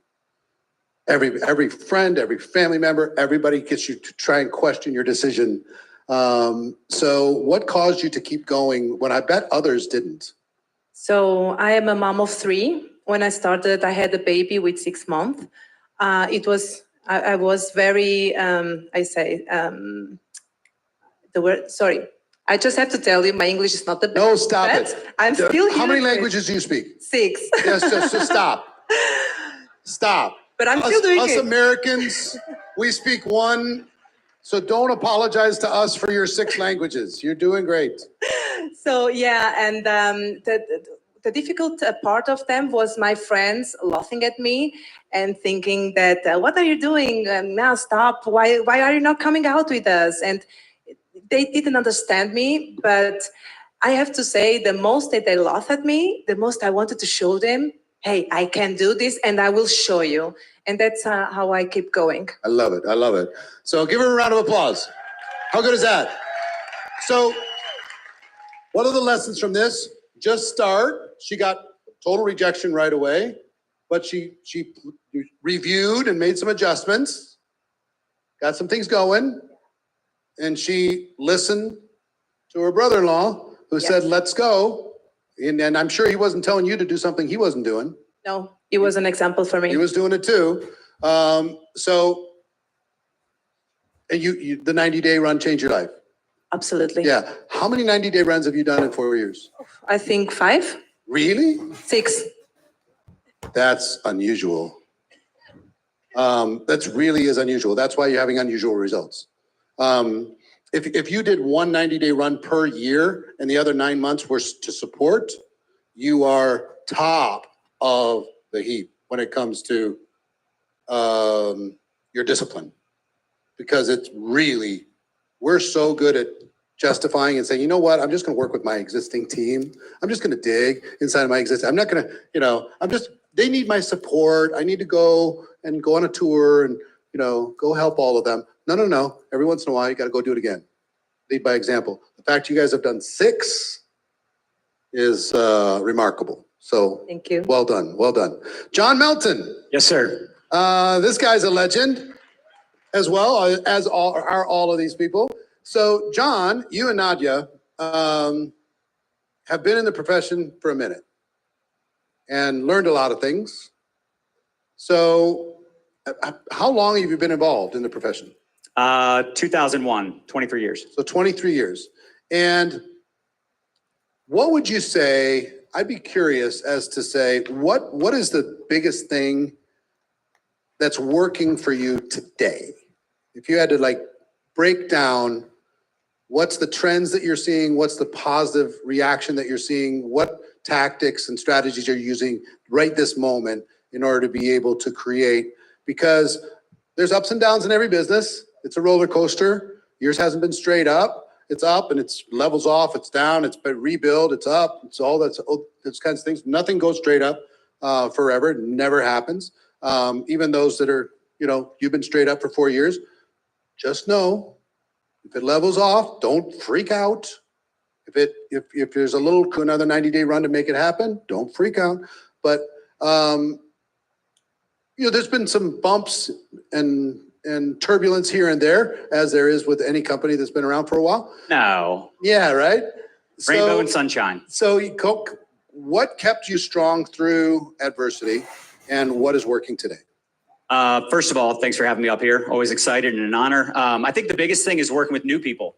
Staying excited by working with the excited people that are actually showing up. Sometimes as leaders, especially when you build relationships with certain people, you want to continue just to work with those people, even when they take a step back, because you're just so used to working with them, and it's hard to not care, but you just can't care because at the end of the day, different seasons, different personalities, different commitment levels. So I try to focus on, and I don't care what level they're on, I don't care what leg they're in, I focus on the ones that are showing up. I like to say I'm level blind. I stole that from Tony Zalecki, but I try to work with whoever's working.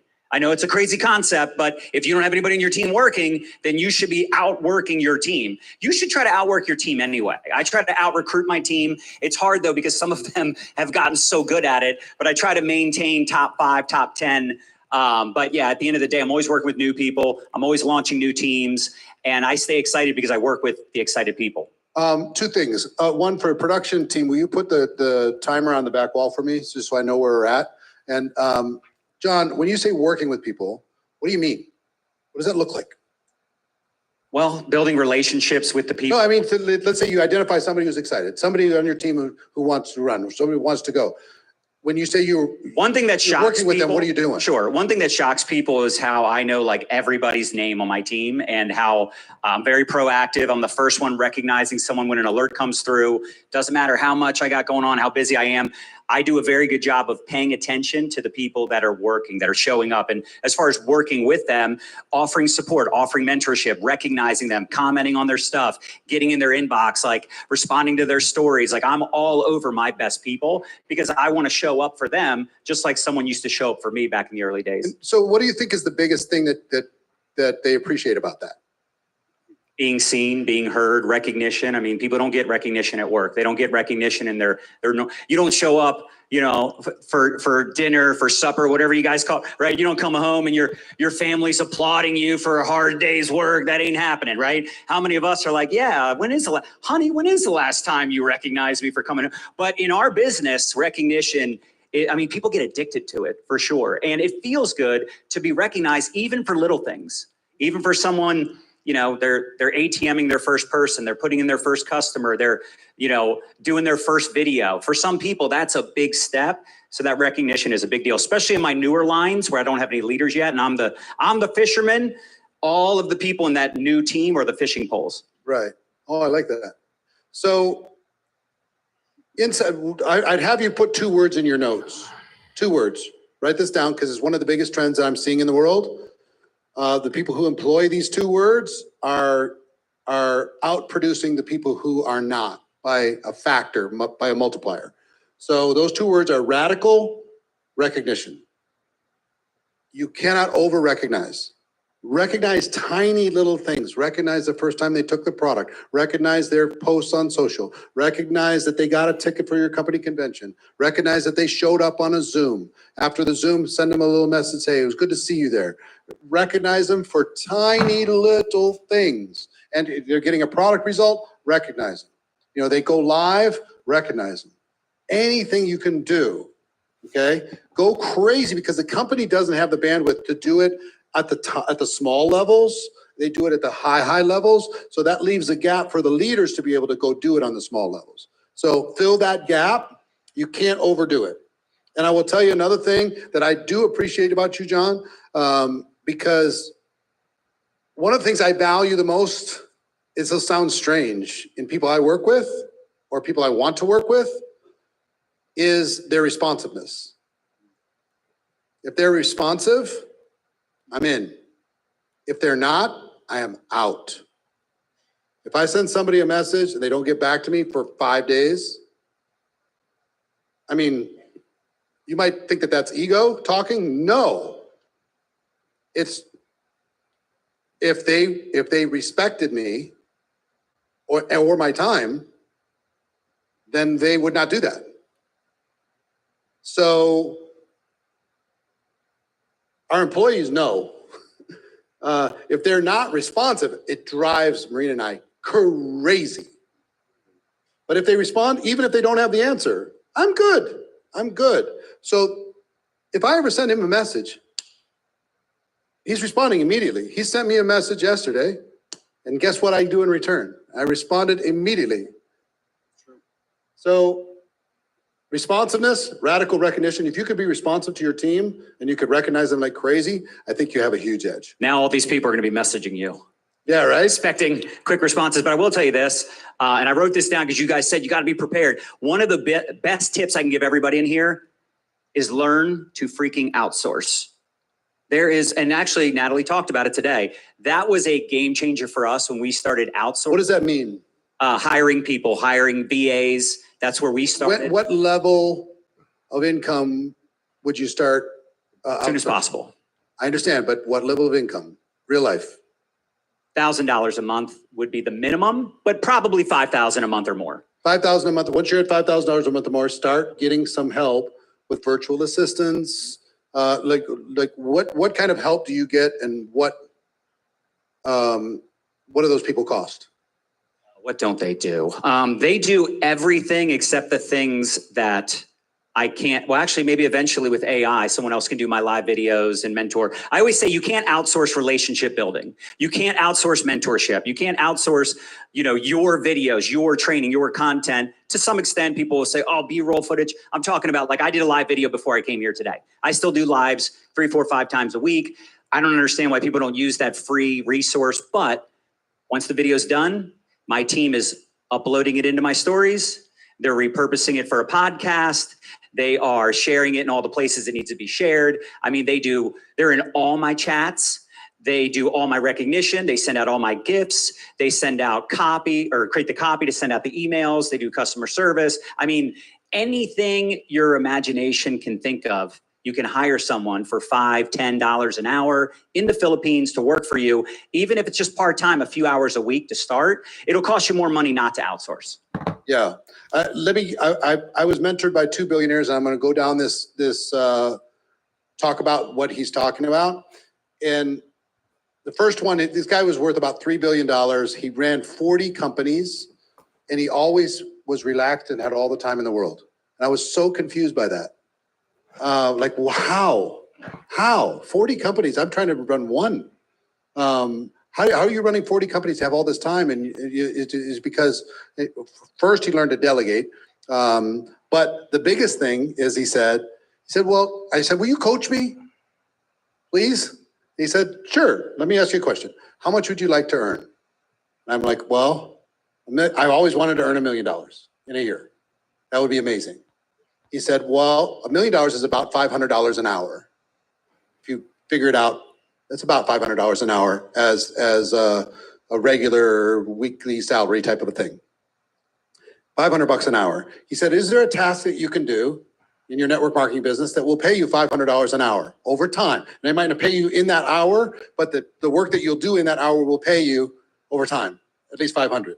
And I said, yeah, actually there is. I mean, if I'm in front of a prospect, think about how many hours you actually talk to a prospect and how much you've earned in your business. It's way more than 500, way more.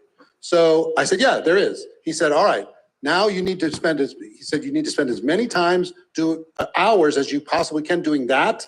And anything that pays less than $500 an hour, you have to stop doing. Like, what?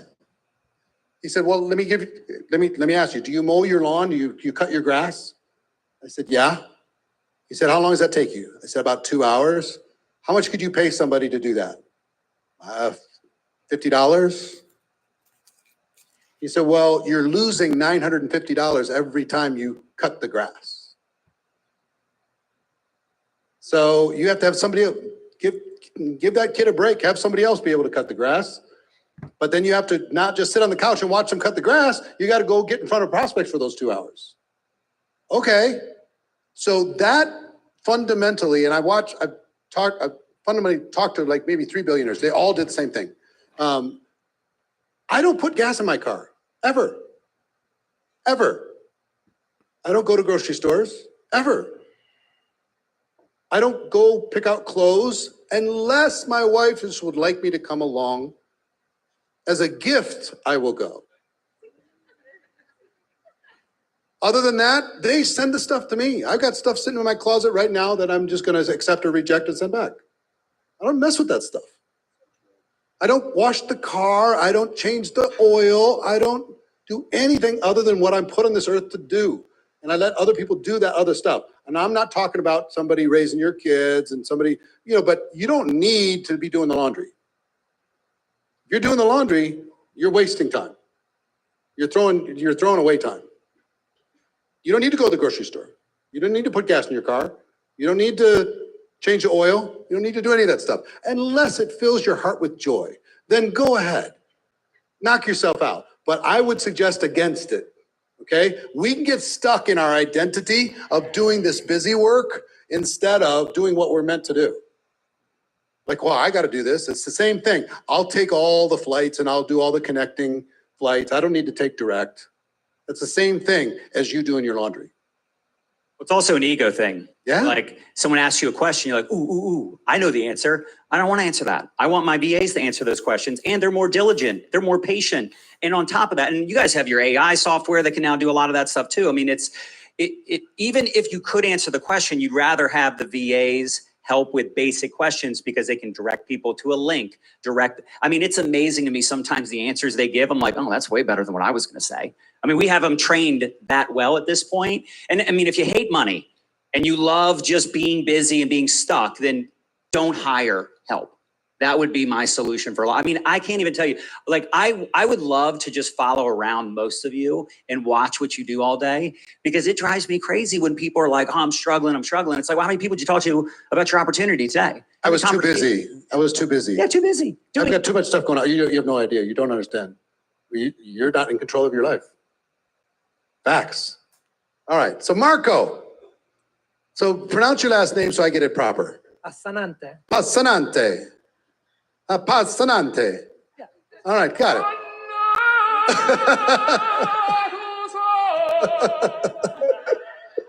So Marco, how long you been involved in the profession? 21 years. 21, it's impossible. 15. 15 for full time. Wow, that's impossible. I hate you. You look so good for being involved in this profession that long. No, I don't hate you. You're making John jealous. Yes, right? I didn't get that compliment. What's up? Well, I know. No, you got the shoes, man. I gave you the shoes and I gave him everything else. It's like the saying goes, you're not ugly, you're just poor. There you go. Yeah. So, Marco, give everyone, what is your superpower? What separates you, if you can identify it, from average? My superpower is when I started, because put the mic a little bit closer. I grew up with a single mother. She was a bartender in a bad neighborhood. And I grew up to be a very insecure young boy. And when I was 20, I saw this industry. It was the first time in my life I got a mentor who poured into me, who told me that I can do something special with my life. And because of him, I started reading the books. I started doing things that eventually helped me grow the skills. So I started becoming competent, but also more importantly, confident that I could amount to something. And that's an addiction. My superpower is I say often, I love helping people. No, I love helping the person. Because if I start Judy in the living room there, I will be there for her. I will be her shield in the beginning. I will pour into her, and I will keep growing myself. My superpower is I never stop. I'm always focused on growth. That's why my business always grow year after year, ups and downs, but in growth many years in a row, because it's about the people. I see the person. Often it's so easy to get frustrated because we're not seeing the progress we want. But if you take away the eyes from the process, your goals, and you focus on growth and that individual, there's always that new person who needs you to be there for them. So I want to work hard to be better, because I believe when you become good at this, you become so powerful. When you become a somebody, you can become that somebody for that needing somebody. That's my superpower. Wow. I already got his superpower. He didn't even need to say it. As soon as he started talking, I was just like, his superpower is passion and energy, right? And I think if people join his team, they're probably going, you know what? I don't know if I'm going to make it, but I know he's going to make it. So if I get close to him and I hang around, maybe it'll rub off. Maybe I'll get a little piece of that. So being around for 21 years, 15 years full time, you've seen a lot of changes. What's working most for you in your organization right now? If we look at this build versus previous build, from day one, 8 years ago, where I'm now, it was focused on customers from day one. So when we start a new distributor, it's not only recruiting people, it's focused on customers directly, separating the list, 20, 30 potential customers, and then 100 potential, distributors they want to talk business with. I think that have accumulated. So we have 15 customers for every distributor in our team. So I've never seen the income been so stable in December, in January, during Thanksgiving, because of the distributors will, of course, build the business, but the customers will stabilize the business. So you're saying the customer focus and that ratio has built stability. How are you getting the customers? What's the strategy that's working today to get customers and sign up distributors, grow your team? Yeah, the strategy is, of course, a new partner is that we focus on a distributor, that we focus on it from day one. So I start Lisa, we're going to do, as I said, the potential customer list, and then we invite them separately. That's why it's only 20, 30, and the rest are potential business partners. So that's been working very well, that we're focusing it. We invite them separately and just talk about our products, service. So I'm not sure I totally understand. Explain again what you're doing in order to be able to get those people to join, and what you're doing in order to be able to have those same ratios. Yeah. Specifically, tactically. Yeah, tactically is that we focus on it. Yes. We do a separate invitation for potential customer. And then when we get the customer. What do you mean by focus on it and then have a separate invitation? I'm not clear. If I launch you today. Yes. We will launch me as a distributor. Yeah. Okay. Yeah. We will separate the lists. We have potential customers. We're only going to invite with a product service. Yes. And then we have the potential distributors on one side. Okay. So when we invite you, we only, in our case, with the health products, we invite only with health. We don't talk about the business with those people. I see. So on your product customer people, you're just using the value of your product to be able to hopefully get some customers. Versus the classic, right? See who's not going to be a distributor, and then we make them a customer, the classic one. But we have a potential customer as well, separate that. Right. It's been the big game changer when it comes to customer average. Okay. And what percentage of your success do you think in your organization is coming from online versus person to person in the last 18 months? 18 months? Mm-hmm. I mean, of course, during the pandemic, we went all online. Yes, I know. Now I said swinging back is more effective even than pre-pandemic, because people crave that human connection more than ever. So we see that even more and more, and it's coming back more and more. So I would say right now, sadly, because I have business in so many countries around the world, I sit 99% online and 1% offline. But in some of my groups, I see a lot of in-home meetings again. In-home? And they're growing quick, some of those lines now. Yeah. I would say it's a big trend, the person to person. It's never going to be swing only person to person because you get too much scale from online. You can't give up the scale. So take the scale, but the quality of building the personal relationship after they come in as quick as possible is a great strategy. So well done. And I know you've hit huge amounts of success, and I'm glad that you're here. So give Marco and John and Nusa all a round of applause. So Teresa, you and I have been friends for how long? Oh, I mean, I've been following you for a long time. See, so I think it's one of those. Like, how long have I known you? 2 years. 2 years, yeah. And you've been in the profession for how long? You know, it's interesting. I've been with this company almost 15 years, but when I think about it, like my next door neighbor in high school had a garage full of laundry soap. Yep. And on the Saturdays, she would offer me like, would you like to go door to door and sell a few boxes? And so I feel like I was in network marketing, like, 45 years. Wow. But she never showed me the opportunity. She just wanted me to go sell, some of her. Go sell some soap. Yeah. So. Wow. So 15 years. 15 years, yeah. 15 years. And talk about your beginning process and what worked when you started, and talk about what's working now.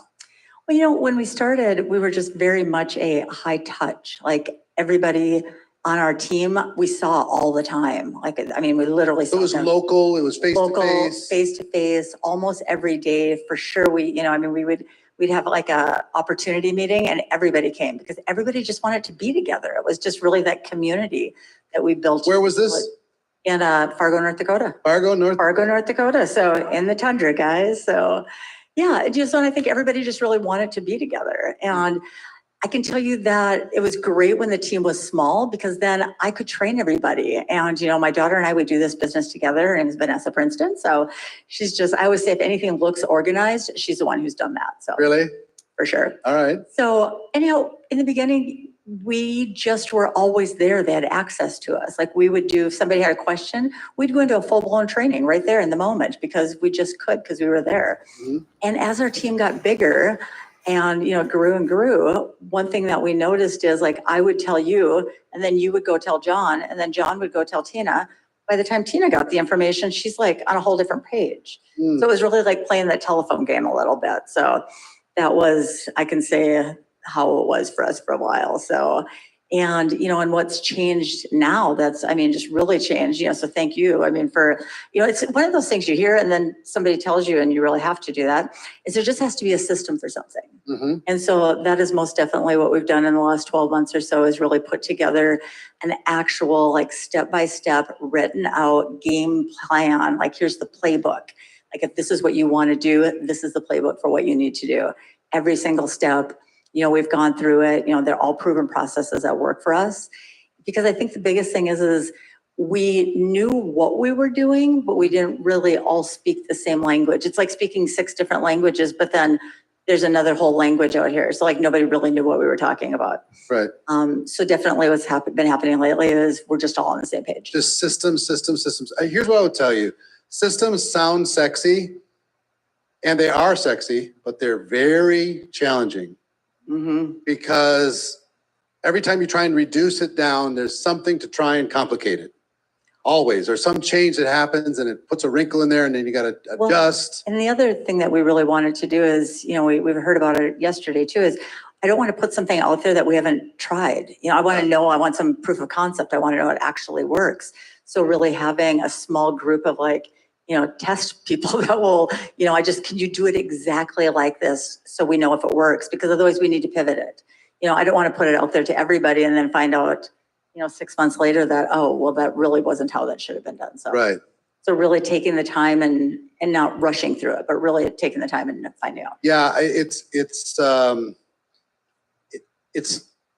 when you're building systems, and we're going to talk a lot about systems tomorrow. Because it's fundamental for leadership, for you to be an effective leader, is to get good systems, is to it's almost like you're flying an airplane and you have to change the engine in the middle of the flight.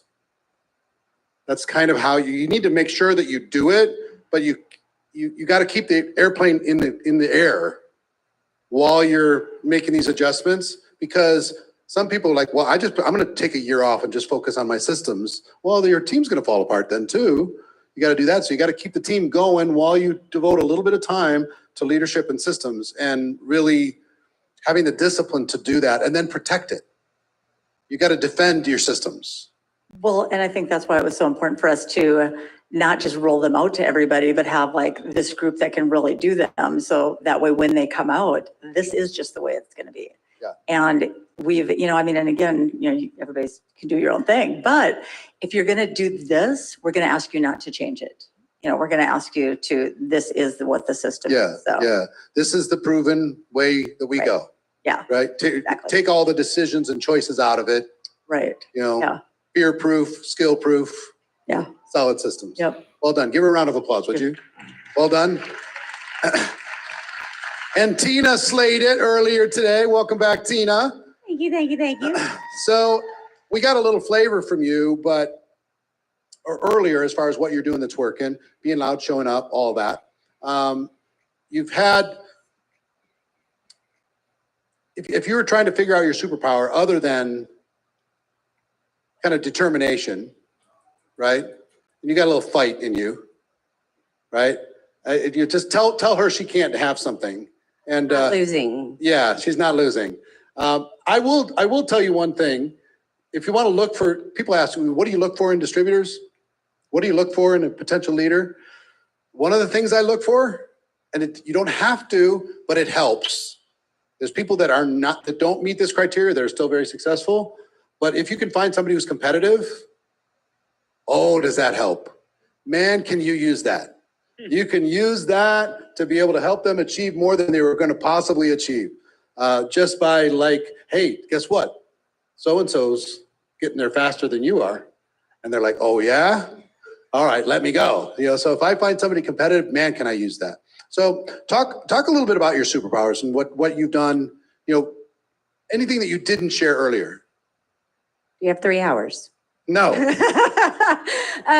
So a few things. One is I manage expectations well now that I didn't do before. And so whenever I'm onboarding the newest person, I just share with them, like, my hope is that you earn every penny in this Fast Start program. That's my hope. I want you to get every penny that the company has for you. But if you don't, I want to paint this long-term vision for you about where this is really at, because I've missed over $100,000 in bonuses. And had I allowed that to take me out of the game, I wouldn't be earning what I'm earning today. And so that shifted things. I didn't have people quitting when they didn't get the $200 bonus, right? They had skin in the game, and I talked realistically with them, and I didn't tell them, it just sells itself, right? No, it doesn't sell itself. There's work involved. The other thing is I got in the trenches with them. Most people, like myself, just from what you seen me share earlier, they're terrified to get on video. They're terrified of it. How many of you would agree getting on video is a scary thing? Whether you've done it already, you haven't done it yet, it's scary. And so we took that piece out and said, how about we do it with you for the first time? And so we get them to allow us to do that live launch on Facebook with them.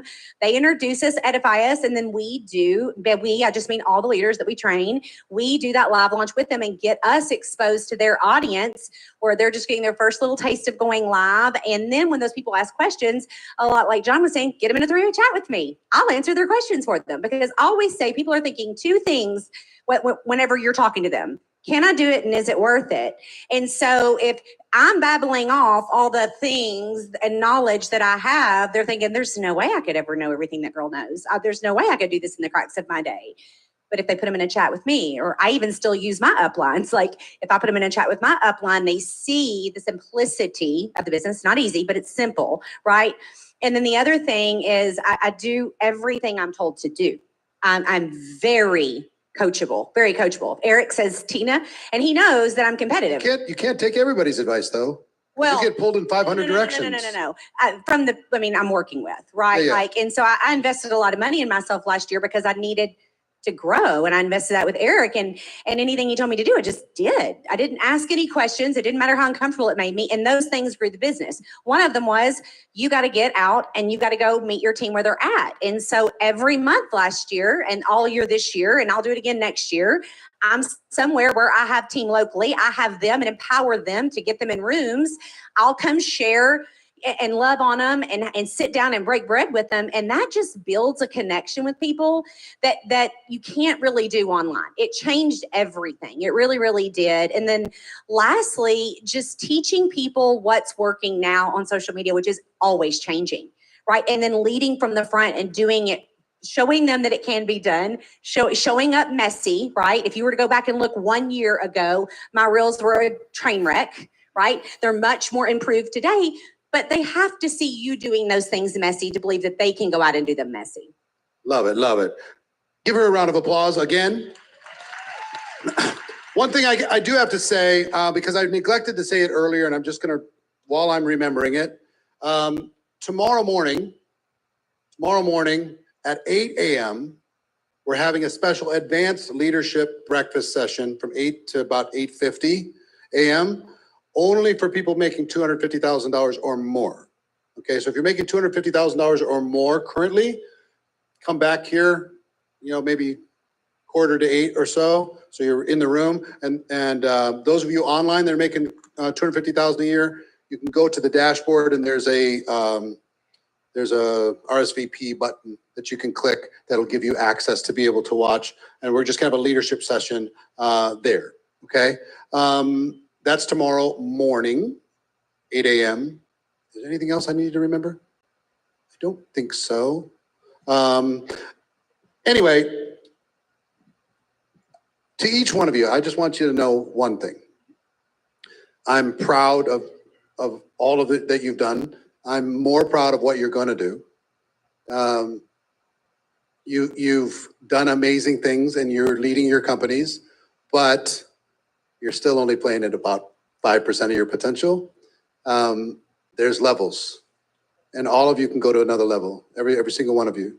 And I'd say that if you hang around me at all, I'm gonna push you.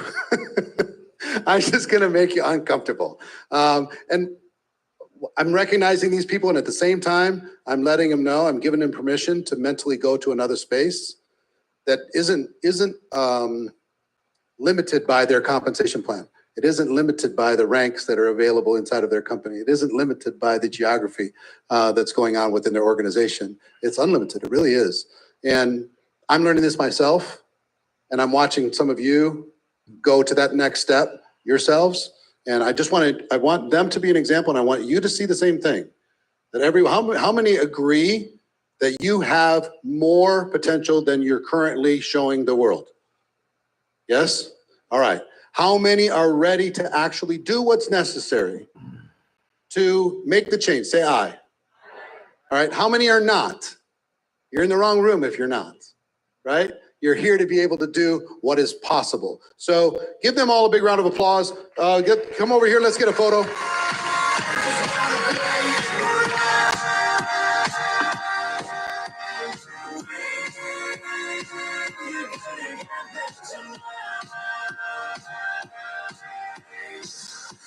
All right, thanks everybody.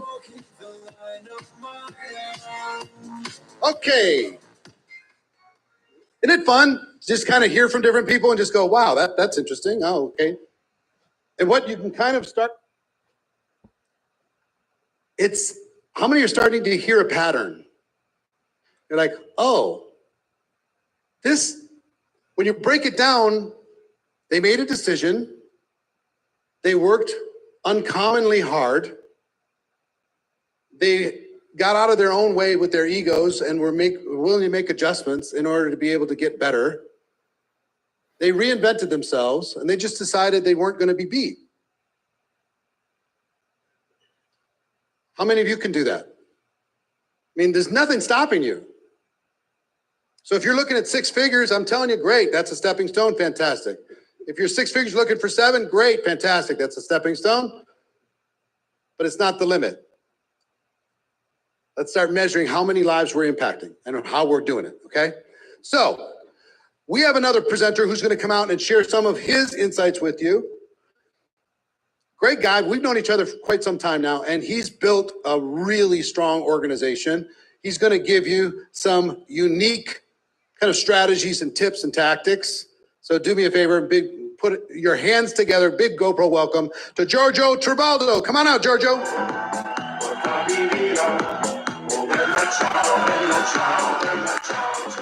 up, what's up, what's up? Hello, guys. Woo! Wow, guys. I was talking to some people before, and one of them asked me, so Giorgio, how many times did you attend GoPro? I was like, oh, wait a second. I came here when it was an in-person event, a big one, like 14, 15, I don't even remember, 1,000 people. And then I went 2020, 2021, 2022, 2023, and now we're in freaking 2024. So 6th time. How many of you guys is the 6th time here? Yeah, I mean, how many more? Raise the hands. Not so many, huh? And it's so crazy because people cannot stick to one thing for a long period of time. They're like always chasing the next shiny object, And it's so crazy to me because when you attend these kind of events, you grasp the information, you grab everything you can, and the money you spend to be here or to watch it online and see lots of people online, it pays back. And so I always have a rule, which is you cannot decide to invest money or not based on who you are and how much you earn. You should invest the money based on how much you will earn and how much you earn, who you will be. So if in the future I'm gonna be making, and you from home, maybe you're thinking of this, drop a 7 in the chat, guys, if you think one day you're gonna be making 30,000 a month, 50,000, 10,000, how much you prefer. So if you one day will be making 50,000 a month, would you invest 3,000 to be here? Would you invest freaking $97 to watch 2 days of the event? Yes or no? So how many things we pick and choose based on who we are today and not based on who we will be? The actions we decide to take today.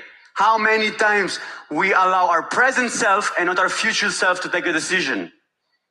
Too many, guys, I'm gonna tell you. So today I'm gonna be bringing here very simple things, because this industry, as everyone said, it's simple, but people complicate it.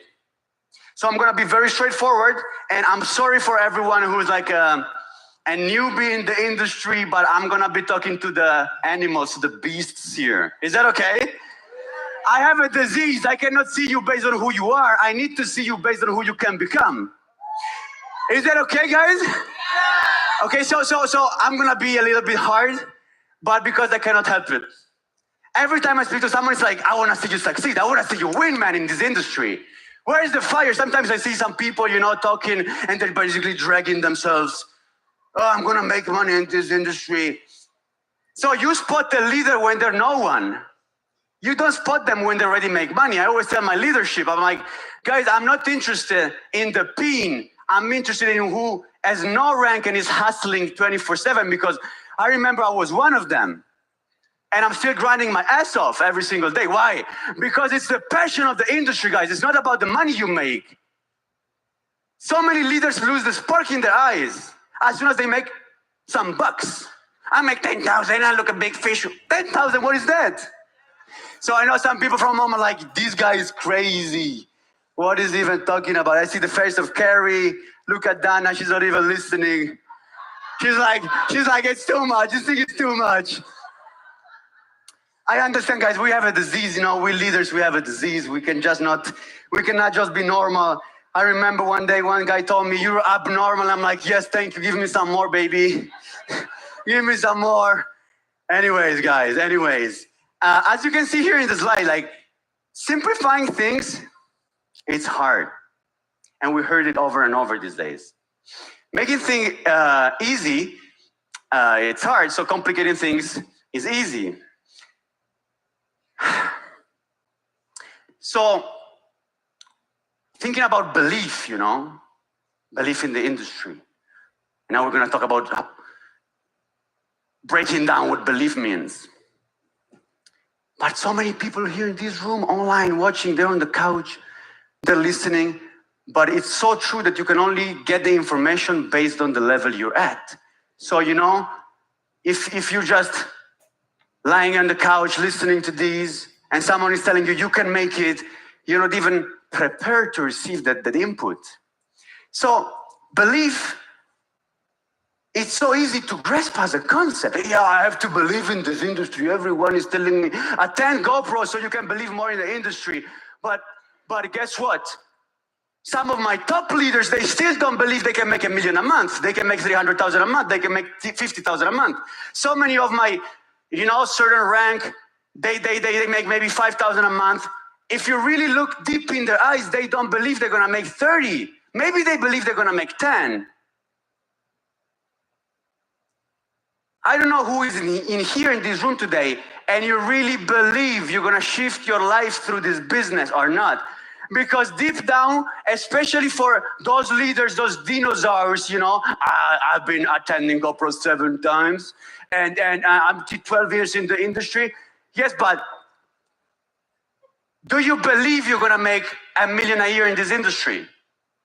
Guys, do you believe it? Don't tell me. God is looking at you. You know when you go to sleep and you look at the freaking ceiling, God knows if you really believe if you're gonna make $1 million a year in this industry or not. And I'm excited about this because I know I'm living through this process day by day. Every time I go to sleep, I'm like looking at the ceiling. Different hotel room, different house, different Airbnb. Emotions goes upside down. You can feel it through my voice because I live this shit. And every day I'm asking myself, do I believe in who I'm becoming? So remember that most of your people do not really believe. Why someone is $5,000 a month and they don't push as hard as they can? Because the self-image of themselves is not worth 10. They don't believe they're worth 10. Because if someone believed to the core they would be worth 10, guess what? They will be working. They will be excited. So every time someone is looking at me, George, I'm working so much. I'm busting my ass off, I'm every day doing Zoom calls, meetings, shaking hands, tour. I don't know why I don't rank up. Come here, baby. 2 coffee, 2 espresso, please. Look at me in the eyes. Do you believe? And when you look into someone's soul, you can spot the truth. Majority of people don't believe, guys. And when we talk about belief, we talk about these 4 things. Belief in the industry. I'm gonna make some money and then I'm gonna start being a real estate investor. Why? Why as soon as you make 20,000, 50,000, 100,000, because you don't believe you can make more. Why there's this need of becoming this big everything? Just stick to one freaking thing because you don't believe. You don't believe there's a bigger thing for you here. And people and leaders die when they don't believe there's a future for them in the industry. Second point of belief is belief in the company you're in. But guys, you need to audit your team on these 4 things because I can swear to you, there's something missing. A leader has all 4 and not as, guys, who is a leader at the end of the day, A leader, who is a leader? Who is a leader? Everyone abuses this word. I'm a leader. I look at you in the eyes, come on, let's get a coffee. I look at you, are you a leader? 0.00001% of leaders. So audit your team on this. Sit down, write from from a scale from 1 to 10. How do I believe in the industry from 1 to 10? How does my team, how does my leader believe in the industry? How do they believe in the company? How much they believe in the product or service they offer? How much do they believe in themselves?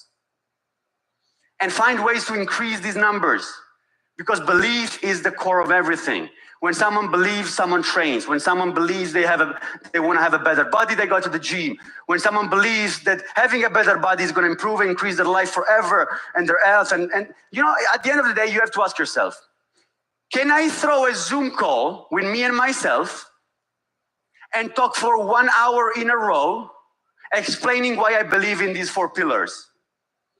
Can I do, and guys, I can speak about my industry, company, product, service, myself, 7 hours. I always tell people, do you want me to explain you why I'm building network marketing still? Oh, no problem, baby. I can talk for 7 hours. And I know all the other industries, it's not that I didn't doubt network marketing. Actually, I did many times. That's why I believe so much. So doubt, it's a friend. It's not an enemy. But you have to handle that in your team. Because leaders are strong enough to handle their own doubts, but normal people, they're not. So are you able to guide people through the doubt? Because this industry makes you doubt, correct? How many of you doubted this industry? How many of you wanted to leave the industry? So very few hands. How many of you wanted to quit the industry? Oh, that's why, it's a good thing to doubt. I love people who say, I doubted many times.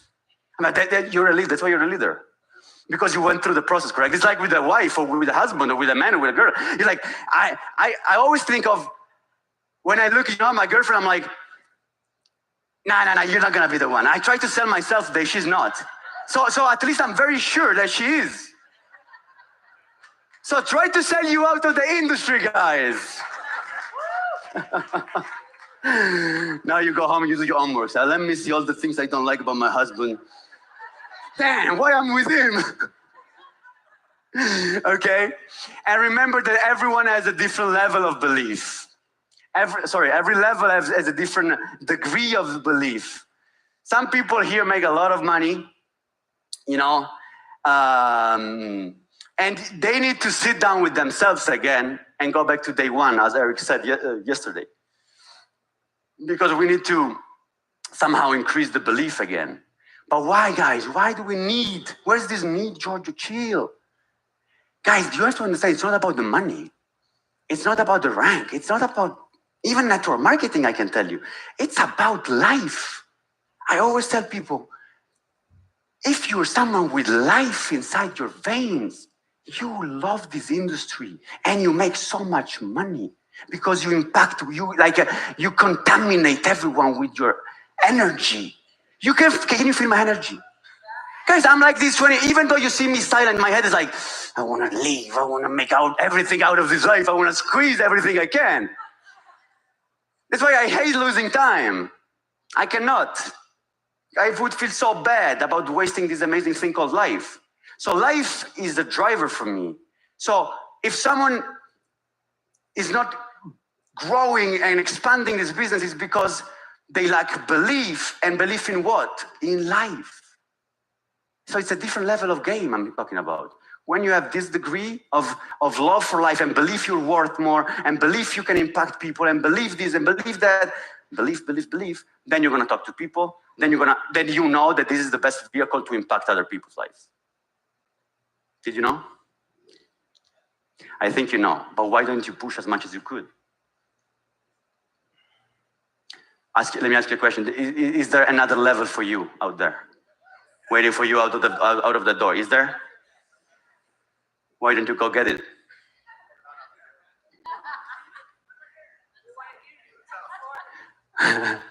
Why don't you go get it? No, let's be real. Why you don't go? Write down the excuses you have. We haven't given ourselves permission yet. Or maybe you're throwing at yourself a bunch of excuses. And you're like, I don't know. I don't have my why. Let me go find my why. My mentor told me I have to have a strong why. You're alive, man. You're alive. You can go out there and talk to people, guys. Let's go. Let's make some noise, guys. You're alive. We can go talk to people. We can change their life. We can help them not just scale a business and grow a business. We can help them improve their lives. That's how I build my team. I help you in every area of your life, but before I help you, I need to help myself, correct? That's why I love this life, because I love this business, because it makes me grow, and then I make other people grow. That's not about a business. You cannot join just for personal development. I have people joining just for personal development. They didn't understand shit about the service I offer. But they're like, I don't know, I just love this energy. And I will figure that out later. Women are like that much more than men. That's why women are spreading out everywhere. They're like, men, we don't understand. We're like, what are you so excited about? Anyways, you know, we watch numbers, but yes.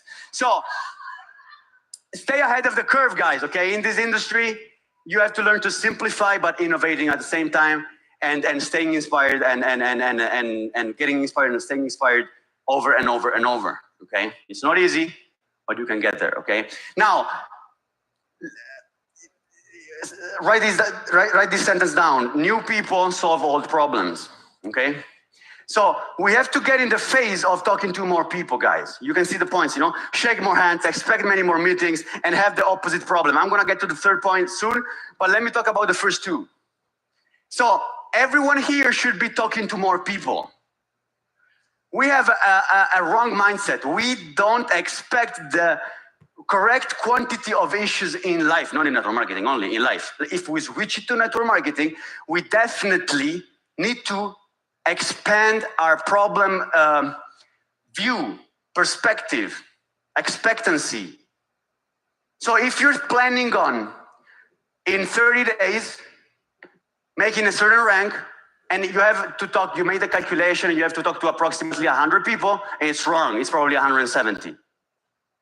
If you made a calculation that you're gonna make 1 million in the next 2 years, it's wrong, it's gonna take 3 years. We always like to think big, correct? And I agree with that, you have to think big. But guess what you have to do as well? Work bigger, much bigger than you think. That's why I love when people talk, think big, think big, think big. But then I also love, because I know for a fact that in this room, 99% of people are not gonna outwork me. I know for a fact, make it. I know. Because I don't know why, it's just a disease in the opposite way. Like they don't like working. I love working. Give me more work, give me more problems. So shake more hands, guys, shake more hands, talk to more people, It's a quantity problem, not only a quality problem. And when I say have the opposite problems, it means this. Majority of network marketers, and not only, many industries, the problem they have is, what are the problems you have, guys? Yeah, in your business. Ego. Team, excitement, retention. How many of you would shift the business if you had a flow of prospects, a bigger flow of prospects? If I know people in my team, if I gave them 100 leads to call, they would call them. They miss the leads. They don't know how to talk to more people. They don't know how to present to more people. It's like people problem oftentimes. So the complaint majority of people have, it's, I don't know how to find prospects. I don't know who to talk to. I don't know how to do social media. I don't like doing TikToks. I don't like doing offline events. I cannot talk to the barman when I go to take a coffee, when I go to take a gin tonic. I don't know how to talk with him. You see these people going around like robots. They get a coffee and they don't even talk to the coffee man. What? Are you a network marketer or what? Yes, but I don't speak well English. Who cares? Do you make money? Yes, I make 20,000 a month. Talk with the bank account. Talk. But I don't. You make 20,000, you don't even talk to the coffee man, to the barman who gives you the coffee. What is that? So people have the problem of, I don't have enough people to talk to. You want to have the opposite problem. Jojo, I have so many people, I don't have time to eat. So I want you to write down tonight all the problems you and your team have, and I want you to go to the opposite side of it. Don't just switch it a little bit. Let me increase the flow of prospects. Let me increase my retention. No. You want to have people who you want to kick out of the team because they're they stick too much. And you're like, come on, quit the business, please. That's the opposite problem. You want to have the problem of people not quitting at all. That's a beautiful problem to have. You understand? All right, guys. Let me just tell you that I have a story to tell you, and then I go get off the stage. And this story is funny. I'm funny, I know. Now look at me. Is it funny? Of course, it's funny. Why? Because everyone gets with boring dresses. I'm like, no, I'm gonna go the opposite way. So the story states that there is the company owner, and this company owner, he wants to sell the company. Actually, he wants to give it to one of his best executives. So he gathers all the executives in one room and he says, hey, look guys, I'm old, I want to give my company to someone else. But I want to do it with a challenge because I need to know who's the correct person to give it to. So all the executives sit down, they're excited, they want to know what's the challenge about. And the owner gives to every one of the executives a seed of a plant, of a tree. And everyone looks at the seed and is like, dueño, como, hermano, boss, what is this? It's like, this is the seed of a tree. And who is gonna grow the best tree in the next 30 days is gonna win the company. Everyone is freaking out. They're like, are we joking? Is this real? Is this fake? But the owner says, everyone goes home. In the next 30 days, we're gonna have another meeting. We're gonna see who grew the best tree. Everyone gets home with this seed in their hands. And time goes by. 1 week goes by, 2 weeks goes by, 3, the 4th. The company owner calls everyone, gathers in the room.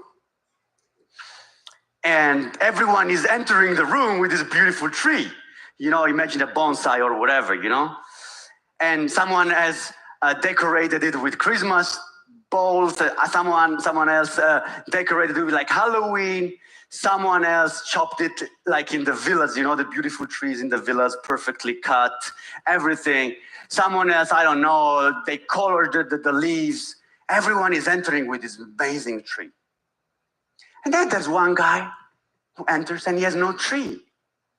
Everyone is making fun of him. I was like, oh, look at this guy. This guy entered with no tree. He's not going to win the company.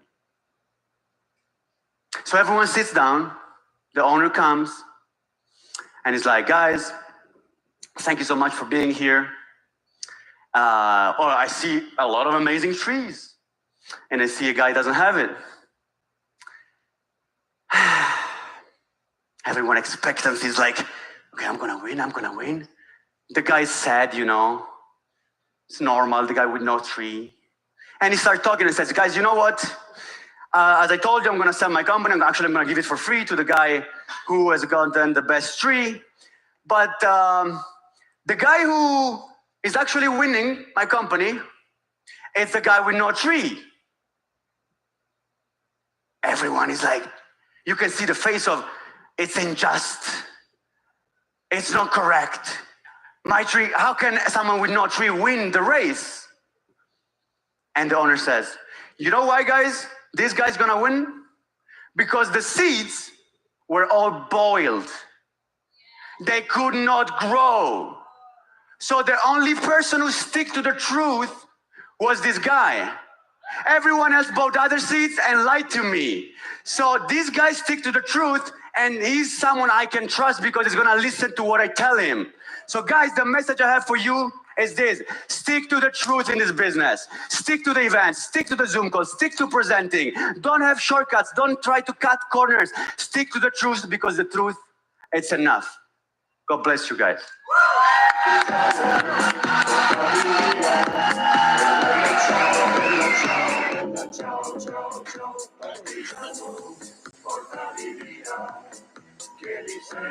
Giorgio Travolta, everybody!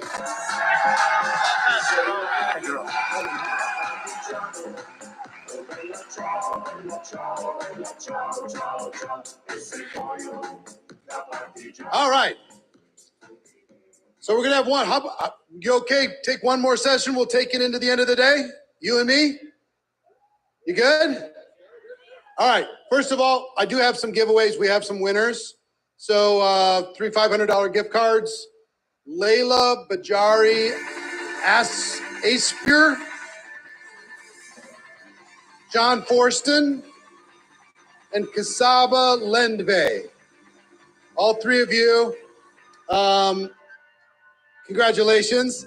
Just email support@networkmarketingpro.com. Thank you, babe. And hey, congrats.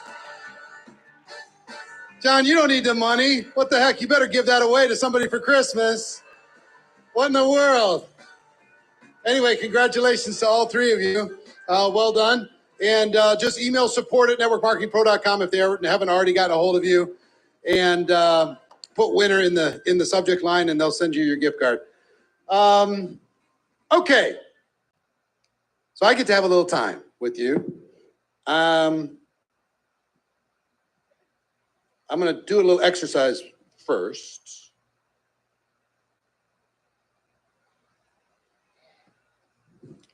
Let's play the duplication game. Okay, you ready? I have a little phrase that I've written onto this piece of paper, and I'm going to whisper it in your ear. I'm going to actually show it to you. And then here's the rules. You're going to whisper this into her ear. You only get to say it one time. Whatever she hears, she's going to whisper to the next person, and the next person, the next person, the next person, the next person. We're going to go across the front row and just see what happens. Just for fun. Okay? You ready? You ready? Got it? Yeah, you got it? Sure?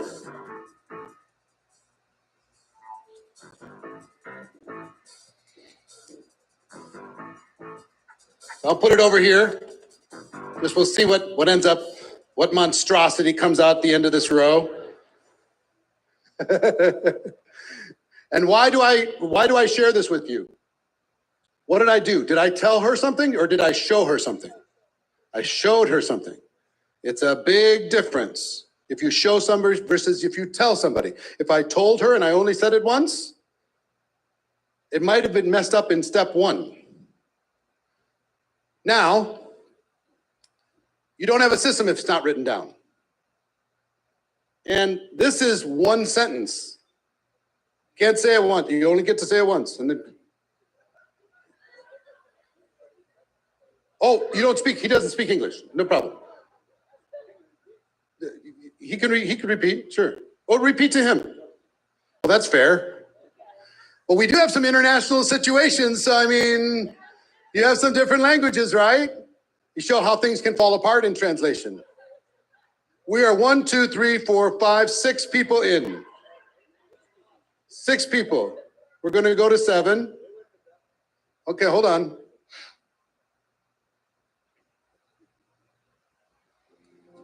8. We'll go 10, and then we'll find out what they have to say. I need a microphone. Thank you. Only get to say it once. Thanks. Okay, repeat to him.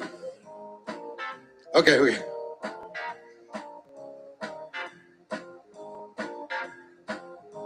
Hold on.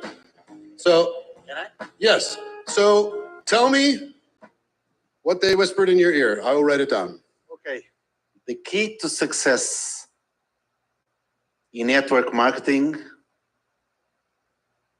is the key to success.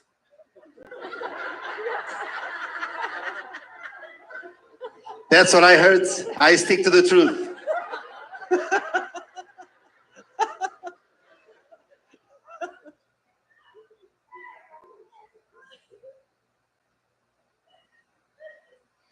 Boy, you're going to build a huge organization. So, and it doesn't take much, right? It's one transfer. Here's what I wrote. What? So they duplicated the key to success and the key to success. They did that twice. But somehow they lost the whole point. The whole point was duplication, right? So what happens if we go another 10 and then another 10 and then another 10 and another 10? It's some monstrosity that comes out on the other side. And we wonder why our team is disconnected. We wonder why they're a little insecure about taking action. They're insecure about taking action because they're not sure what they heard and they're not sure it made any sense. And if you have an amateur talking to another amateur and you're using insider language, insider lingo and all that stuff, you can lose people really, really fast. Okay? So when it comes to duplication, I just want you to think about this. Let me show you a better way. You ready? Take it. read it, pass it, read it, pass it, read it, pass it, read it, pass it, read it, pass it. First of all, you see it's faster. Secondly, 10 people in, what am I gonna have? The same message. So if you have your systems in video, if you have them in print, if you have them, if you have them on your team site, if you have them, you know what I mean? Documented. Now you get duplication. You wonder why you don't get it. You don't get it because we're trusting what you might have heard versus what is. Okay? The fastest growing organizations in the world really lean on these systems and they lean on writing stuff down. I want you to lean on the same. So, this is our last session for general admission, and then we're going to say goodbye. I hope you do join us for VIP tomorrow, because we're going to talk about a lot of really cool stuff in leadership. And all of you, even if you have a small team, you should think of yourself, you should think of leadership in two ways. Leadership in leading you, and then in leading others. You don't have to have a big team to start focusing on leadership. Employing you, being a leader to you, being an example to you, that's just as important. You got to lead you first, right? And then lead others. So don't think you have to have a big team to be part of day 3 and come back for leadership. You don't. You just have to give yourself permission to go there. So I hope you join us. But I do want to, before we end the general session, I do want to talk a little bit about goals. I want to talk about promotion.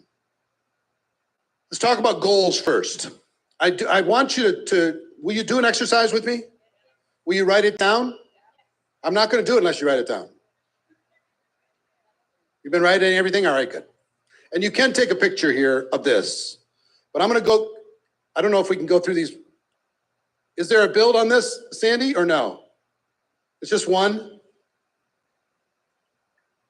Okay, it's just one. Take a picture of this or commit it to memory.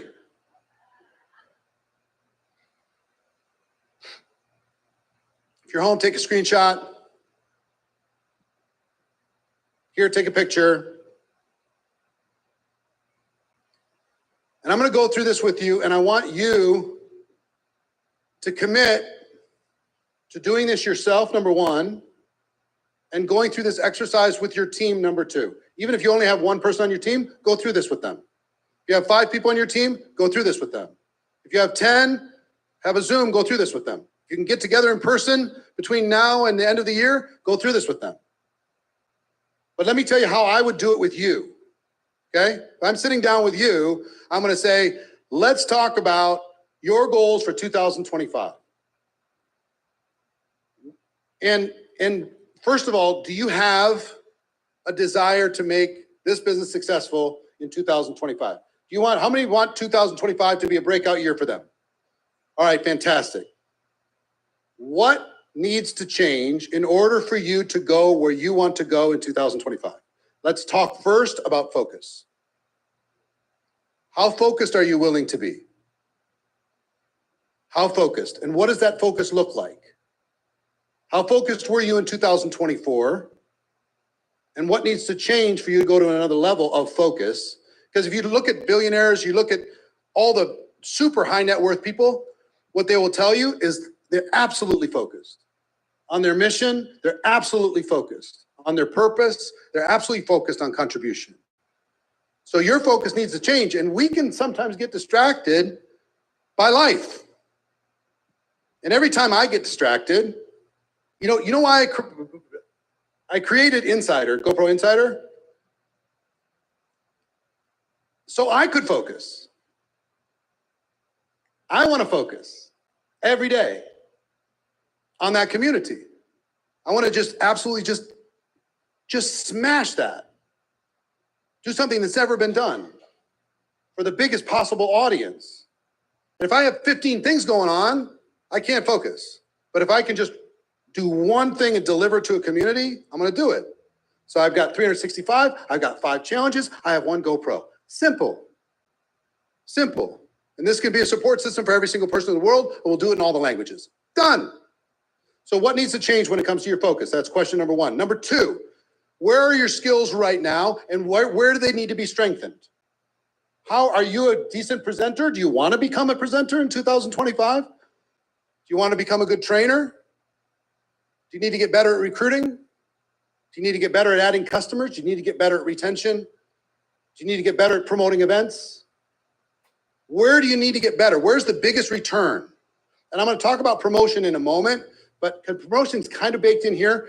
But when I talk about promotion heavily, promotion helped me buy time to develop the skills. The only thing I was decent at, I was okay at, was getting people to show up at events. I could look somebody in the eye and I can say, is it Philip? Yeah. So I go to Philip, I say, Philip, listen, there's an event. It's in Orlando. It's in 10 days. It's 2 days. It's going to be a life-changing experience. I know you have no time for it. I know you probably got other stuff going on, especially in the holidays, but let's go have an adventure. Let's do something outrageous. Let's do something cool. Let's do something different. Let's shock everybody. Let's just disappear off the world for a couple days and go dream. You and me. Let's go do it. I want to introduce you to all the leaders in the company. I've already told them about you. I want to introduce you to the corporate executives. I want you to hear about the big announcements that the company's coming out with. Okay? And we're going to, and you might even have some prospects that haven't even made a decision. Let's have them come too. Yeah? Sounds good, right? And the company might not allow prospects in the event. I figure it out anyway. We'll sneak them in. We'll go find some dead distributor. We'll buy a ticket underneath their name. Then we'll hand the ticket to them and we're in. We're done. I'm not telling you to violate your company's policies, procedures, but I think you should allow prospects into conventions. In my personal opinion, it's the best exposure tool ever, ever. Business people are used to getting on an airplane to go due diligence about any real business. They have no problem doing that. It's easier than going to a home meeting in their heads. They'll go. So do you feel the energy of what I'm talking about? Even if he's busy, he says, well, I don't know if I can get childcare. We'll figure that out. Stop it. I don't know if I can get time off of work. Yes, you can. Let's just do it. We don't need to ask permission, right? Let's just go explore.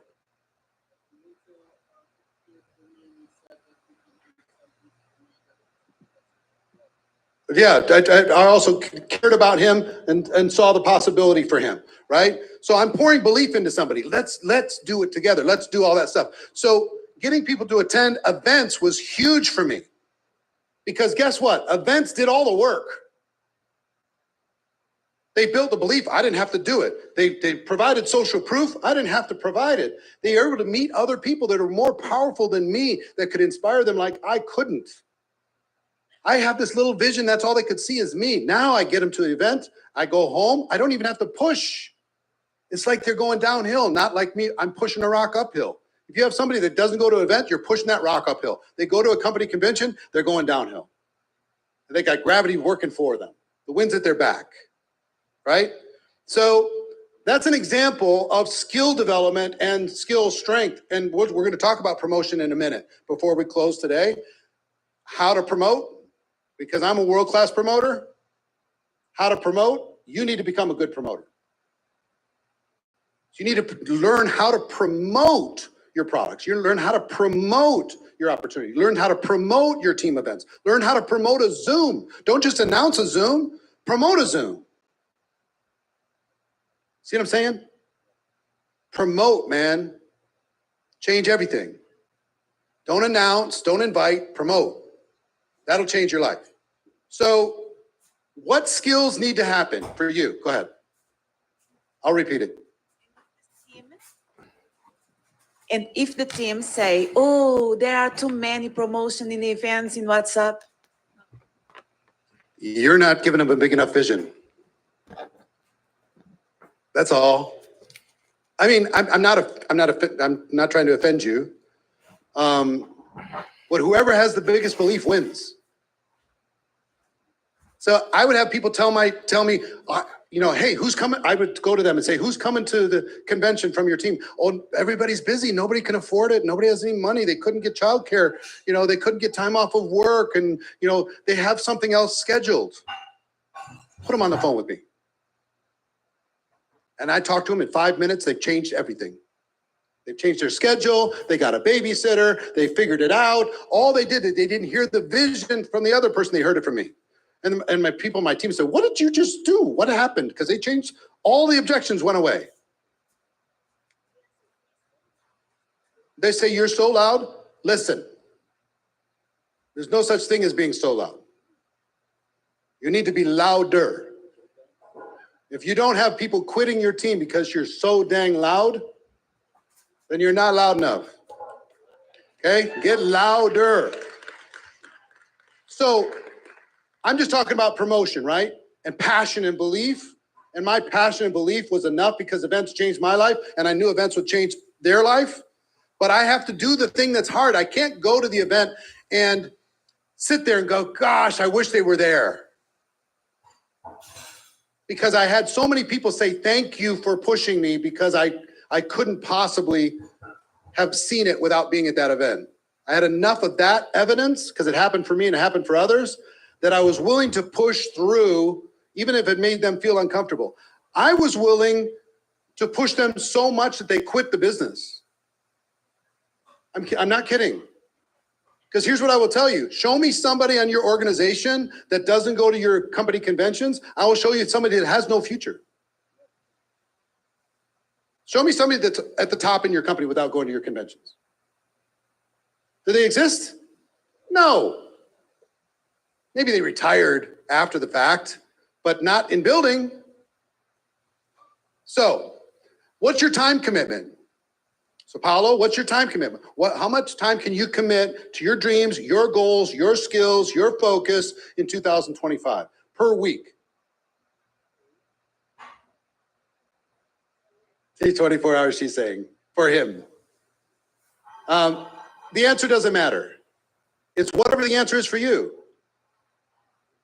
And let me give you a piece of advice on coaching and mentoring, okay? A little snapshot into Train the Trainer. Whatever answer they give me for every single one of these goals, what do you think I'm going to do? I'm not going to double it, but I'm going to increase it. I'm going to increase it, whatever it is. I never accept their first answer to a goal. Never. They say, well, I'm gonna give it 10 hours a week. If you can do 10, you can do 15, right?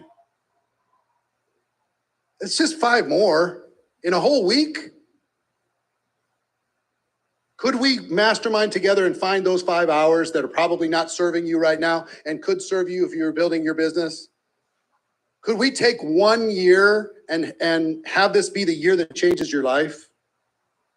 Could we get a little uncomfortable and make a few sacrifices in order to be able to have a better future? Maybe 20 is a better number. So I'm going to push and push and push until I get, okay, they can't take any more. Great. I want them to get that clear in their head. We write that down. All right, we got it. Do you want me to hold you accountable to that? Do you want me to be a coach? Do you want me to be a friend? Do you want me to push you to do what you're capable of? Or do you want me to leave you alone? Get permission for them to give you permission to push them. Make sense? So let's get granular. How many customers do you think would be a good example for everybody else on your team? How many customers should you add to your organization over the course of 2025 in order to have the proper story, lead by example, be fresh, be relevant to your team? What's a good number? And whatever number they give me, Let's explore it. Little bit more. And I go, okay. And they're going to fall into this routine, and they're going to go, and they're going to start, hedging a little bit sometimes. So you play this dance, you play this game. And what you're trying to do is you're trying to unlock their mental imagination. You're trying to unlock what they think is their limits and have them see that there's more possible and available. This should be such a dream building conversation that when they're done, they go, you know what? Maybe this could work for me. Yeah, 2024 went like this. Guess what 2025 is going to do? That fast. And you can either have it change your life or have it be the same old shit. It's your call. What do you want it to be? Oh, it changed my life? All right, fine. How many personally enrolled distributors will help you achieve your goals? How many personally enrolled in 2025 would be good for you? What's a good number? Let's talk about that number. Let's talk about how we're going to do it. Let's talk about how I'm going to support you. And if let's say you're going to bring in 50 distributors, frontline, over the course of 2025. Is it better? Listen to me now. Would you prefer to have all of them in December of 2025 or January 2025? Why? It's the same number in the same year. Completely different number. Because the earlier you can front load these key metrics in the year, the more results you'll get by the end. So, and I prefer, if I'm working with somebody, I would prefer that they do these types of things in bunches.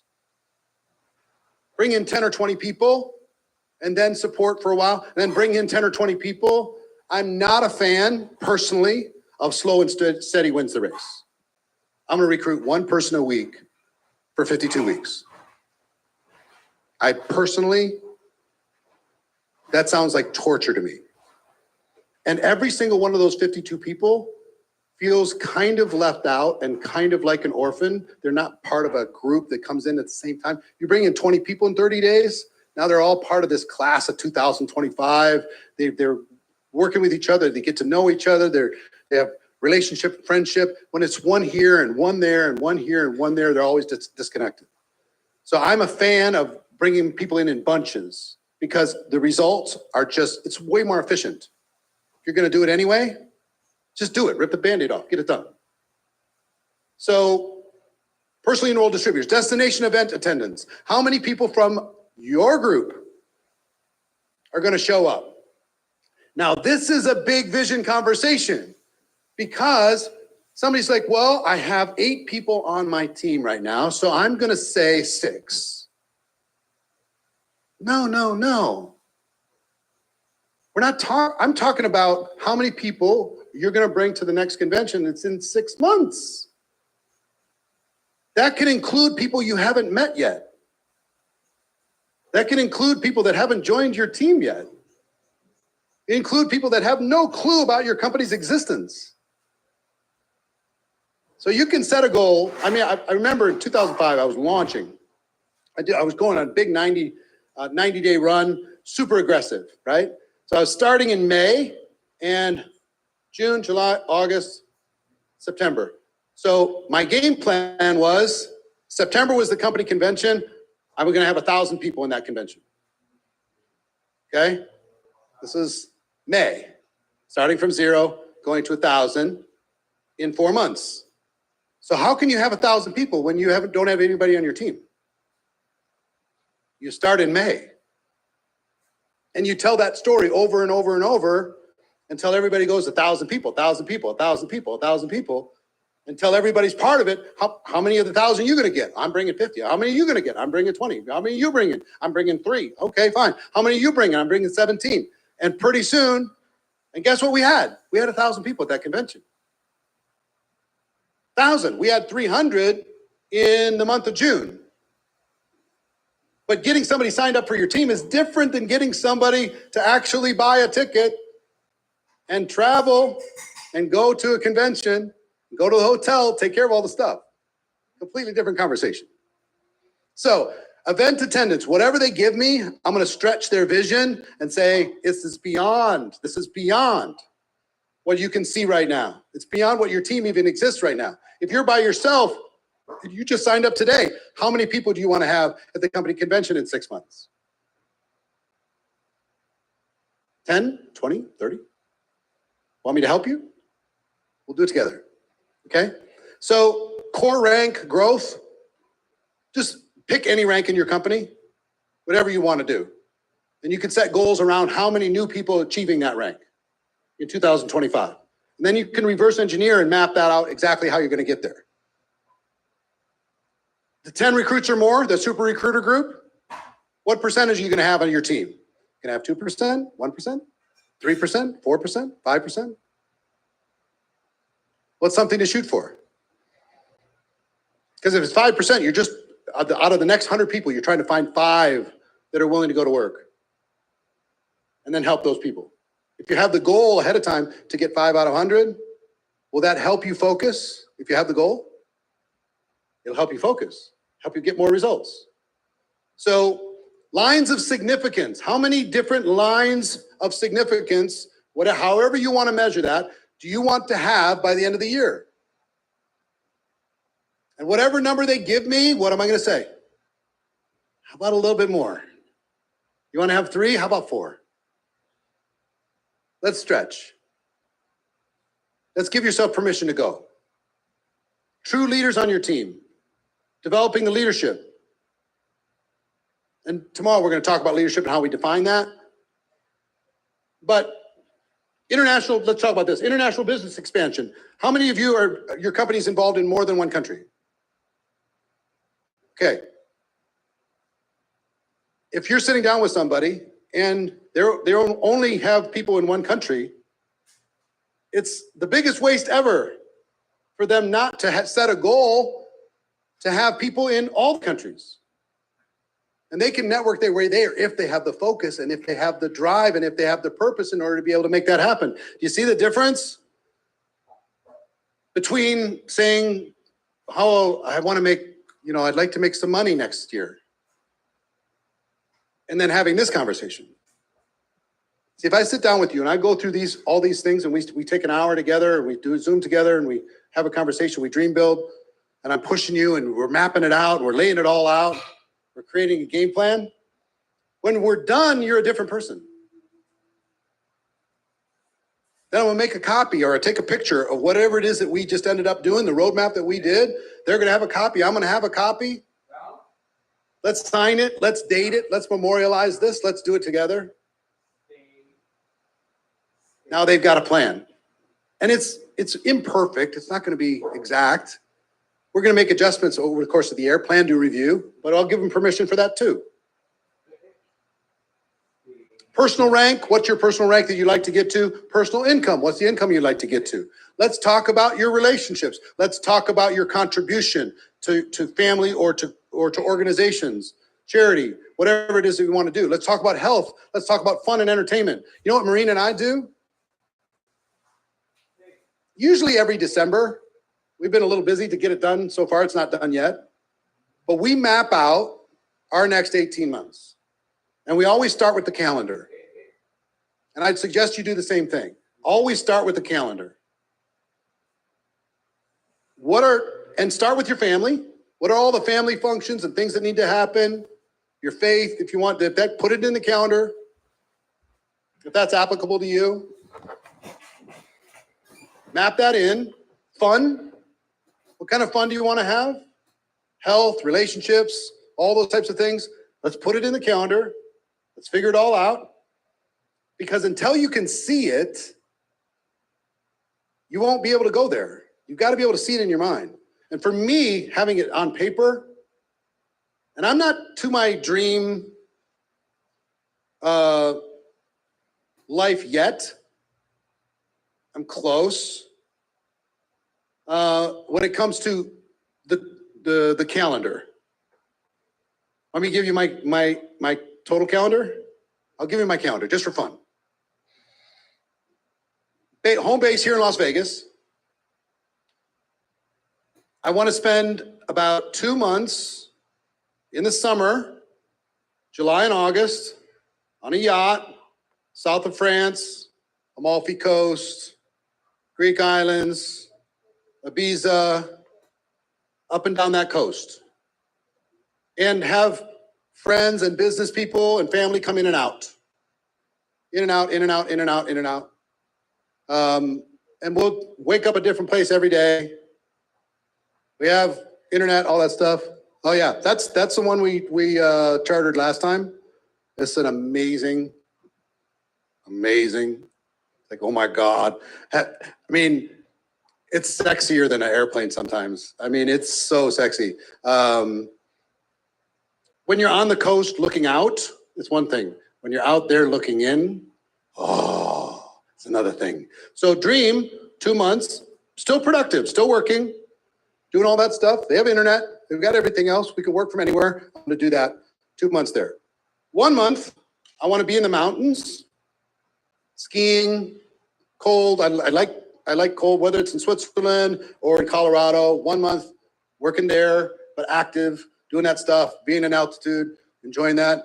1 month on a lake here in the United States with family in the summer, like June-ish, where they'll come in and out with little ones and grandkids and all that stuff, and it's fun.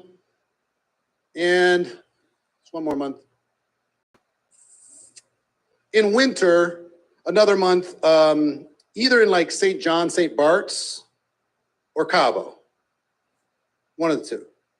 So about 6 months here and about 6 months around the world. In addition to, and now the plane will be picking me up and moving me around and doing all the stuff that it's doing. But if I don't have that clear in my head, how am I going to get there? I'm always going to be too busy to be too busy to be too busy. Okay? And this might sound ridiculous, right? It sounds ridiculous. How do you do that? It's not even possible. When you see my house tomorrow, it's ridiculous. It's a crazy, outrageous house. It's like the studio. It's ridiculous. But part of the reason why it's there and part of the reason why, I mean, we're empty nesters in that house. So when you come over, you know why we're there? 1, because we deserve it. 2, to show you. To show you. Just to give you an example of what's possible. I want you to walk around. I want you to take all the pictures. I want you to soak it all in. I want you to imagine yourself, this is my house. And I want you to just hang out. Okay? So the calendar starts me. And then from the calendar, I work out all the goals and all the aspirations, all the things that I want to do, all my accountability structures around health and fitness, you know, who's the support structure is going to be taking care of stuff in order to be able to allow me to do what I'm my highest and best use. What are all the things that need to happen? What's the support structure in order to be able to do that? So that might sound a little bit outrageous to you. That's an extreme example. Now I want you to bring it back down and have a brand new person wants to make 25 grand next year part-time. Fine. Let's map that out, right? Maybe it's an extra week of vacation. Okay, cool. Maybe it's take the kids to Disney World. Fantastic, wonderful. You pick. But start with the calendar, map it all out, set your goals, and now the goals go into your calendar, and now you got a rhythm. What is the rhythm? What are you gonna be setting out to create? Even though it's not all the way created, you have your vision one, and then you have your reality one for 2025. Vision where you want to go. Reality of where you're committed to go in the year. And I'll try and push you as much as I can in order to be able to go there, get past your limiting beliefs. Okay? So this is an exercise that if you go through this, and you go through it with yourself and with everybody in your team. And I would involve your kids, I would involve your spouse, I would involve your loved ones, your friends. Not that they're going to make decisions for you, but you can let them know, here's where I'm going to be. You know? So all of that, as far as goals are concerned, it's really a commitment. And this is a really good reflective time to look back on 2024 and look forward to 2025. Map it all out. So who is committed to doing the real work? This might take you couple days of staring at the wall. Real work of putting together your 2025 game plan. Say aye. All right, fantastic. I'm going to hold you to it. And now who's willing to do this, to do the work of sitting down with each person on their team, or if you have a big team, getting on groups and Zooms and walking through the same process with them. If you're willing to do that with your team, say aye. All right, like you mean it. All right, fantastic. Next thing I want to talk about, and I'm going to do this quickly, but I told you I'm a good promoter, and it saved me. I learned, I give you different stages in a network marketer's career. From 0 to 100,000 a year, it's mostly characterized by grit, determination, hard work, grind. There's no duplication really at that level. You're expecting that there is, but there isn't. It's all you. You're just like lifting like Hercules. You're like lifting the world on your shoulders in order to be able to get to that 100,000. And we join for time freedom. We join for financial freedom. We join for all these different reasons. You don't get to have any of it from 0 to 100,000 if you're trying to build, because it's unbalanced. So grit, determination, hard work, grind. 100 to 250 is mostly characterized by duplication. Duplication begins to show up. You start having systems, you start putting things together. Duplication. Third is 250 to 1 million. And that's mostly characterized by promotion. Learning how to promote products, promote events, promote campaigns, promote challenges, promote products, the whole thing. I said products twice. Promotion, million plus is all about leadership duplication. Can you duplicate real leaders in depth, in thickness throughout your organization? That's the only thing stopping you from going 1 million a year to 2 million, 3 million, 4 million, 5 million, 6 million, as high as you can imagine, is how many true leaders can you develop within your organization? So, and I'm not saying that you can't be a good promoter from 0 to 100,000, you can. Or you can't get some duplication from 0 to 100,000, you can. But I'm just saying generally the characteristics in those 4 buckets. So I want to talk about the promotion aspect. If you want to promote an event, let's say you wanted to promote GoPro for next year, GoPro 2025.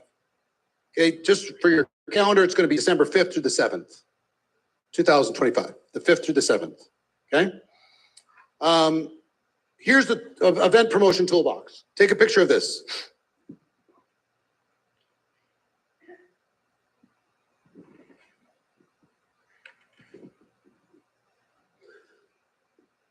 "28 strategies to promote anything." I'm using events in this as an example, but you can use this same toolbox for any promotion that you want to use or you want to get behind. Okay? So number 1, make a decision. Decide that this is a priority. Decide that this is important. Decide that you're going to commit to this. Then 2, set your goals. What are your goals connected to this promotion? What are you prepared to do personally? 3, say yes. Say yes, tell the world and figure it out. Don't try and figure it out first. Just say, you know what, I'm doing it. Tell the whole world that you're going to do it and then figure it out. Set expectations within your organization and within yourself as far as, look, if you're part of this team, we're going. You're either watching online or you're watching in person, but we're going. This is the expectation. This is the culture within our. And if you set the expectation that this is just assumed, it's assumed that you're going to use the products. It's assumed that you're going to be at the company convention. It's assumed, of course, you're going to be on the team Zooms every week. Of course. It's not an optional thing. This is what we're doing. We're on a mission together. It's 1 hour a week to have the team Zoom. Of course you're going to be on. Right? It's not asking them, hey, it would be a good idea if you possibly would please join the team Zoom. No. No. This is what we do. This is how we get better every single day. If I was you, I'd take every person, put them in Insider. Every one. Start them at $9. Every single one. And let me drip on them for you. And make it assumed. And here's what I'm saying. Do that or don't do it. Doesn't even matter to me. I'm going to make that product so good that if I outlawed you talking about it, you'd still talk about it. I'll make it so amazing that I don't even have to say a word about it. It's going to travel around the world like a wildfire. I'm so pumped about it. Super excited. Number 5, you need to be more committed to this promotion than anyone in the world. If somebody were to ask who's the most committed in the world, it wouldn't be your company owner, it wouldn't be the top distributor, it's you. You need to own that brand. You're more committed than anybody. What I loved about Giorgio more than anything else was his passion, right? He's like, what? Get out of my way. You can see why he's being successful. Could you tell what was his commitment level? High or low? High. So lead by example. Don't ask people to do things you're not willing to do. Even if you're uncomfortable doing it, do it anyway. Get it over with. If you want everybody to recruit 20 people in 2025, how soon should you get your 20? Early, quick, intensity. What's your level of intensity? Total focus. How focused are you going to be on this promotion? Accountability. Create accountability structures. If I want to get 1,000 people to an event, I can get 10 people, each get 100 and hold themselves accountable for those 100. I can get 100 people to each get 1,000. I can break it down any different way. But if I get 10 people to each commit to 100, are you in or you out? Say GoPro 2025. It's really easy to be able to do. If you had every single person on your team attending this event for 3 days, would your business be better for it or worse? Better. So guess what? Set a goal, create an accountability structure, and get your team focused on it, right? And start early. Don't assume anything. Number 10, don't assume anything. Don't assume a person got their ticket to the event. Don't assume that they have their hotel. Don't assume that they have their airfare. Don't assume they got their ticket. Don't assume that they're using the products. Don't assume anything. Especially when it comes to events, assume nothing. As a matter of fact, if you're going to assume they're not doing it. Go say, send me a screenshot. You say you're signed up? Send me the screenshot. You got a welcome email. Forward that over to me. Give me 5 minutes. Okay. Go sign up and then they'll send me the screenshot. But I'm gonna hold them accountable, no problem. I assume nothing. Assume nothing if you want to be a great promoter. Front load your promotion. Get as much of it early as you possibly can. If you got time, the gift of time, you have 6 months, front load that first month in order to be able to get that push at the end. Don't wait till the end to go for a big promotional push. Give people assignments. Here's your assignment. Get registered. Here's your assignment. Get your hotel. Here's your assignment. Get your airfare. Here's your assignment. Get your childcare figured out. Here's your assignment. Tell your whole family, don't you book any weddings on that weekend. Don't book any birthday parties on that weekend. That weekend's the Super Bowl. It's a World Cup. It's not available. If you want me to be there, don't book it on that weekend. Tell them a year in advance. If you're playing in a World Cup and it's somebody's birthday,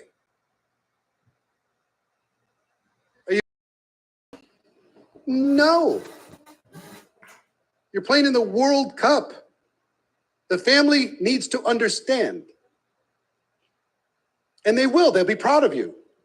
You know what they'll do? They'll move the birthday party because they're so proud of you. They'll put it to as soon as you're done with the World Cup, or they'll do it before the World Cup. Fine. My family knows you want me somewhere. Check my calendar. I'm booked out longer than you are. I'd love to be there, but if I'm going to be somewhere in the world, I can't say no after I've already said yes. So, and they understand that. So front load it, give people assignments, give people challenges, tell stories. Tell stories of people who changed their life because they attended an event, and tell stories of people who lost it all because they didn't. Tell stories. Big, big vision. Go crazy. Big vision. Here's my vision. Here's what's going to do. Imagine when your team, when we have 100 people at GoPro next year, or we have 1,000 people. We have 500 people at the company convention. Imagine what's going to happen. Last year we had 82. Now we're going to have 500. And We're going to map it out and figure out how we're going to get there. Everybody gets excited. Off they go. This is the opposite of casual. This is aggressive. So if you leverage the company, if you can, and this is a tip, sometimes you can do this, sometimes you can't. Go to the company or go to your regional manager or whoever's in charge of your territory or whatever and say, is there anything you can do to help me with this promotion? I really want to get X number of people to this event. Do you have any old t-shirts or hats or swag in the warehouse that's gathering dust that I can use as a giveaway? Is there some product that I can use, some free product in order to be able to do something? Do you have anything in your budget that I can use in order to be able to come up with some t-shirts or something for everybody who gets a ticket? I'll mail them out. You just give me those things. Go to the company and see if they'll help you. Your bonuses. Can you provide some incentives? Listen to me. This is a secret sauce.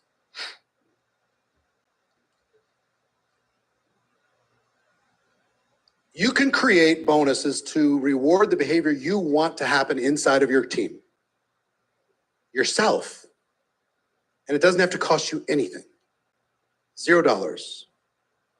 If you created, let's say, a 3-hour training course, and a leadership training course, or a leadership training event, it was only for people who have a ticket. It's not available to anyone else. You can't get access. I don't care how much you ask. You can't get access. It's only for ticket holders.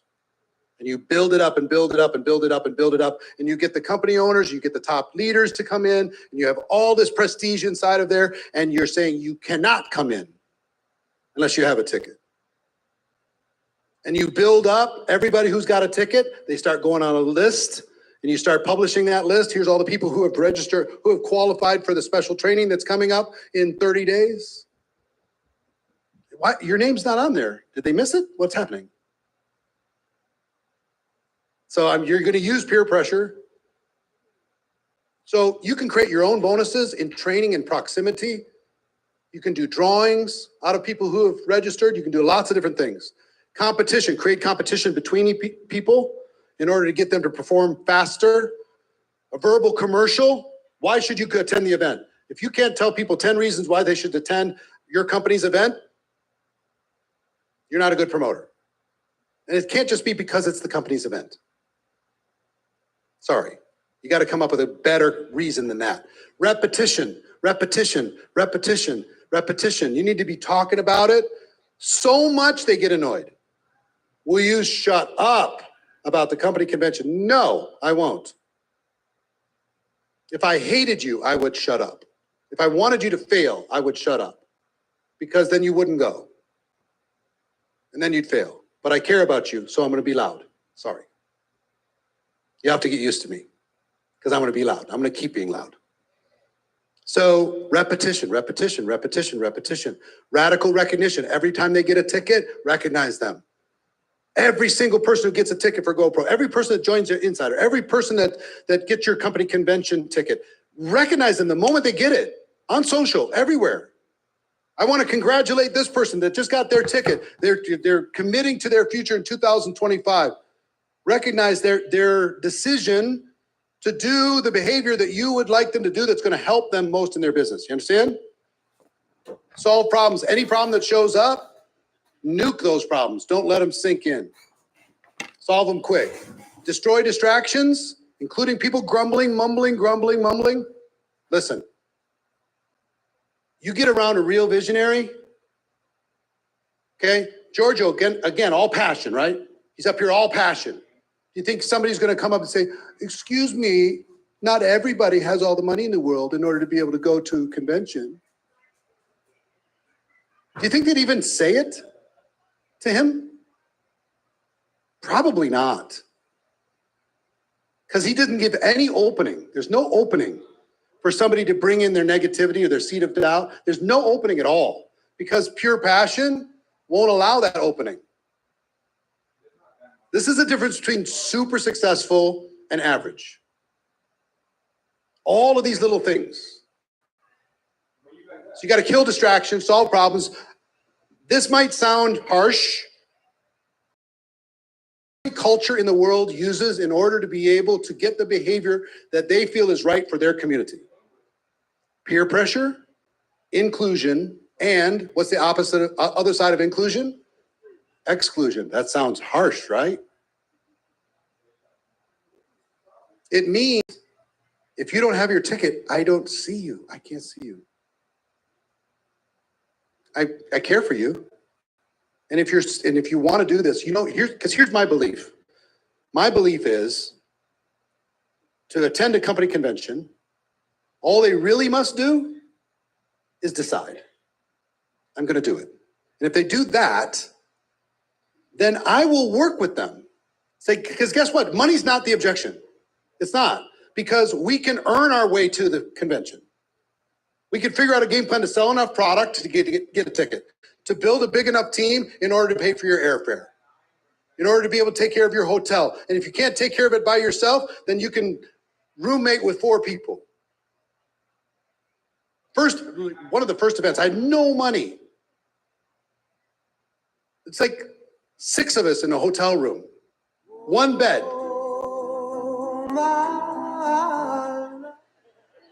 So bad. But you know what? It was an adventure. I smile thinking back of those times when I'd have to drive 12 hours in a car in order to be able to get somewhere because I couldn't afford the airfare to do it. So do I use peer pressure? Yes. Do I use inclusion? You're going to get a hug from me. You're going to get recognized from me. You're going to get championed every single time. Let me show you Ace. Ace is always there. And you're going to feel a little bit colder if you don't. Because I do not accept, with very few exceptions, I don't accept that you can't. My core belief is any reason why you say you can't is the reason why you must. Okay, I'll say it again. Any reason you say you can't is the reason why you must. I don't have time, that's the reason why you must. I don't have the money, that's the reason why you must. I can't get time off of work, that's the reason why you must. I don't have somebody to watch the kids, that's the reason why you must for your kids. You understand? And I'll help you, we'll figure it out together. Don't worry about the how, just decide you're gonna do it. And then we'll map out a game plan and we'll get there together. You in or you out? Let me know. And team pride also, this is something you can also, this is about the team that you use to build as a leverage tool. And finally, and I can go for 10 hours on this, on breaking all this stuff down, but individual beats group. Group promotion is nonsense. You go, I'm gonna do a Zoom for my team, and I'm going to invite them all to register for the convention. Good luck. You're going to get a tiny little percentage. But you go one by one, by one, by one, by one, by one. There's no hiding. There's no place that they can get away. And you're going to sit there and say, are you in or you out? And they're like, they can't turn their camera off when it's just the 2 of you. I can still hear you. I hear you breathing over there. Are you in or you out? And again, any reason they give me why they can't, my belief is the reason why they must. You hear me? One by one, by one, by one. If you had to do that 1,000 times, and you broke it down with everybody in your team in order to get 1,000 people to your next convention, do you know what that's worth? My God, change your life, what that's worth. So you're like, oh, really? I got to do this? There's announcers. Hey, there's an event. There's inviters. Hey, you should come to the event. And then there's promoters. This is promotion. And I do all of these things all the time. Why? Because I care. And then I won't let them play small, and I won't let them live in their limitations. I'm going to say, you don't have to think this small anymore. We have a vehicle, we have a tool, we have a resource in order to be able to change everything in your life. Okay? All right. So I do want to share a couple more things with you, and then we'll wrap. We're going to wrap a little bit early, before 5. So you have plenty of time tonight, because I know it's an early morning tomorrow. 250,000 earners and above. See you at 8 o'clock sharp. Please try and be on time. We've got a lot of leadership stuff to cover in the morning. It's going to be great. Advanced leadership stuff, higher level leadership stuff. And then we're going to go from about 9 to 5 tomorrow. We've got Mel Robbins. We've got Brendan Burchard. We've got a cast of pretty amazing characters. It's going to be amazing. Okay. So we'll finish a little bit early today. But before we say goodbye to our general mission group, I want to talk to you about GoPro 2025. So the GoPro Experience, December 5th through the 7th. I'm wearing the same jacket. Look at that. Ah, fancy. So 3 days, 2 days for general admission, 5th and 6th. 3rd day for VIP. So here's a general admission ticket. It gives you online event access anywhere in the world, December 5th and 6th. The regular price for this is $199. The early bird pricing is $99. You can get a ticket for $99 for next year. So everybody in your team, would you agree it's probably a good idea for them to get a ticket? Would you agree? Yeah. Is it worth the $99 to get this information, even if they got to watch in the middle of the night somewhere on the other side of the world? Yeah, it's still worth it, right? Okay. Here's how cool this is. If you, or if you just get a GoPro Insider, if you sign up for GoPro Insider for $89 for the year, you'll get a ticket. So you could pay early bird price of $99. Go ahead. I'll take the extra $10. Or you could pay $89, get 365 lessons, and get a ticket to GoPro for next year. Easy decision, right? GoProInsider.com. Your ticket will be taken care of. $89, you're done. So that's one decision for you. For a general admission ticket, that'll take care of it. Okay? Now, if you want to get a VIP ticket for the 3 days, online access for a VIP ticket, you'll get 2023 and 2024. This event, you'll get the replays of this event and last year's event. Normally $499. Early bird price for a VIP ticket is $199. Or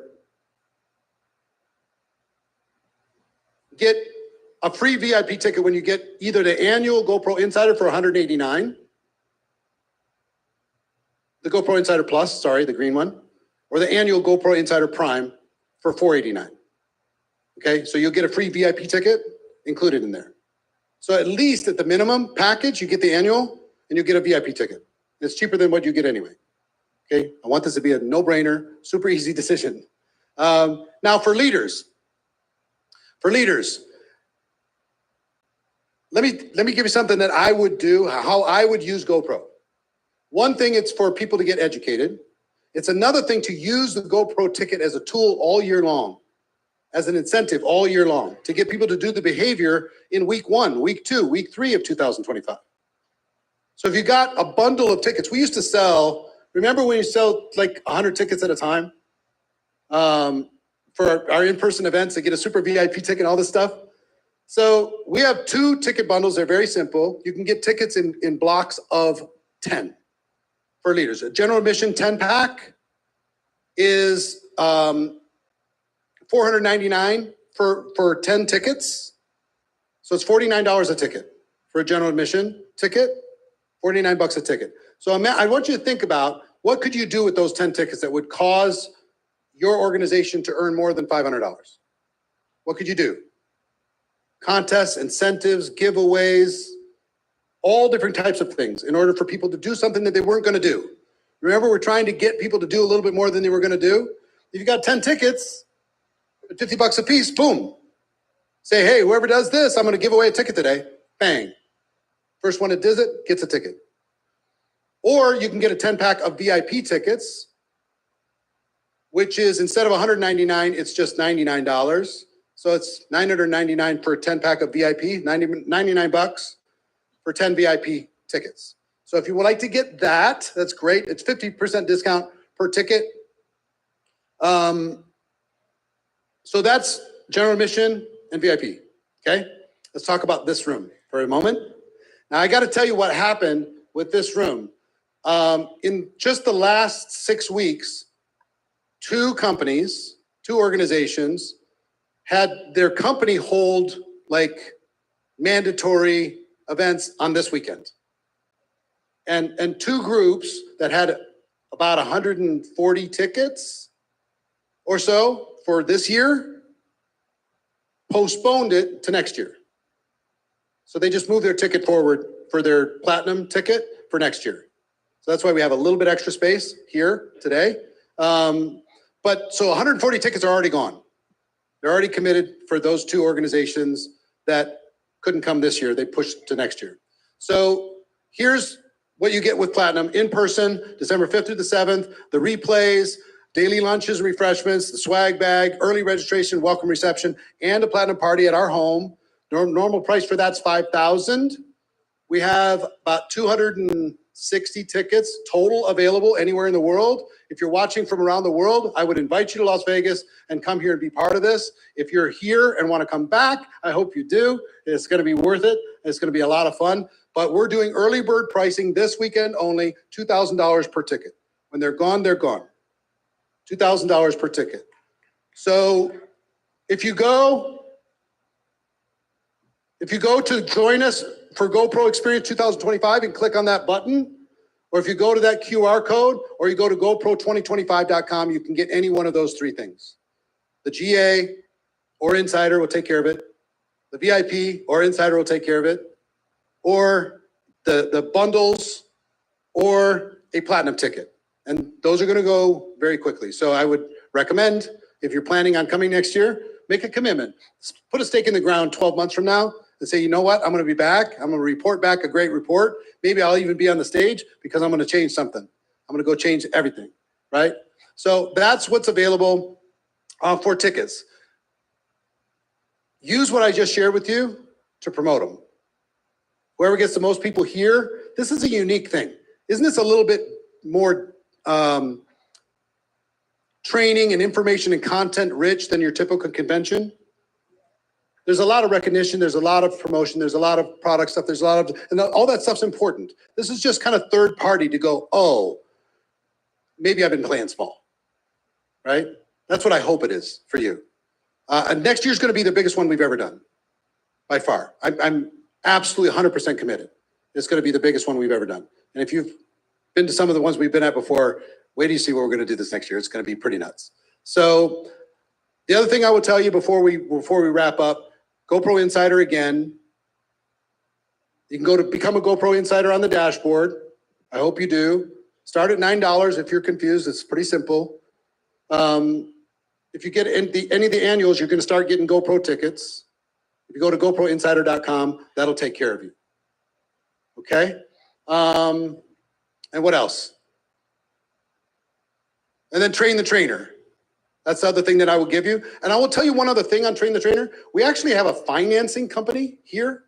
If you needed financing, you can get a 0 interest financing on something like this if you needed to be able to spread it out over time. And he's right out in the lobby. And he's happy to help you, even if, and I believe, even if it's international.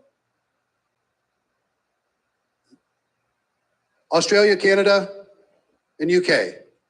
Okay. And US. Yeah. Ask him. He'll figure it out. Or figure it out however you want to. But I would, if you're serious about developing yourself as a presenter and a trainer, this is a game changer for you. And that's going to be a lot of fun. I'm really looking forward to the implementation labs that start in about 11 days. And then the 4-day super intensive, the 3rd through the 6th. I'm looking forward to that. So networkmarketingpro.com/train. And that's it. Single and bulk tickets, GoPro2025.com. So how many people have at least 8 pages of notes? Yeah? All right, good. I'm looking forward to seeing you tomorrow. Do me a favor. Don't go too crazy tonight. I need you focused tomorrow. We're gonna go in the deep end of the pool when it comes to leadership, but it's gonna be great. Okay? So who's ready for an amazing Sunday closing day? Say aye. All right, let me just tell you one more thing before we wrap. Listen. I'm super proud of you. If you haven't had somebody tell you lately, I couldn't be more proud of you. For doing what you're doing, for facing your fears, challenging yourself, for sitting through. I can't sit for 8-9 hours. I mean, man, you better be good. I ain't sitting for that long. So the fact that you're sitting here, you're still focused and your brain's not, upside down. Some of you, I know it's 3 o'clock in the morning. Your body. So I'm proud of you. You should be proud of you. This next 12 months is going to be amazing. All right. So for those of you in general admission, I'll see you next time. For those of you who are going to be back here for tomorrow, I'll see you 8 a.m. for $250,000 earners, 9 a.m. sharp Pacific for everybody else. Everybody have a good one. I'll talk to you soon. Love you.